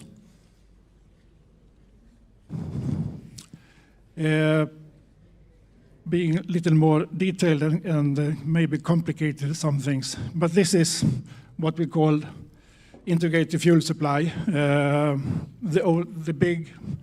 big parts of this going from having a demand in a couple of years later on. We have a fuel development plan, of course. What will the fuel look like and consist of in the coming years? We do all the purchasing after that, of course, so that we can, in the end, deliver the right fuel to the right nuclear power plant. If there is new fuels and new designs, we must do the fuel licensing and qualify all the components and the fuel. And the fuel delivery is very much to make the design that fits the next coming operation cycle at the nuclear power plant. And the operation at the end, that is more or less run by the power plant. So we can have some more details about this. As I mentioned, the demand, we have a strategy, of course, the fuel strategy. We put in a lot of requirements. We have our own R&D function at the company, so there's a lot of experience and a lot of experiments going on. We have a beautiful facility in Sweden, in Studsvik, a hot cell laboratory that we could make experiments and see what's gone wrong with the fuel and so on. There are a lot of new designs and new materials coming in the fuel business. Additive manufacturing is a popular thing, 3D printing. So right now we are licensing a lot of new components that have been 3D printing. And this going to the purchasing, we also are responsible for doing all the audits and all the approval, all suppliers to our company, and that goes from mining and conversion and enrichment and also the fabrication. And as I mentioned, sustainability and environment is quite important for us. So in order to be approved as a supplier, they have to fulfill a lot of obligations and requirements connected to sustainability. And security of supply, I also mentioned that has become even more important after the Russian invasion in Ukraine and what happened in the market after that. So that is very important. Fuel licensing, as I mentioned, qualification. We're doing a lot of safety analysis to see actually that the nuclear fuel that we have designed, that it is capable to live up to the safety standards and will survive or will make all the incidents that could occur in a nuclear power plant. And of course, we must produce a lot of licensing documentation, of course, for the authorities. In the fuel delivery, we do the qualification first, the licensing of the fuel or the design, and then we put a lot of effort going out to all the fabrication facilities to actually see that the fuel is produced as the way they say. And here we do all the nuclear design and optimization so that we put in the right amount of uranium and so on for the upcoming production cycle. And the arrow at the bottom, we have that we call a key account manager for both Forsmark and for Ringhals. So they are responsible for all the contract management. We have a lot of contracts in each of these 4 steps, and we have to see that we fulfill them and call off the next step in the cycle, if you say so. And we have a lot of logistics and delivery planning, and also a lot of financial transactions during this journey. So it could be at least 3 years from when we are going to licensing a new fuel or something like that, 3 years until it will be placed in the nuclear power plant. And when we're talking about sourcing uranium and enrichment and conversion, it could be up to 5 or 7 years before it should be used in the power plant. So this is more or less the situation for us today when we are working with Forsmark and Ringhals and supplying fuel. What we will look into right now, both in connection with Fermi Energia and of course what will happen in Vattenfall and Sweden with new nuclear, hopefully in the future. So then we can add the bit to the left, to the support, of course, here. And the red line in the middle is the commercial operation date. So before we go into the operation, we can support Fermi with a lot of knowledge, and we can review a lot of material document coming from the reactor supplier. We can do independent analysis, and we can also produce or review licensing documentation that will be needed for getting a permission to operate the nuclear power plant. So this is what you see in the red circles here. We can also, besides the 3 things to the right, we can also, in very early state of the projects, we can work with the fuel licensing. If the operator will have the opportunity to choose between several fuel deliveries or suppliers, it's very important to have that opportunity in the future.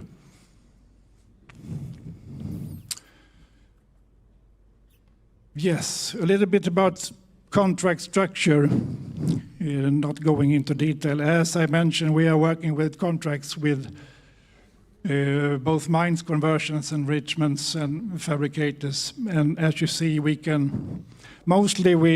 will sign contracts with one part, either uranium or conversion or enrichment. In some cases, we can combine that. We can sign a contract and buy both uranium and the conversion. And in some cases, it's possible to do all the 3 first steps. So here is a challenge in some way. We will very much like to have more than 2 suppliers, of course, maybe more in some areas. There's a lot of new mines coming up in the market right now after the prices have went up. So this is a very important thing, to have a mixture of different contracts with flexibility in the contract, with options to buy more or to say no to some options. So this will actually the foundation to have a security supply in some way.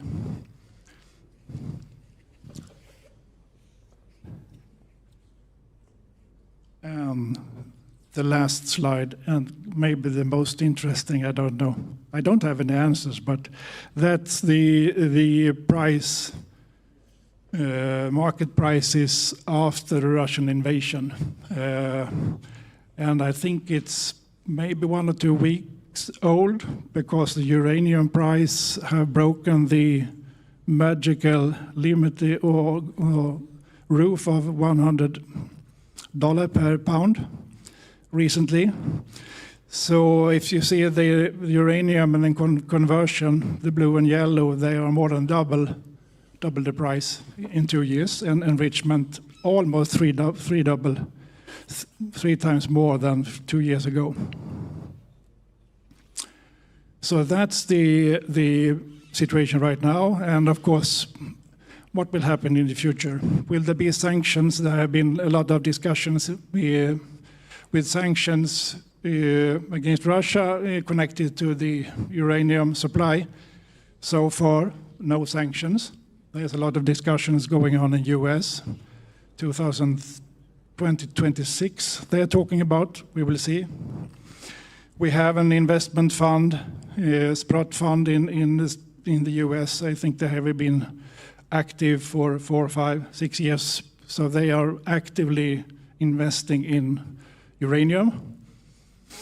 And the $10,000 question is, of course, when will new production capacity come into online, actually? So there are, as I mentioned, there's a lot of new mines trying to come into the market. There's a lot of mines that were closed after the Fukushima because of the decrease in demand. There are a lot of investings going on in the conversion and enrichment, but it will take some time. And the companies, they are quite clear. They have a clear message. They will not do the mistake once more that this will end up with overcapacity. So there is some kind of interesting situation between the companies and the operators. So, but it had quite naturally it had ended up in the need of long-term contracts. Of course, if someone are willing to invest a lot of money in the conversion and enrichment, especially they need long-term contracts. So now we are talking, there are not so much left in the 2020s. So if you're going to buy something, you are into the 2030s. So that's quite another situation compared with 4 or 5 years ago. But Vattenfall has been very successful. Actually, we have secured our operation of the nuclear power plants up to 28, so that's good. We have a conversion to 2030 and enrichment to 2032. So that's good, actually. So we have been successful in this. And all that I've been talking about and that we have been learning for more than 30 years, we hope that we can be a major player in new build, of course in Sweden at the Vattenfall, but hopefully helping Fermi in the future as well. So, thank you very much.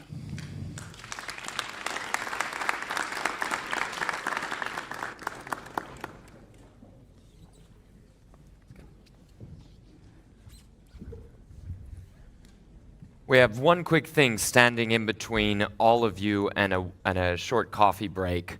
Countries that already have nuclear energy have a very special advantage over countries that don't. They already have the energy. It's a great deal. I love it at home. But countries that do not yet have nuclear energy and are looking today to put a program in place have an interesting advantage not many people talk about. Countries around the world now exploring nuclear energy programs have a chance of establishing the nuclear power and the nuclear waste protocols simultaneously, which might eliminate an enormous amount of pain that countries around the world are having when they develop the nuclear plants and the nuclear fuel and the nuclear waste before they develop their nuclear waste program. Doing them both at the same time is a fascinating advantage for new entry nations. So even before the Estonian parliament decides whether to have a nuclear energy program or how to deal with nuclear waste, discussions have been ongoing between Fermi Energia and one of the leading nuclear waste options now emerging in the world from my home country, from Berkeley, California, Deep Isolation. Deep Isolation has been working on a borehole technology that should eliminate a lot of the most difficult and expensive parts of the solution for nuclear waste being implemented in Finland right now. So there are solutions. The dialogue has been going on, and before you all go to coffee, I'd love to invite up Kalev and from Fermi Energia, Kalev Kalamets, and Chris Parker from Deep Isolation, who have a few words to say to you about collaboration that's been ongoing, and then an important signing here. Gentlemen? Yes. We have been working for some time, done some studies on understanding deep isolation and different spent fuel management solutions. And last year there was an important vote in European Parliament which approved the technical requirements or essentially sustainable, that nuclear is included in taxonomy of sustainable finance. And there are technical requirements that each project, individual investment project can qualify. And one of the requirements is that there must be a detailed plan to achieve operational spent fuel repository by 2050. And given Estonian circumstances and the volumes of potential small volumes of spent fuel, but also given that Estonian geology, well, we have about that a lecture later on, is very similar to Finland and Sweden, then deep borehole solution credibly can be deployed in that time frame that is relevant to meet that requirement. So, Chris, I give you a word to describe the work that you have done, and this, what we will sign, is a cooperation agreement or an MOU to further understand, further respond to questions that we will have, because waste is one of the issues that we get most concern from the society. Yes, thank you, Kalev. So yes, very quickly, Deep Isolation is a US-based company. I run our European business. And our sole focus as a company is to answer the question that Estonia will need to answer if the Parliament decides to set off down this nuclear journey. What will we do with the waste? We are bringing to market a safe, scalable, affordable technology for deep geologic disposal in boreholes created with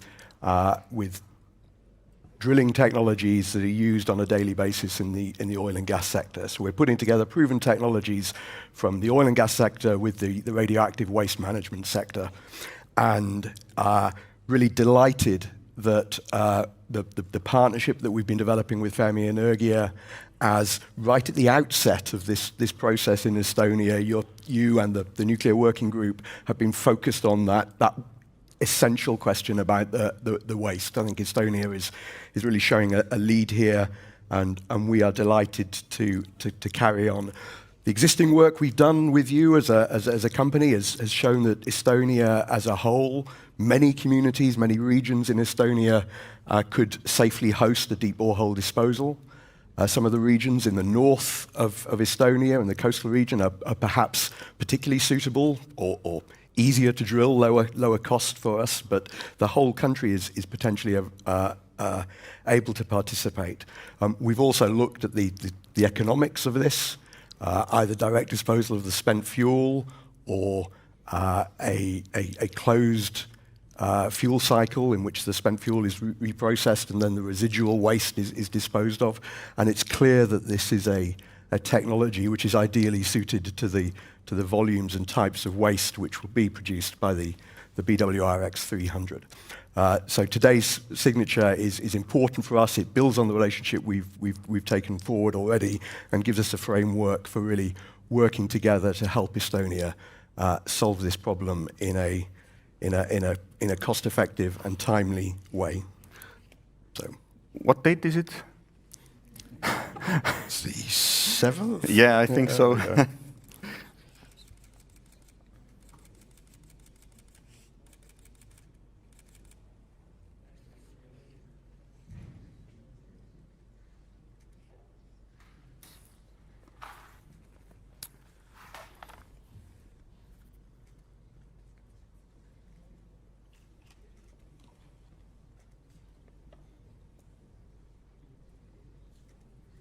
And finally, this does not mean that this is the definite solution for Estonia, but this is a reference solution for Fermi Energia. So which means, well, that we will study it further, but based on this reference technology, we will start responding to the questions and develop more detailed plan to be compliant with the taxonomy requirements and to have a well-financeable project. And thank you. Thank you. Thank you, Kalev. We look forward to supporting you. And now for coffee, please. Yeah.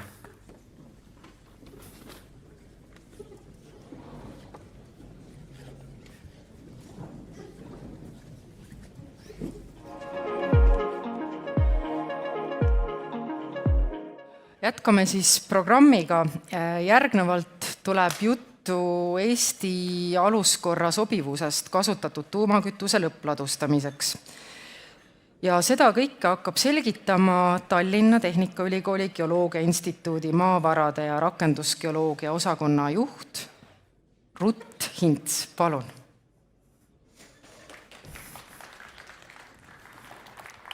Nii, ma saan aru, et teema on väga huvitav, sellepärast saal on täis, aga tegelikult ma jätkan nüüd selle temaatikaga, mis eelmises sessioonis just lõpetatud sai.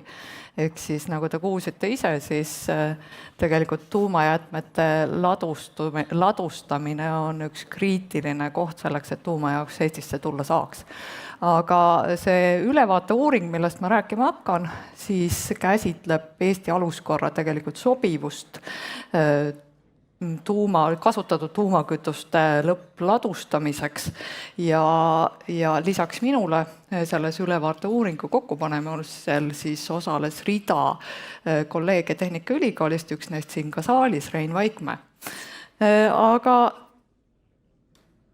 siin ära markeeritus need teemad, millest ma lühidalt räägin, tegelikult kogu minu ettekande võiks kokku võtta ka lühiloenguna piirkonna geoloogiast.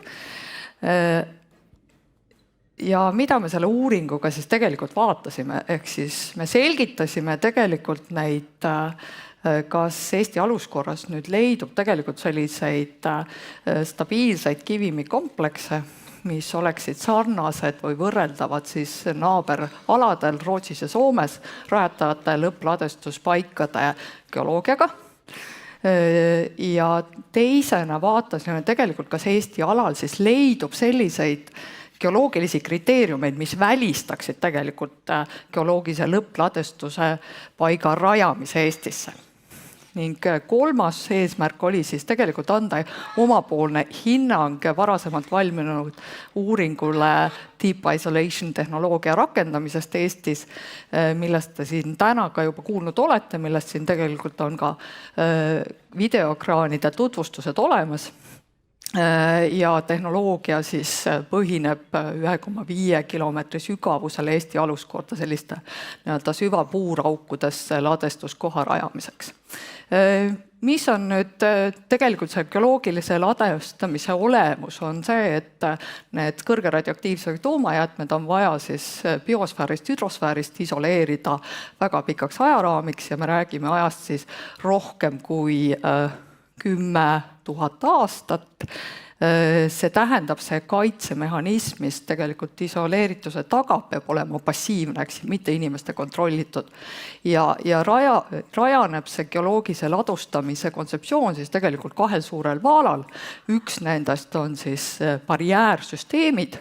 Barjäärsüsteemidest siis osa on inimloodud barjäärsüsteemid, nagu näiteks konteinerid, teine osa siis looduslikud barjäärid. Ja nendest looduslikest barjääridest kõige olulisem barjäär on see kivimikompleks ise, milles ladustamine toimub, ehk siis see peab olema pikaajaliselt toimuv see kivimikompleks siis sellise veepidemena. Ja on rida kriteeriumid, mis on siis välja toodud selleks, et hinnata ühe või teise paikkonna sobivust geoloogilisest ladestamiseks. Siin slaidil on näidatud rohelisega need kriteerium, mida me siis tegelikult oma uuringus käsitlesime. Ja ehk siis osad tegelikult sellistest kriteeriumist me kasutatakse, ei ole Eesti geoloogiat arvestades relevantsed, et Aga uuringu sisu juurde, ehk siis nagu ma ütlesin, meie esimene eesmärk, me vaatasime nii-öelda võrdlevalt nüüd meie naaberaladel rajatavat ladestuskohtasid, ehk siis Soomes rajatavat Onkala ladestuskohta ja Forsmarki ladestuspaika nüüd Rootsis. Ja mõlema nendest ladestuspaikadest nüüd on rajatud tegelikult kilbialadele. Kilbialad, kui me vaatame maakera üldiselt, on kõige stabiilsemad tegelikult maakera alad.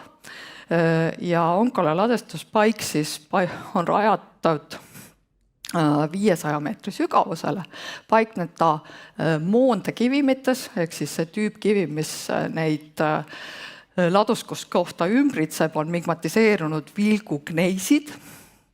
Tekkinud on need vilgukleisid nüüd svekofenni ja mäetekke protsessides ja ka tegelikult läbinud sellise ulatusliku plassedeformatsiooni ja mäestikutekke protsesside järel, siis tegelikult mesoprotesoikumis nendel aladel siis on tekkinud 3 põhilist murrangute süsteemi.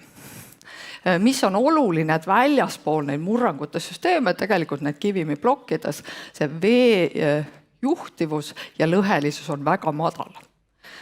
Kui me vaatame nüüd Forsmarki ladestuspaika, siis me tegelikult näeme üldjoontes samasugust geoloogilist situatsiooni, et jälle on kord tegemist moondekivimitega, see ladustamispaik on rajatud ka 500 meetri sügavusele moondekivimites, erinevalt nüüd Onkala ladestuspaigast on selleks ümbritsevaks kivimitüübiks siin graniitse ja granoteoriitse koostisega moondekivimid. Kui me vaatame seda geoloogilist situatsiooni täpsemalt, siis taaskord need kivimid on tekkinud svekofenni ja orogeneesi käigus ja selle orogeneesi käigus siis teatud vööndites on kuhjunud väga suured plassedeformatsioonid. Mäetekke protsesside järel sellel alal nüüd mesoproterosoikumist kui varapaleosoikumine on tekkinud ka sellised haprodeformatsioonid, purustusdeformatsioonid ja need purustusdeformatsioonid väga tihti siis kulgevad pikki neid varasemaid plassedeformatsioonivööndeid. Aga nende vööndite vahele jäävad sellised tektoonilised läätsed, kus tegelikult ka need kivimid on väga madala veejuhtivusega, madala lõhelisusega ehk kuivad kivimid. Ja milline on Eesti situatsioon sellega võrreldes? Eesti jääb samale Fennoskandia kilbi nõlvale, ehk siis väga stabiilse ala nõlvale. Meie alal katab nüüd moonde ja magmakivimitest aluskorda, setteline pealiskord ja aluskorra pealispind jääb sügavustele ligikaudu 100 meetrit nüüd Põhja-Eestis ja ulatub siis sinna 700 meetri sügavuseni ja rohkem siis Lõuna-Eestis.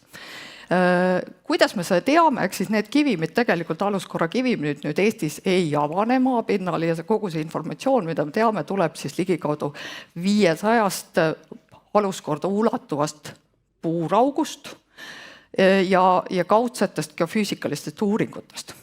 Et kui me vaatame seda info allikaid, siis me võime samal ajal muidugi väita, et see info, mis meil on Eesti aluskorra kohta, on nüüd kordades tegelikult väiksem, kui seda on naaberaladel Rootsis ja Soomes. Ehk siis puhtalt sellepärast, et me neid komplekse oma käega katsuda maapinnal ei saa. Aga mida me teame, on, et Eesti aluskord nüüd samamoodi koosneb tegelikult suuresti moondekivimitest, kõrge moondeastmega moondekivimitest, mis on deformeeritud. Lisaks on siis siin seda läbivad magmakiviplutoonid, eelkõige siis rabakiviplutoonid. Ja tekkinud on see Eesti aluskorra kivimid tegelikult selles samas geoloogilises süsteemis, mis on nüüd varem räägitud Onkala ja Forsmarki leiu kohta, või mitte leiu kohta, kipun rääkima leiukohtadest ja siis ladestuskohast. Ja nendest samadest siis svekofenni ja mäetekke protsessides. Ja Eesti aluskara moondekivim nüüd on Põhja-Eestis kõrgema moondeastmega, Põhja-Eestis madalama moondeastmega, Lõuna-Eestis kõrgema moondeastmega ja nende kahe vööndi vahele jääb siis selline ulatuslik Pihkva Paldiski sihis kulgev süvamurrangute vöönd. Mida see tähendab, kui me räägime Eesti aluskorrast kui sellisest tuumajäätmete potentsiaalsest ladustamiskeskkonnast? Tänaseks me võime öelda, et on kaardistatud ära kõik olulisemad sellised suured aluskorras leiduvad haprad deformatsioonid, murranguvööndid, samal ajal kui me tahaksime teada midagi nende süsteemide veejuhtivusest või täpsest ulatusest maakoores või ka seotud mineralisatsioonist, siis seal kohal on informatsioon üsna napp ja puudulik. Samal ajal nüüd uued puursüdamikud, mis on rajatud aluskorda Pakri poolsaarel ja ka Jõhvi rauamaagi leiu kohta, kinnitavad tegelikult seda, et Eesti aluskorras leidub madala lõhelisusega ja see tähendab sellise madala veejuhtivuse kivimeid, mis sobiksid samamoodi nagu Onkola või samamoodi nagu Forsmarki ladestuspaiga kivimid tegelikult sellise tuumajäätmete lõppladestuspaiga rajamiseks. Aga teised kriteeriumid, geoloogilised kriteeriumid veel, et neotektoonilised liikumised, et Eesti ala tegelikult põhilised tektoonilised liikumises on seotud jääjärgse maatõusuga. Eesti alal küünib see maatõus kuni 3 millimeetrini aastas. Kui me vaatame Onkolat ja Forsmarki, siis see on see 2 korda kõrgem see maatõusu suurusjärk. Meie alal on iseloomulik madal seismiline aktiivsus. Meil esineb vähe maavärinad ja nende magnituud Eestis jääb suurusjärgu 1–2. On kõrgem ainult loode Eestis ja sealsetel merealustel aladel. Näiteks Forsmarki piirkonna siis seismiline aktiivsus on tegelikult kõrgem kui Eestis. Vaatasime selle uuringu käigus põgusalt ka seda, et kuidas siis tuleviku kliimamuutustega võiks muutuda Eesti rannajoon, et kas näiteks meie alad ujutatakse üle ja potentsiaalne siis selline ladustuskoha suue võiks jääda mere alla. Tegelikult, kui me vaatame sellist pikka perioodi, ehk siis 10 000 aastat, siis Eesti ala maismaastub, ehk siis, et tegelikult meie jääaja järgne siis maatõus kompenseerib ära potentsiaalselt sellise maailma meretõusu, mis siis tuleneb tegelikult kliimamuutustest. Aga iseenesest ei ole see oluline, sellepärast et need ladustuskohad peavad jääma maapinna süsteemidega mitte seotuks ka juhul, kui Eesti alale tekib uuesti 2 kilomeetri paksune jääkilp ja need tuumad ladestuspaik peab ka sellises tingimustes, need barjäärid peavad efektiivselt toimima. Kahtlemata, kui me räägime Eestit või ükskõik millest elukeskkonda, siis kõige olulisem on meile puhta vee säilimine, põhjavee säilimine. Ja selle koha pealt, nüüd põhjaveesüsteemide koha pealt Eesti ala erineb põhimõtteliselt Forsmarkist ja Soome siis lõppladestuspaigast, kus siis põhjavesi on ise seotud nendesse samadesse moondekivimetesse. Eesti alal meie põhjaveesüsteemid on seotud setelisse pealiskorda. Need põhjavesi on kujunenud nüüd sademete vette, liustikevete ja soolaste süvavete tegelikult kombinatsioonina. Mida me teame Eesti aluskorra veest? Mitte väga palju, sellepärast, et tegelikult ei ole seda uuritud. Uuritud on ainult aluskorra peale jäävad murenemiskoorikut. Küll aga võime tänase teadmise juures öelda, et sellist aktiivset veevahetust nüüd aluskorra vee ja meie setelise pealiskorra siis veesüsteemide vahel ei eksisteeri, ei ole. Kuidas aga seda kindlaks teha või tuvastada faktiliselt, et Forsmarki ja Onkola leiukoha puhul on siis tehtud tegelikult süvavee isotopkoostise uuringuid ja nende isotopkoostise uuringute põhjal siis kindlaks tehtud, et vastavatel siis vee sügavate veetasemed ei ole olnud viimase miljoni aasta jooksul siis aktiivselt osaluses veeringes, ehk siis ei ole pinnasüsteemidega seotud olnud.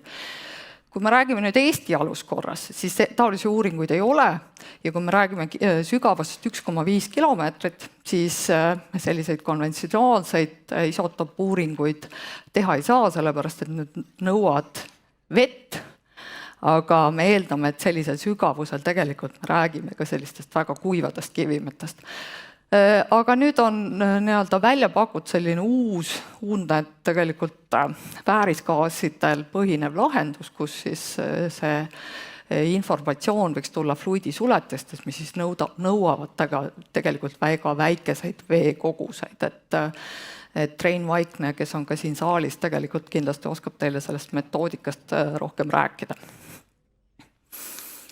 Nii et kokkuvõttes, et see uuring tegelikult kinnitab seda, et Eesti aluskorras leidub tuumajäätmete lõppladustuspaika rajamiseks nii-öelda potentsiaalseid sobivaid stabiilseid kivimeid.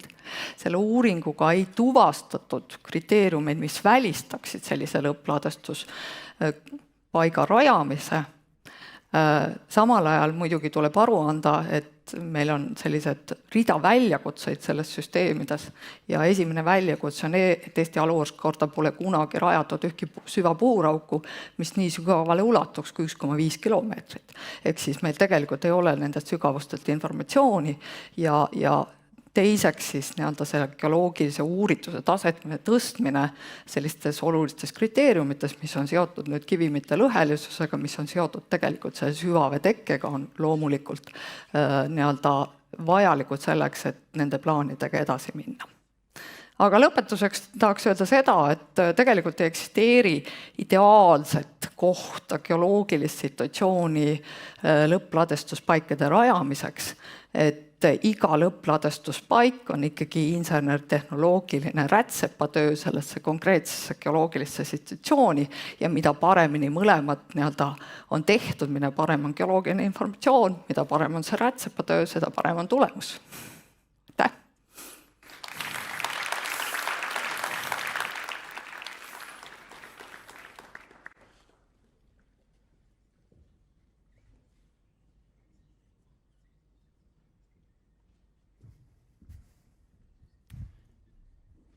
Any kind of power plant that makes energy, makes electricity from heat, that is coal, gas, oil, and of course nuclear, only uses some of the heat. It gets a bunch of, say, water, really, really hot, turns it into steam. The steam runs through a turbine.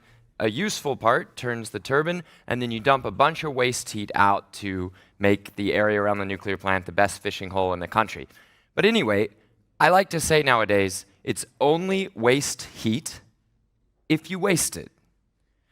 There are nuclear plants around the world that for decades have been providing incredibly cheap waste heat to local communities. Particularly extreme example in a rich, expensive country, in Switzerland, one of the nuclear plants provides community with heat at 10 euros a megawatt hour. That is profoundly inexpensive when gas prices, retail gas prices were up. Just the gas alone was many, many, many times that during the recent crisis and stays above that most of the time. And of course, this is carbon-free. Now, Fermi Energia has calculated that their project should be able to provide waste heat from a brand new nuclear plant that isn't amortized yet for about 30 euros a megawatt hour.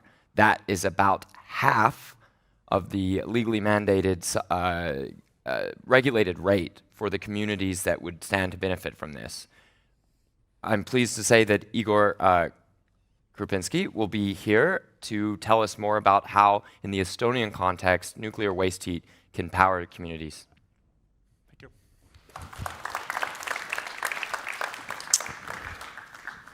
So, yes, hello from my side. As I have seen... Vabandust, ma tegelikult pidin eesti keeles rääkima, et sorry, I will switch to Estonian, I promise to tell in Estonian. Tere päevast minu poolt, et mina olen soojusenergeetika insener, olen Eesti suurima kaugkütte insenerprojekteerimisfirma HeatConsult juht ja lisaks olen ka Eesti Inseneride Liidu president. Ja täna pausi ajal läksin vaatama neid plakateid, seal oli kirjas, et mille poole pealt erinevad suured tuumajaamad ja väiksed tuumajaamad. Ja oli ka kirjas, et suurte tuumajaamade eelis seisneb selles, et neid on võimalik, soojust on võimalik suunata kaugküttevõrkudesse. Ja täna proovin teile tõestada, et ka väiksematest tuumajaamadest on võimalik soojusenergiat kätte saada ja siis efektiivselt ära kasutada kaugküttevõrkudes. Ja nagu sai juba mainitud, et ega ei pea neid kogemusi kuskilt otsima, et need on juba täiesti olemas. Et on olemas Šveitsi tuumajaama näidis ja nagu Kalev mulle mainis, et tuumajaama esindaja ka siin saalis olemas ja võib-olla saab ka jagada oma praktilist kogemust. Ja nagu te siin näete, et tegeleme just selle paremapoolse lahendusega, mis skeemi peal on olemas, et tuumajaam toodab elektrit, aga tekib päris palju ka jääksoojust ja seda jääksoojust on võimalik utiliseerida. Ja kui te vaatate parameetrite peale, et mis parameetritega on võimalik seda sealt kätte saada, siis soojuslik koormus on peaaegu 100 megavatti, päris suur. Ja siis, mis on väga põnev, on see, et kui te vaatate päris viimast punkti, et kui pikk on kaugküttevõrk või see liin, mis tuleb siis tuumajaamast kuni linnani on 135 kilomeetrit. Et jällegi, kui te mõtlete nagu Eesti mastaabi, siis tundub, et see on peaaegu pool Eestit. Ehk see näitab, et tuumajaamast on võimalik päris kaugele soojusenergiat transportida, eelkõige soevee baasil. Ehk ei pea auruga tarnima, et vesi võib olla teatud rõhu all ja siis on võimalik ka pikkadele vahemaadele seda transportida. Ja siis kohe näitan teile võimalikku lahendust, et juhul kui tuumajaam satub Aidu piirkonda, et mis linnad jäävad lähedusse ja kuidas on võimalik soojusenergiat sinna transportida. Ja jällegi see pilt on võib-olla päris väike, see on jah, inseneride pool tehtud. Et nagu te siin näete, seal vasakul pool on kirjas, et perspektiivse tuumajaama asukoht ja siis sellest tuumajaamast on võimalik suunata soojusenergiat, nagu me siin töös oleme uurinud nii lääne poolde kui ka ida poolde. Ehk lääne poole jääb 2 linna, Püssi ja Kiviili ja kui me räägime sellest, mis jäävad sinna nagu paremale poole, seal on olemas päris suured soojusenergia tarbijad ehk Kohtla-Järve, Jõhvi, Sillamäe ja Narva.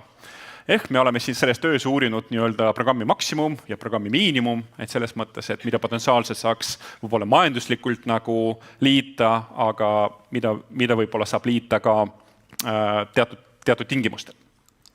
Ja esialgu tuleb uurida, et mis kütuste baasil need olemasolevad linnad ennast küttavad. Ehk Eestis on olemas kaugkütteseadus ja peaaegu kõikides suuremates asulates ja linnades on olemas ka kaugkütte piirkonnad ja see turg on päris kõvasti reguleeritud.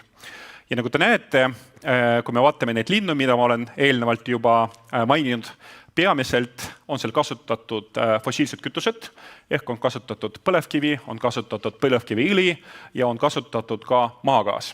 Ja kui me mõtleme pikema perspektiivi peale, et juhul kui põlevkivienergeetika hakkab vaikselt ära minema, siis tuleks nendele kütustele ja soojusenergia tootmisallikatele leida ka asundust. Ja me oleme arvutanud välja, et mis on nende kõikide linnade maksimaalne soojusenergia toodang gigavatt-tundides ja oleme ka mõelnud selle peale, et kuhu oleks ratsionaalne kaugküttetorustikud rajada. Ja nagu sai eelnevalt juba öeldud, et kaugkütteturg on kõvasti reguleeritud ja kõik hinnad on kooskõlastatud Konkurentsiameti poolt ja nagu te näete alumisel pildil, need on soojusenergia küttemaksumused lõpptarbijatele euri megavatt-tunni eest ja nagu te näete, siis kõige soodsam maksumus on 61 eurot per megavatt-tund, aga kõige kallim on juba 100+. Ehk tegelikult need hinnad jäävad sinna vahemikusse 60 kuni 100. Ja lähtudes sellest me oleme arvutanud välja, et mis oleks see võimalik aastane soojusenergia vajadus antud piirkonna jaoks. Loomulikult me võtsime aluseks, et tipukoormus oleks kaetud selliste teiste allikate baasil, näiteks katlad, mida saab ruttu käima panna ja nii edasi, aga orienteeriv soojusenergia vajadus, mida potentsiaalselt võiks tulla tuumajaama poolt, on 856 gigavatt-tundi. müügihinna poole pealt, no vot just mind pandi natukene tanki, et just enne mind öeldi, et see on 30 € megavatt-tund, et me oleme sellist nagu arvutust nagu teinud 60 € per megavatt-tund, aga see on lihtsalt nagu selline väike nagu eeldus, et ma arvan, et see soojusenergia maksumus on eraldi arvutatav ja läbiräägitav, aga me tahtsimegi arvutada välja, et kui see soojusenergia maksumus oleks konkurentsivõimeline olemasolevate allikatega, ehk peamiselt fossiilsete kütustega, et ta võiks olla veidi odavam. Ja kui me korrutame need kaks numbrit, siis me saame kätte, et aastas oleks võimalik müüa soojusenergiat maksumusele peaaegu 50 miljonit eurot aastas. Ja nagu ma juba mainisin, et kuna turg on reguleeritud, suure tõenäosusega turule pääseb kõige odavam soojusenergia pakkuja, siis on ka teostatav. Ja lahenduses me oleme eeldanud, et kui me peame tarnima või transportima soojusenergiat tuumajaamas kuni lindadeni, siis tuleb kasutada eelisoleeritud kaugküttetorustikud. Need tulevad terasest, kuna on tegemist päris kõrgete parameetritega ja nemad tulevad maa alla. Ehk me oleme ka kaalunud varianti, et kus torud oleksid maa peal, aga sellega kaasneb päris palju erinevaid probleeme. Seega torud tulevad maa alla. Tuleks rajada ka 2 pumbajaama, et seda soojusenergiat lükata ja pumbata edasi. Ja oleme arvutanud välja ka torustike läbimõõdud. Kõige suurem torustik peaks tulema DN900. Ja jällegi, nagu ma alguses ütlesin, et me oleme kaalunud kaks suunda, lääne suund Püssi-Kiviili ja siis idasuund Kohtla-Järve Ahtme Jõhvi. See on üks ühendatud omavahel võrk. Nad on juba ühendatud omavahel ja lisaks ka Sillamäe ja Norva. Ja kui me räägime just sellest nagu insenerilahendusest, siis siin on näidatud 3 erinevat kontseptsiooni, ehk võib-olla kõige selline lihtsam lahendus on rajada kuskil 8 kilomeetrit torustikku sinna nagu lääne poole, Püssi ja Kiviili, ja maksumus praeguste hindade juures oleks 13 miljonit eurot. See on siis võrgu ja pumbajaamade maksumus.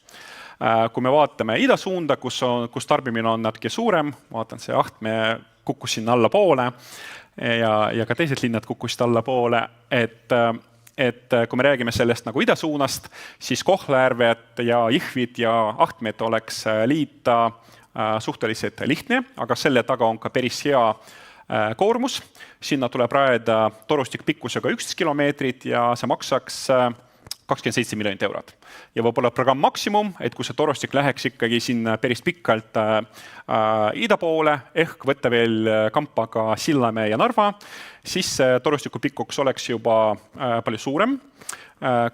Kogu see ida piirkond oleks meil 73 kilomeetrit ja siis, kui me jällegi räägime programm maksimumist, siis oleks kõikide naaberlinnade varustamine soojusenergiaga, see läheks maksma 350 miljonit eurot. Et võib-olla jällegi kaugkütte inimeste jaoks see tundub päris nagu suur number, aga ma usun, et kogu selle projekti investeeringu puhul see ei ole väga suur ja võib-olla suur eelis seisneb selles, et siis on võimalik saada ka püsivat soojusenergiat püsiva maksumusega. Ja see on siis kõik minu poolt, et ma vaatan, et ma isegi jõudsin 1,5 minutit kiiremini, aga ma saan aru, et meil küsimusi ei ole vist ette nähtud selle programmi raames, ega tänu tähelepanu eest, aitäh!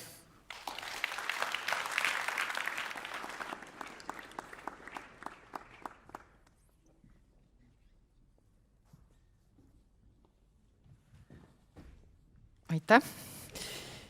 Asume siis järgmise ettekande juurde. Nii mõnegi tuumajaama ehitusaeg on lubatud tähtajast päris korralikult üle läinud, paisutades ehituskulusid ja eelarvet.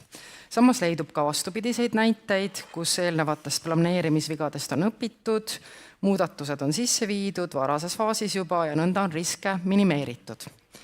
Rootsi tuumajaamade kontrolliga tegelenud reaktorifüüsik Merja Pukari tuleb meile selgitama, kuidas vältida ehituse ja projekteerimise venimist Eesti tuumajaama projektis.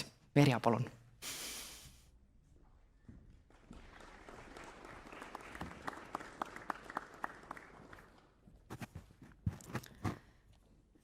Tere! Sõbrad ja vaenlased, uued ja vanad. Mul on väga hea meel jagada teiega paari õppetundi suurte tuumajaamade rajamisest, mis on viimasel ajal kokku kogutud viimase 10-20 aasta jooksul.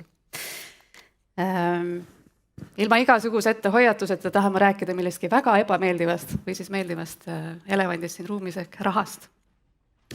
Ja valus küsimus on see, et kas tuumaenergeetika on alati kallis. Ja selle asemel, et tegeleda hüpoteesidega, vaatame korra numbreid. Vaatame, milliseks on kujunenud viimasel ajal ehitatud suurte jaamade reaalne lõppmaksumus, mis puhtalt numbrite kujul näeb välja nii. Ma kujutan ette, et nii mõnigi teist on neid numbreid varem juba näinud. Ja kui ei ole, siis pole hullu, me ei pea neid täna siin pähe õppima. Aga ma arvan, et te näete üsna kiiresti, et kogu kulud parimate ja halvimate sooritajate vahel varieeruvad umbes 6-kordselt.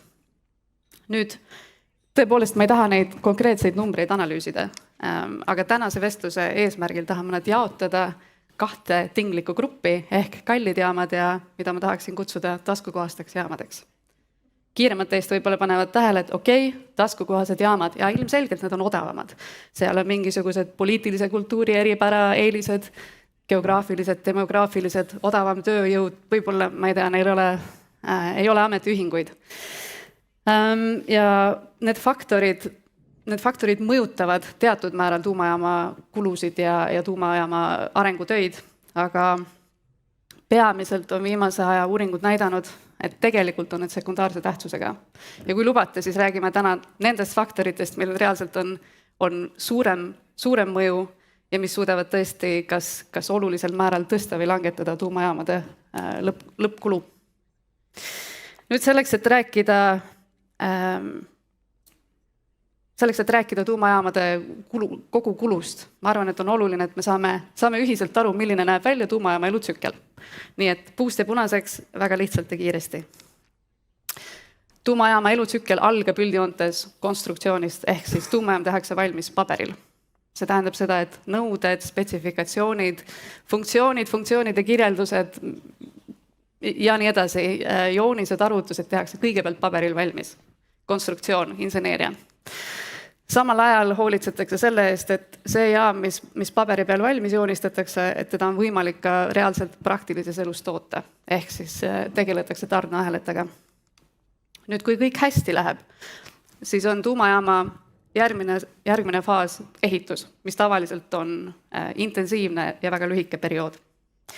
Ehitusel järgneb käit, ehk siis 40–80 aastat elektrienergia tootmist otse võrku, samal ajal hoolitseme selle eest, et jäätmekäitlus toimub nii, nagu peab ja lõpus jaam dekomisjoneeritakse. Väga kiire, väga lihtsustatud ja lühike ülevaade sellest, kuidas näeb välja ühe tuumajaama elutsükkel. Nüüd küsimus, mida te peaksite küsima enda käest ja esitama mulle, on see, et okei, millised nendest faasidest on kallid, kus me peaksime keskenduma, mis on see, mis reaalselt teeb tuumajaama kalliks. Ja vastus sellele on väga lihtne. Erinevad uuringud on näidanud, et vähemalt 70% jaama kogukuludest üle terve elutsükli on tegelikult seotud ehitustegevusega ja mitte konkreetselt ainult ehitustegevusega just seal, kus betooni valetakse, vaid ka nende sammudega, mis selleks ette valmistavad. Mida see tähendab? See tähendab seda, et tuumajaama ehitamine, ja see ei tule vast kellelegi üllatusena, on kapitalimahukas töö. Kapitali on vaja varakult, enne kui meil on meeskond, kes reaalselt seda jaama käitab, enne seda, kui meil on 1 kilovatt-tund võrku saadetud. See tähendab ka seda, et rahal on hind ja ehk siis laenukulu. See tähendab seda, et tüüpiliselt võib 20% jaama tegelikest lõppkuludest moodustada, võib olla just laenukulu. Ja seda arvestades 5-aastast ehitusperioodi ja 7% intressi. Nüüd, mida pikemaks venib ehitusperiood, seda rohkem tõusevad laenukulud, mis tõttu ehitusperioodi pikkust hoida võimalikult lühikesena on väga-väga oluline. Ja siin tuleb sisse ka oluline vahe suurte ja väikeste jaamade puhul. Suured jaamad nõuavad palju kapitali, väikesed jaamad vähem. Suurte jaamade ehitamine võtab kaua aega, loodetavasti väikeste jaamade ehitamine oluliselt vähem. Mis tähendab ka seda, et ehituse alguse ja esimese müüdud kilovatt-tunni vahele jääv periood on võimalikult lühike. Olenemata sellest, kas rääkida suurtest või väikestest jaamadest, siis Eestis jaama rajamisel tuleb nii ehk naa, või vähemalt see on minu hüpotees, keskenduda just nendele esimestele sammudele.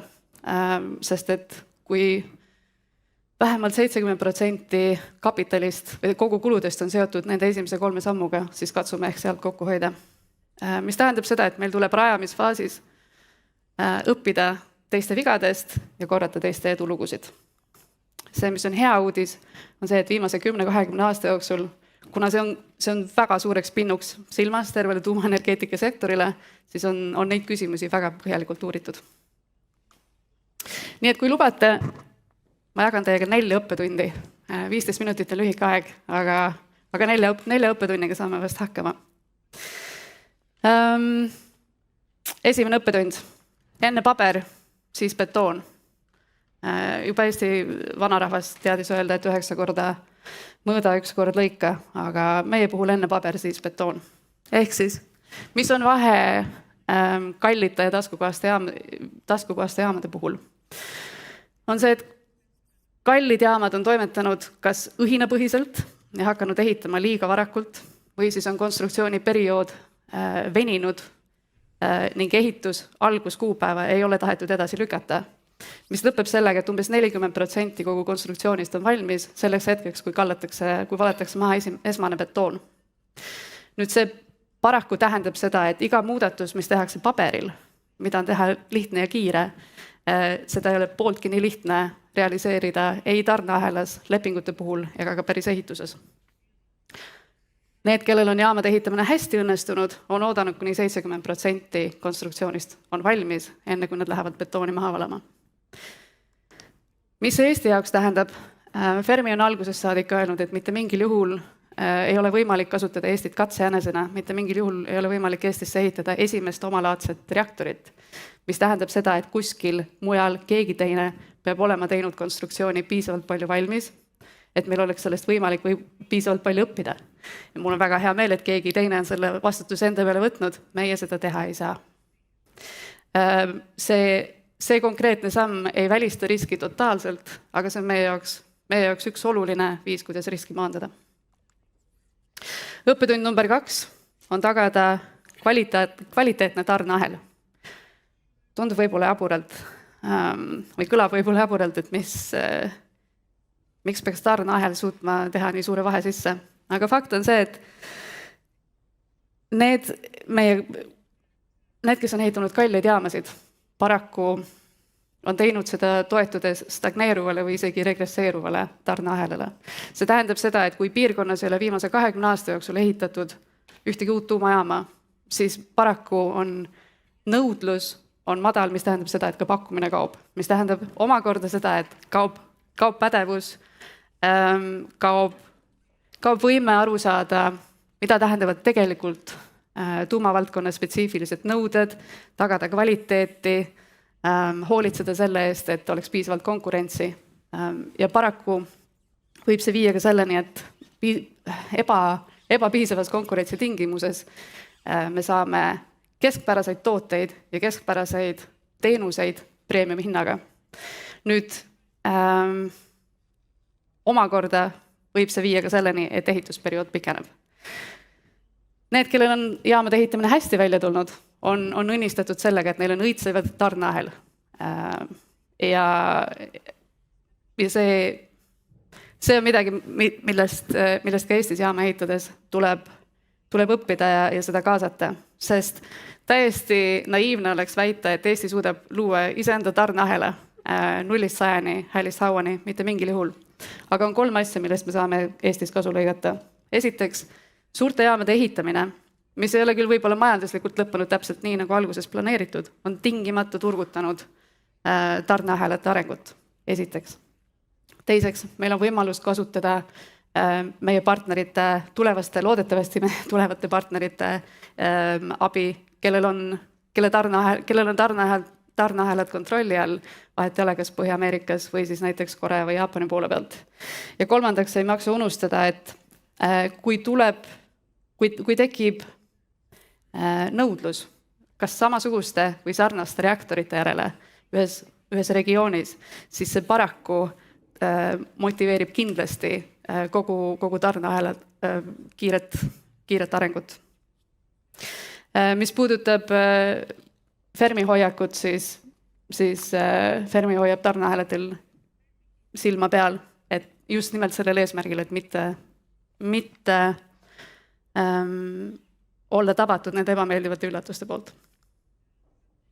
Kolmas õppetund, mis on võib-olla keeruline saavutada, on töötada koos regulaatoriga, mitte regulaatori vastu, ja seda eesmärgil, et tagada enda projektile stabiilsus. Mitte ükski arendaja, mitte ükski jaam ei võida mitte kunagi sellest, kui tema suhted regulaatoriga on jäised, kui need suhted ei ole proaktiivsed, kui nad ei saa üksteisest aru. Mis on see, mis on kohati tabanud neid jaamasid, mille töö ei ole hästi välja tulnud. Mille arendustöö ei ole hästi välja tulnud. Ehk siis väga keeruline on juhtida projekti, kui me ei saa nõuetest aru või kui me ei oska ennetada neid muutusi, mis nõuetesse tulevad sellel ajal, kui me rajamisprojekti ellu viime. See omakorda võib tähendada seda, et kogu konstruktsioonitöö maht paisub, aeg venib ja samas venib ka ehitustöö valmimine. Nii et need arendajad, kes on enda jaamad suutnud õigeaegselt valmis saada, on panustanud mitte ainult sellesse selgusesse, vaid ka sellesse, et nende projektide ajaaken oleks võimalikult lühike, et protsessidesse ei tuleks piisavalt suuri muutusi sisse. Mis puudutab Eestit, siis väga raske on öelda, kas Eestis oleks suhe regulaatoriga A või B kategoorias, kuna regulaatorid sellisel kujul, nagu teda vaja on, täna ju veel ei ole. Ja sageli heidetakse seda ette, et nagu see oleks komistuskiviks. Mina näen selles pigem positiivset. Ülejäänud maailm üritab minna suurema harmoniseerimise, industrialiseerimise teed, standardiseerimise teed, mis tähendab seda, et olemasolevate regulaatorite töörežiime, võib-olla ka hoiakuid on vaja muutma hakata. Meil seda muret ei ole, nähkem selles võimalust, mitte takistust, sest regulaatori eesmärk on siiski tagada turvalisus, mitte olla iga hinna eest piduriks protsessis, millega ma loodan, et te olete nõus. Ja 4. õppetund on see, mis seob tegelikult kõik need 3 eelmist õppetundi omavahel kokku, ehk siis selleks, et enda projektiga hästi hakkama saada, tuleb kasutada kogenud projektimeeskonda. Mis on hea ja kogenud projektimeeskond? Lisaks sellele ilmselgele. Hea ja kogenud projektimeeskond on selline, kes vaatab nendele eelnevatele õppetundidele otsa ja saab aru, et tuleb haldada riske kogu E, B ja C faasides ehk konstruktsioon, inseneeria E, riske tuleb hallata, tarneahela riske tuleb piisavalt hallata, et ehk see C-faas, konstruktsioon oleks piisavalt lühike. Sest head projektitiimid teavad, et aeg konkreetselt selles kontekstis ongi raha. Mida lühema suudavad kogenud projektitiimid ehitusfaasi hoida, seda madalamad on jaama lõppkulud, mis tähendab seda, et kogenud ja hea projektimeeskonna peamine eesmärk on hoida esmase betooni valamise ja esmase müüdud kilovatt-tunni vaheline ajaperiood võimalikult lühike. Ja seda konkreetset õppetundi on teatud puhtudel alahinnatud, mis on lõppkokkuvõttes ka läinud kalliks maksma. Mis puudutab Eestit, siis jällegi väga naiivne oleks öelda, et Eestis on see kogemus täna olemas. Ma arvan, et me ei saa minna mitte ühegi ettevõtte juurde ja öelda, et teie, palun, ehitage. Mis tähendab seda, et me täiesti ilma igasuguse küsimuseta ja vältimatult peame kasutama juba kogenenud projektitiimide abi. Projektitiime, kes on ehitanud mitte ainult suuri projekte õnnestunult, vaid suuri tuumaprojekte ja perfektses maailmas on ehitanud täpselt sama jaama nagu sellise, mida me edame ehitada ja teinud seda hästi ideaalses maailmas. 4 õppetundi, väga pinnapealselt, aga umbes nii kaugele me täna jõuame. Ma loodan, et te suudate olla minuga nõus selles, et tuumajaamad võivad, aga nad ei pea olema kallid.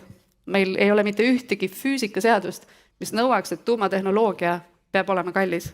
Küsimus on selles, kuidas me neid ehitame, kuidas me nende projekte ellu viime. Ehk ei, tuumajaamad ei pea olema kallid, aga väga kallis on vigadest mitte õppida. Ja meil on pikk nimekiri teiste vigadest ja teiste edusammudest, mida me võime kas vältida või korrata. Ja sellega seoses las ma pakun välja, et Eesti mitte ainult ei loe ja ei saa informeerituks ja ei tea, millised need õppetunnid on, vaid konkreetselt rakendab saadud kogemusi, sest teie kohta ma ei tea, aga mina tahan ehitada taskukohase jaama. Minu poolt kõik.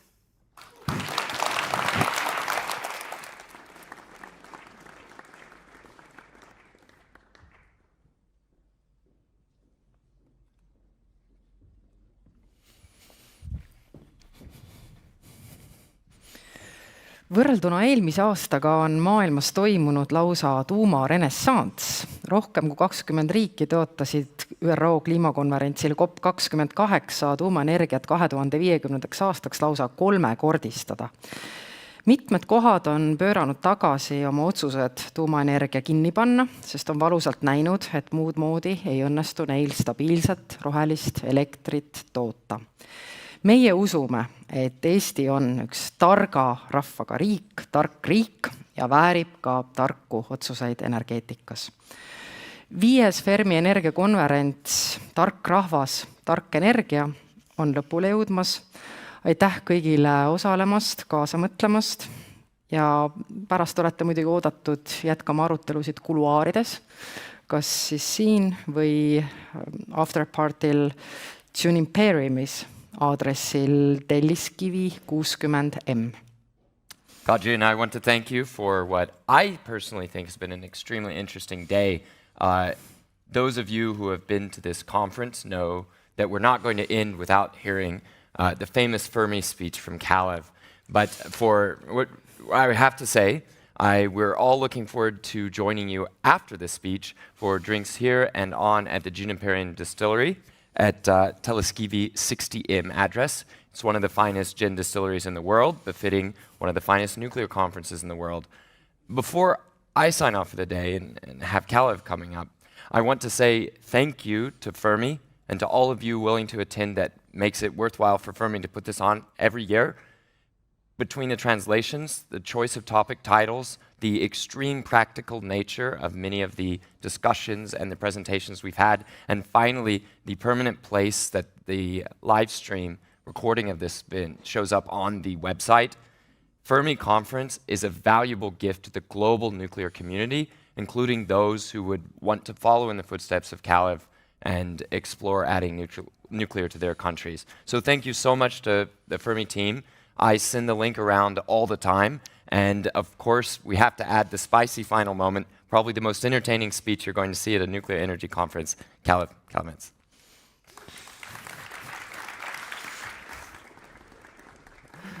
Thank you. Ei ole mõeldud tegelikult meelelahutuseks, aga ma tuletaks meelde selle Fermi kõnega, et miks meie ettevõtte nimi on Fermi Energia ja millist inspiratsiooni Enrico Fermi pakub. Et siin te näete ühte nagu sellest grafiidikuhjadest, mida Fermi pani kokku. Aga kuidas oli võimalik, et Enrico Fermi saavutas 1942. aastal esimese kontrollitud tuumareaktori ahelreaktsiooni? Et kas oli momentaalne geniaalsus või prognoositud pika plaani elluviimine? Tegelikult ei olnud kumbagi. Sellepärast, et veel 1940. aasta märtsis, kui ta tegi ettekande USA mereväele ahelreaktsiooni võimalikkusest, siis ta ise oli selles suhtes hästi skeptiline. No skeptilisem kui sotsiaaldemokraadid Eesti tuumajaama suhtes.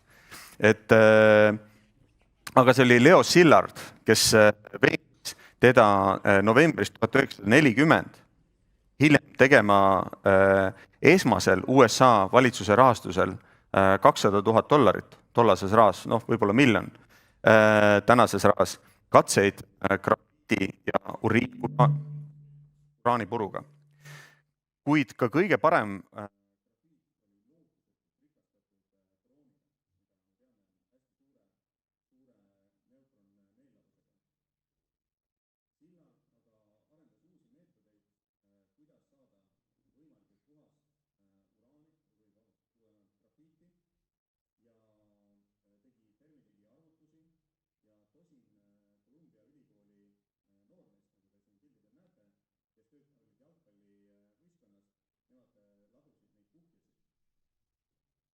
erinevas suuruses.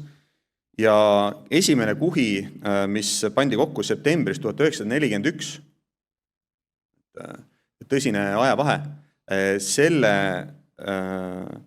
kriitilisuse kordaja, mis peab olema 1 selleks, et ahelreaktsioon oleks järjepidev, siis oli 0,87.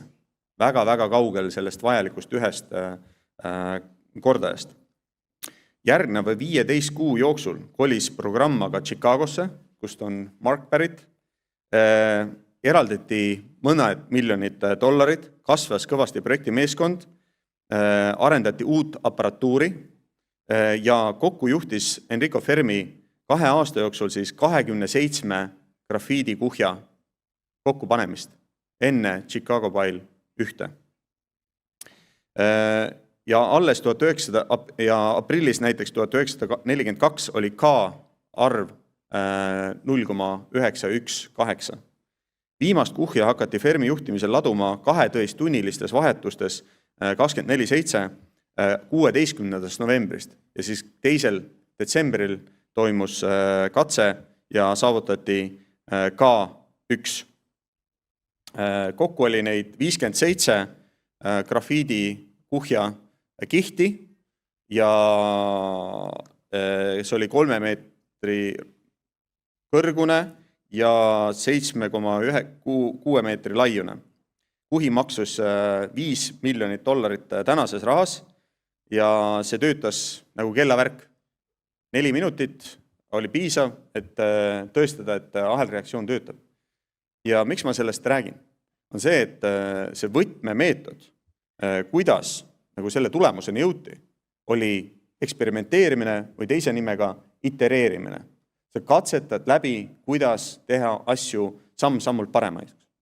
Sul ei ole lõpptulemust kohe käes. Et taas mõned inimesed ütlevad, et kuule, Enrico, sa oled geenius, sa oled Nobeli preemia saanud. Ütle meile kohe täpne plaan, kui palju see maksab. Millal me selle kätte saame? Anna meile täpne plaan. Nüüd ja kohe. See ei ole päris elu. Et katsetamine või eksperimenteerimine, mida Ben Flüberg kutsub raamatus, kuidas suured asjad saavad tehtuks, loovaks itereerimiseks on võtmetegevus ka meie Fermi Energia töös. Et meil on ette heidetud, et me oleme algsest sulasoolreaktori plaanist loobunud. Aga see sulasoolreaktor ei ole eesmärk iseeneses. Samamoodi nagu kahjuks PVRX 300.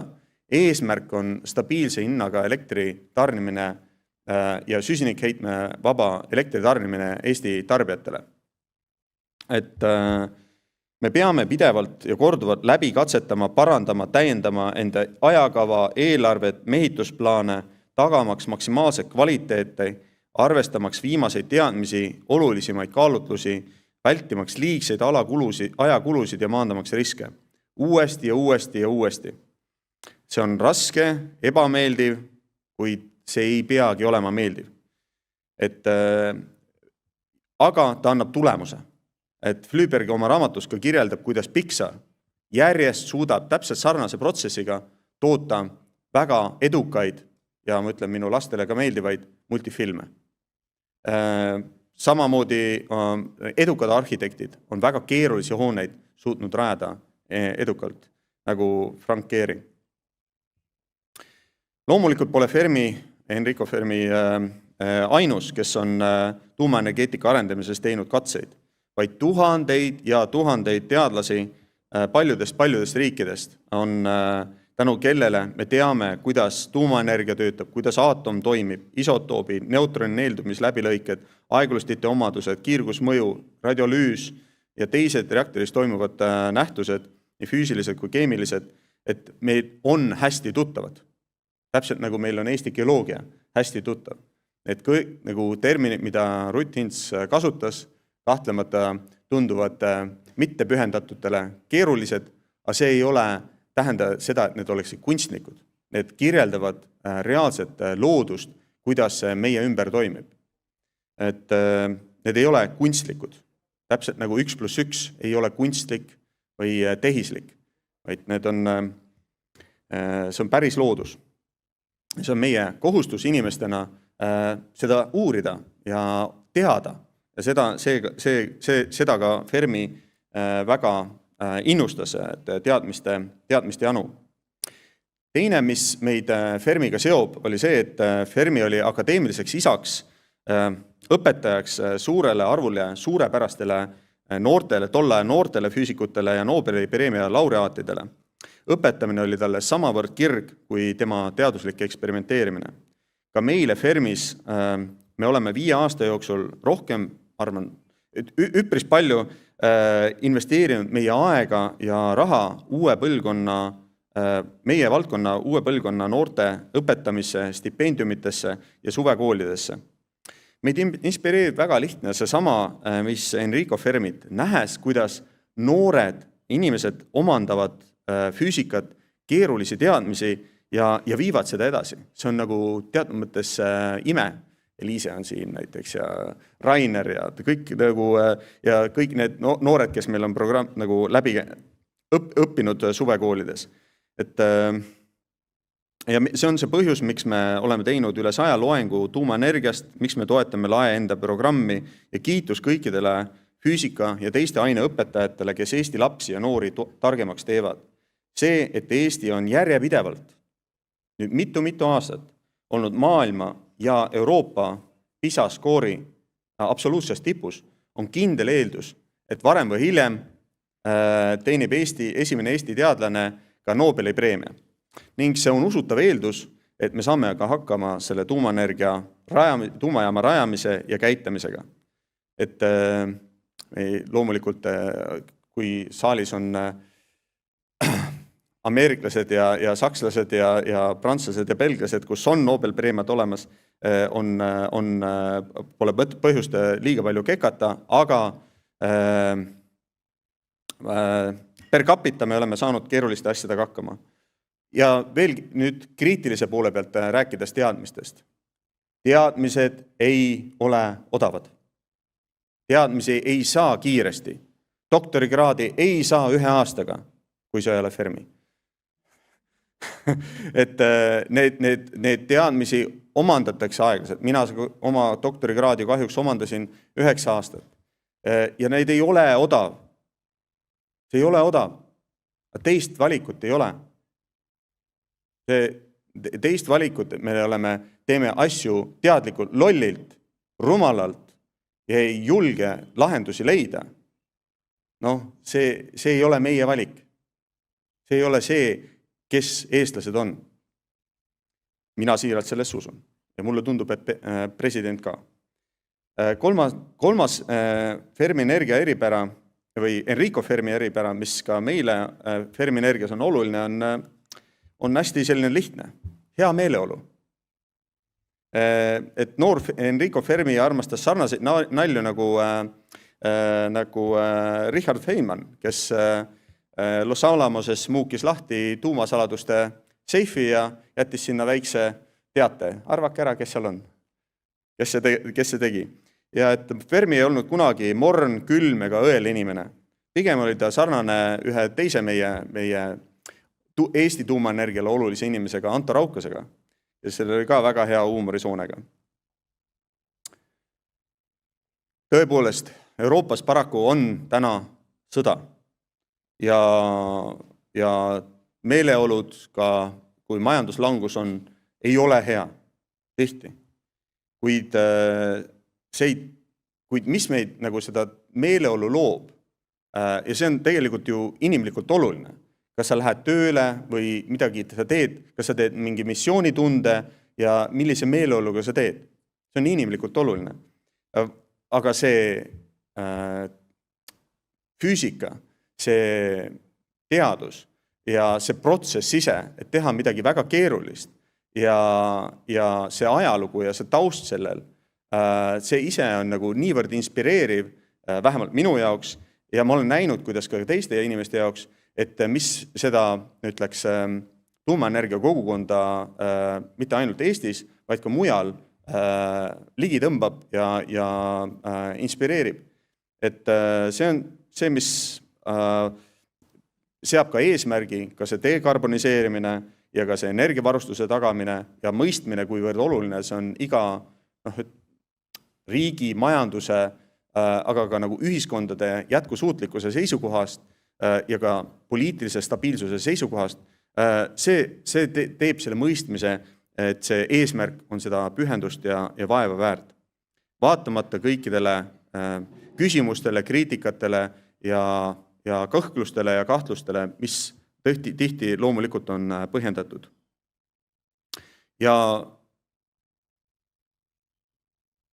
tõepoolest, see teekond meil ees on väga pikk seoses tuumaenergia kasutuselevõtuga. Selles on veel palju ees teadmatust ja kõikidele küsimustele täna ei saa olla vastuseid. Täpselt samamoodi kui Enrico Fermil ei saanud olla 1940. aasta märtsis kõikidele küsimustele vastuseid, et kui palju see maksab, kuidas need reaktorid hakkavad välja nägema, mida veel olemas ei olnud, on ju, kui palju tuumaenergiat siis maailmas hakatakse tootma, millistes riikides, millistel tingimustel. Samamoodi ka meil on vaja veel paljudele küsimustele vastuseid toota, nende vastuste tootmine, teadmiste tootmine võtab aega, vaeva ja raha, aga nagu me näeme teiste riikide eeskujul või nagu näitel, see on seda väärt. Et need riigid, kes on selle vaeva näinud, Soome, Rootsi, Šveits ja teised riigid, need näited on, et nad annavad seda pikaajalist stabiilsust, mis ühele ühiskonnale on väärtuslik. Nad ei suru välja teisi energialiike, nad ei suru välja teisi inimesi ja teisi arvamusi, aga nad annavad sellist olulist stabiilsust ja paljudele inimestele põnevat ja huvitavat tegevust ja võimaldavad teatud mentaalse pingutuse kaudu tõestada, et keeruliste asjadega on hakkama saamine. Ja selles iseendas on juba väga suur väärtus. Et suur tänu teist liitumast 5. korda Fermi Energia sünnipäevakonverentsiga ja kindlasti järgmise aasta veebruaris kohtume uuesti. Aitäh tulemast! Näeme järelpeol. Aitäh!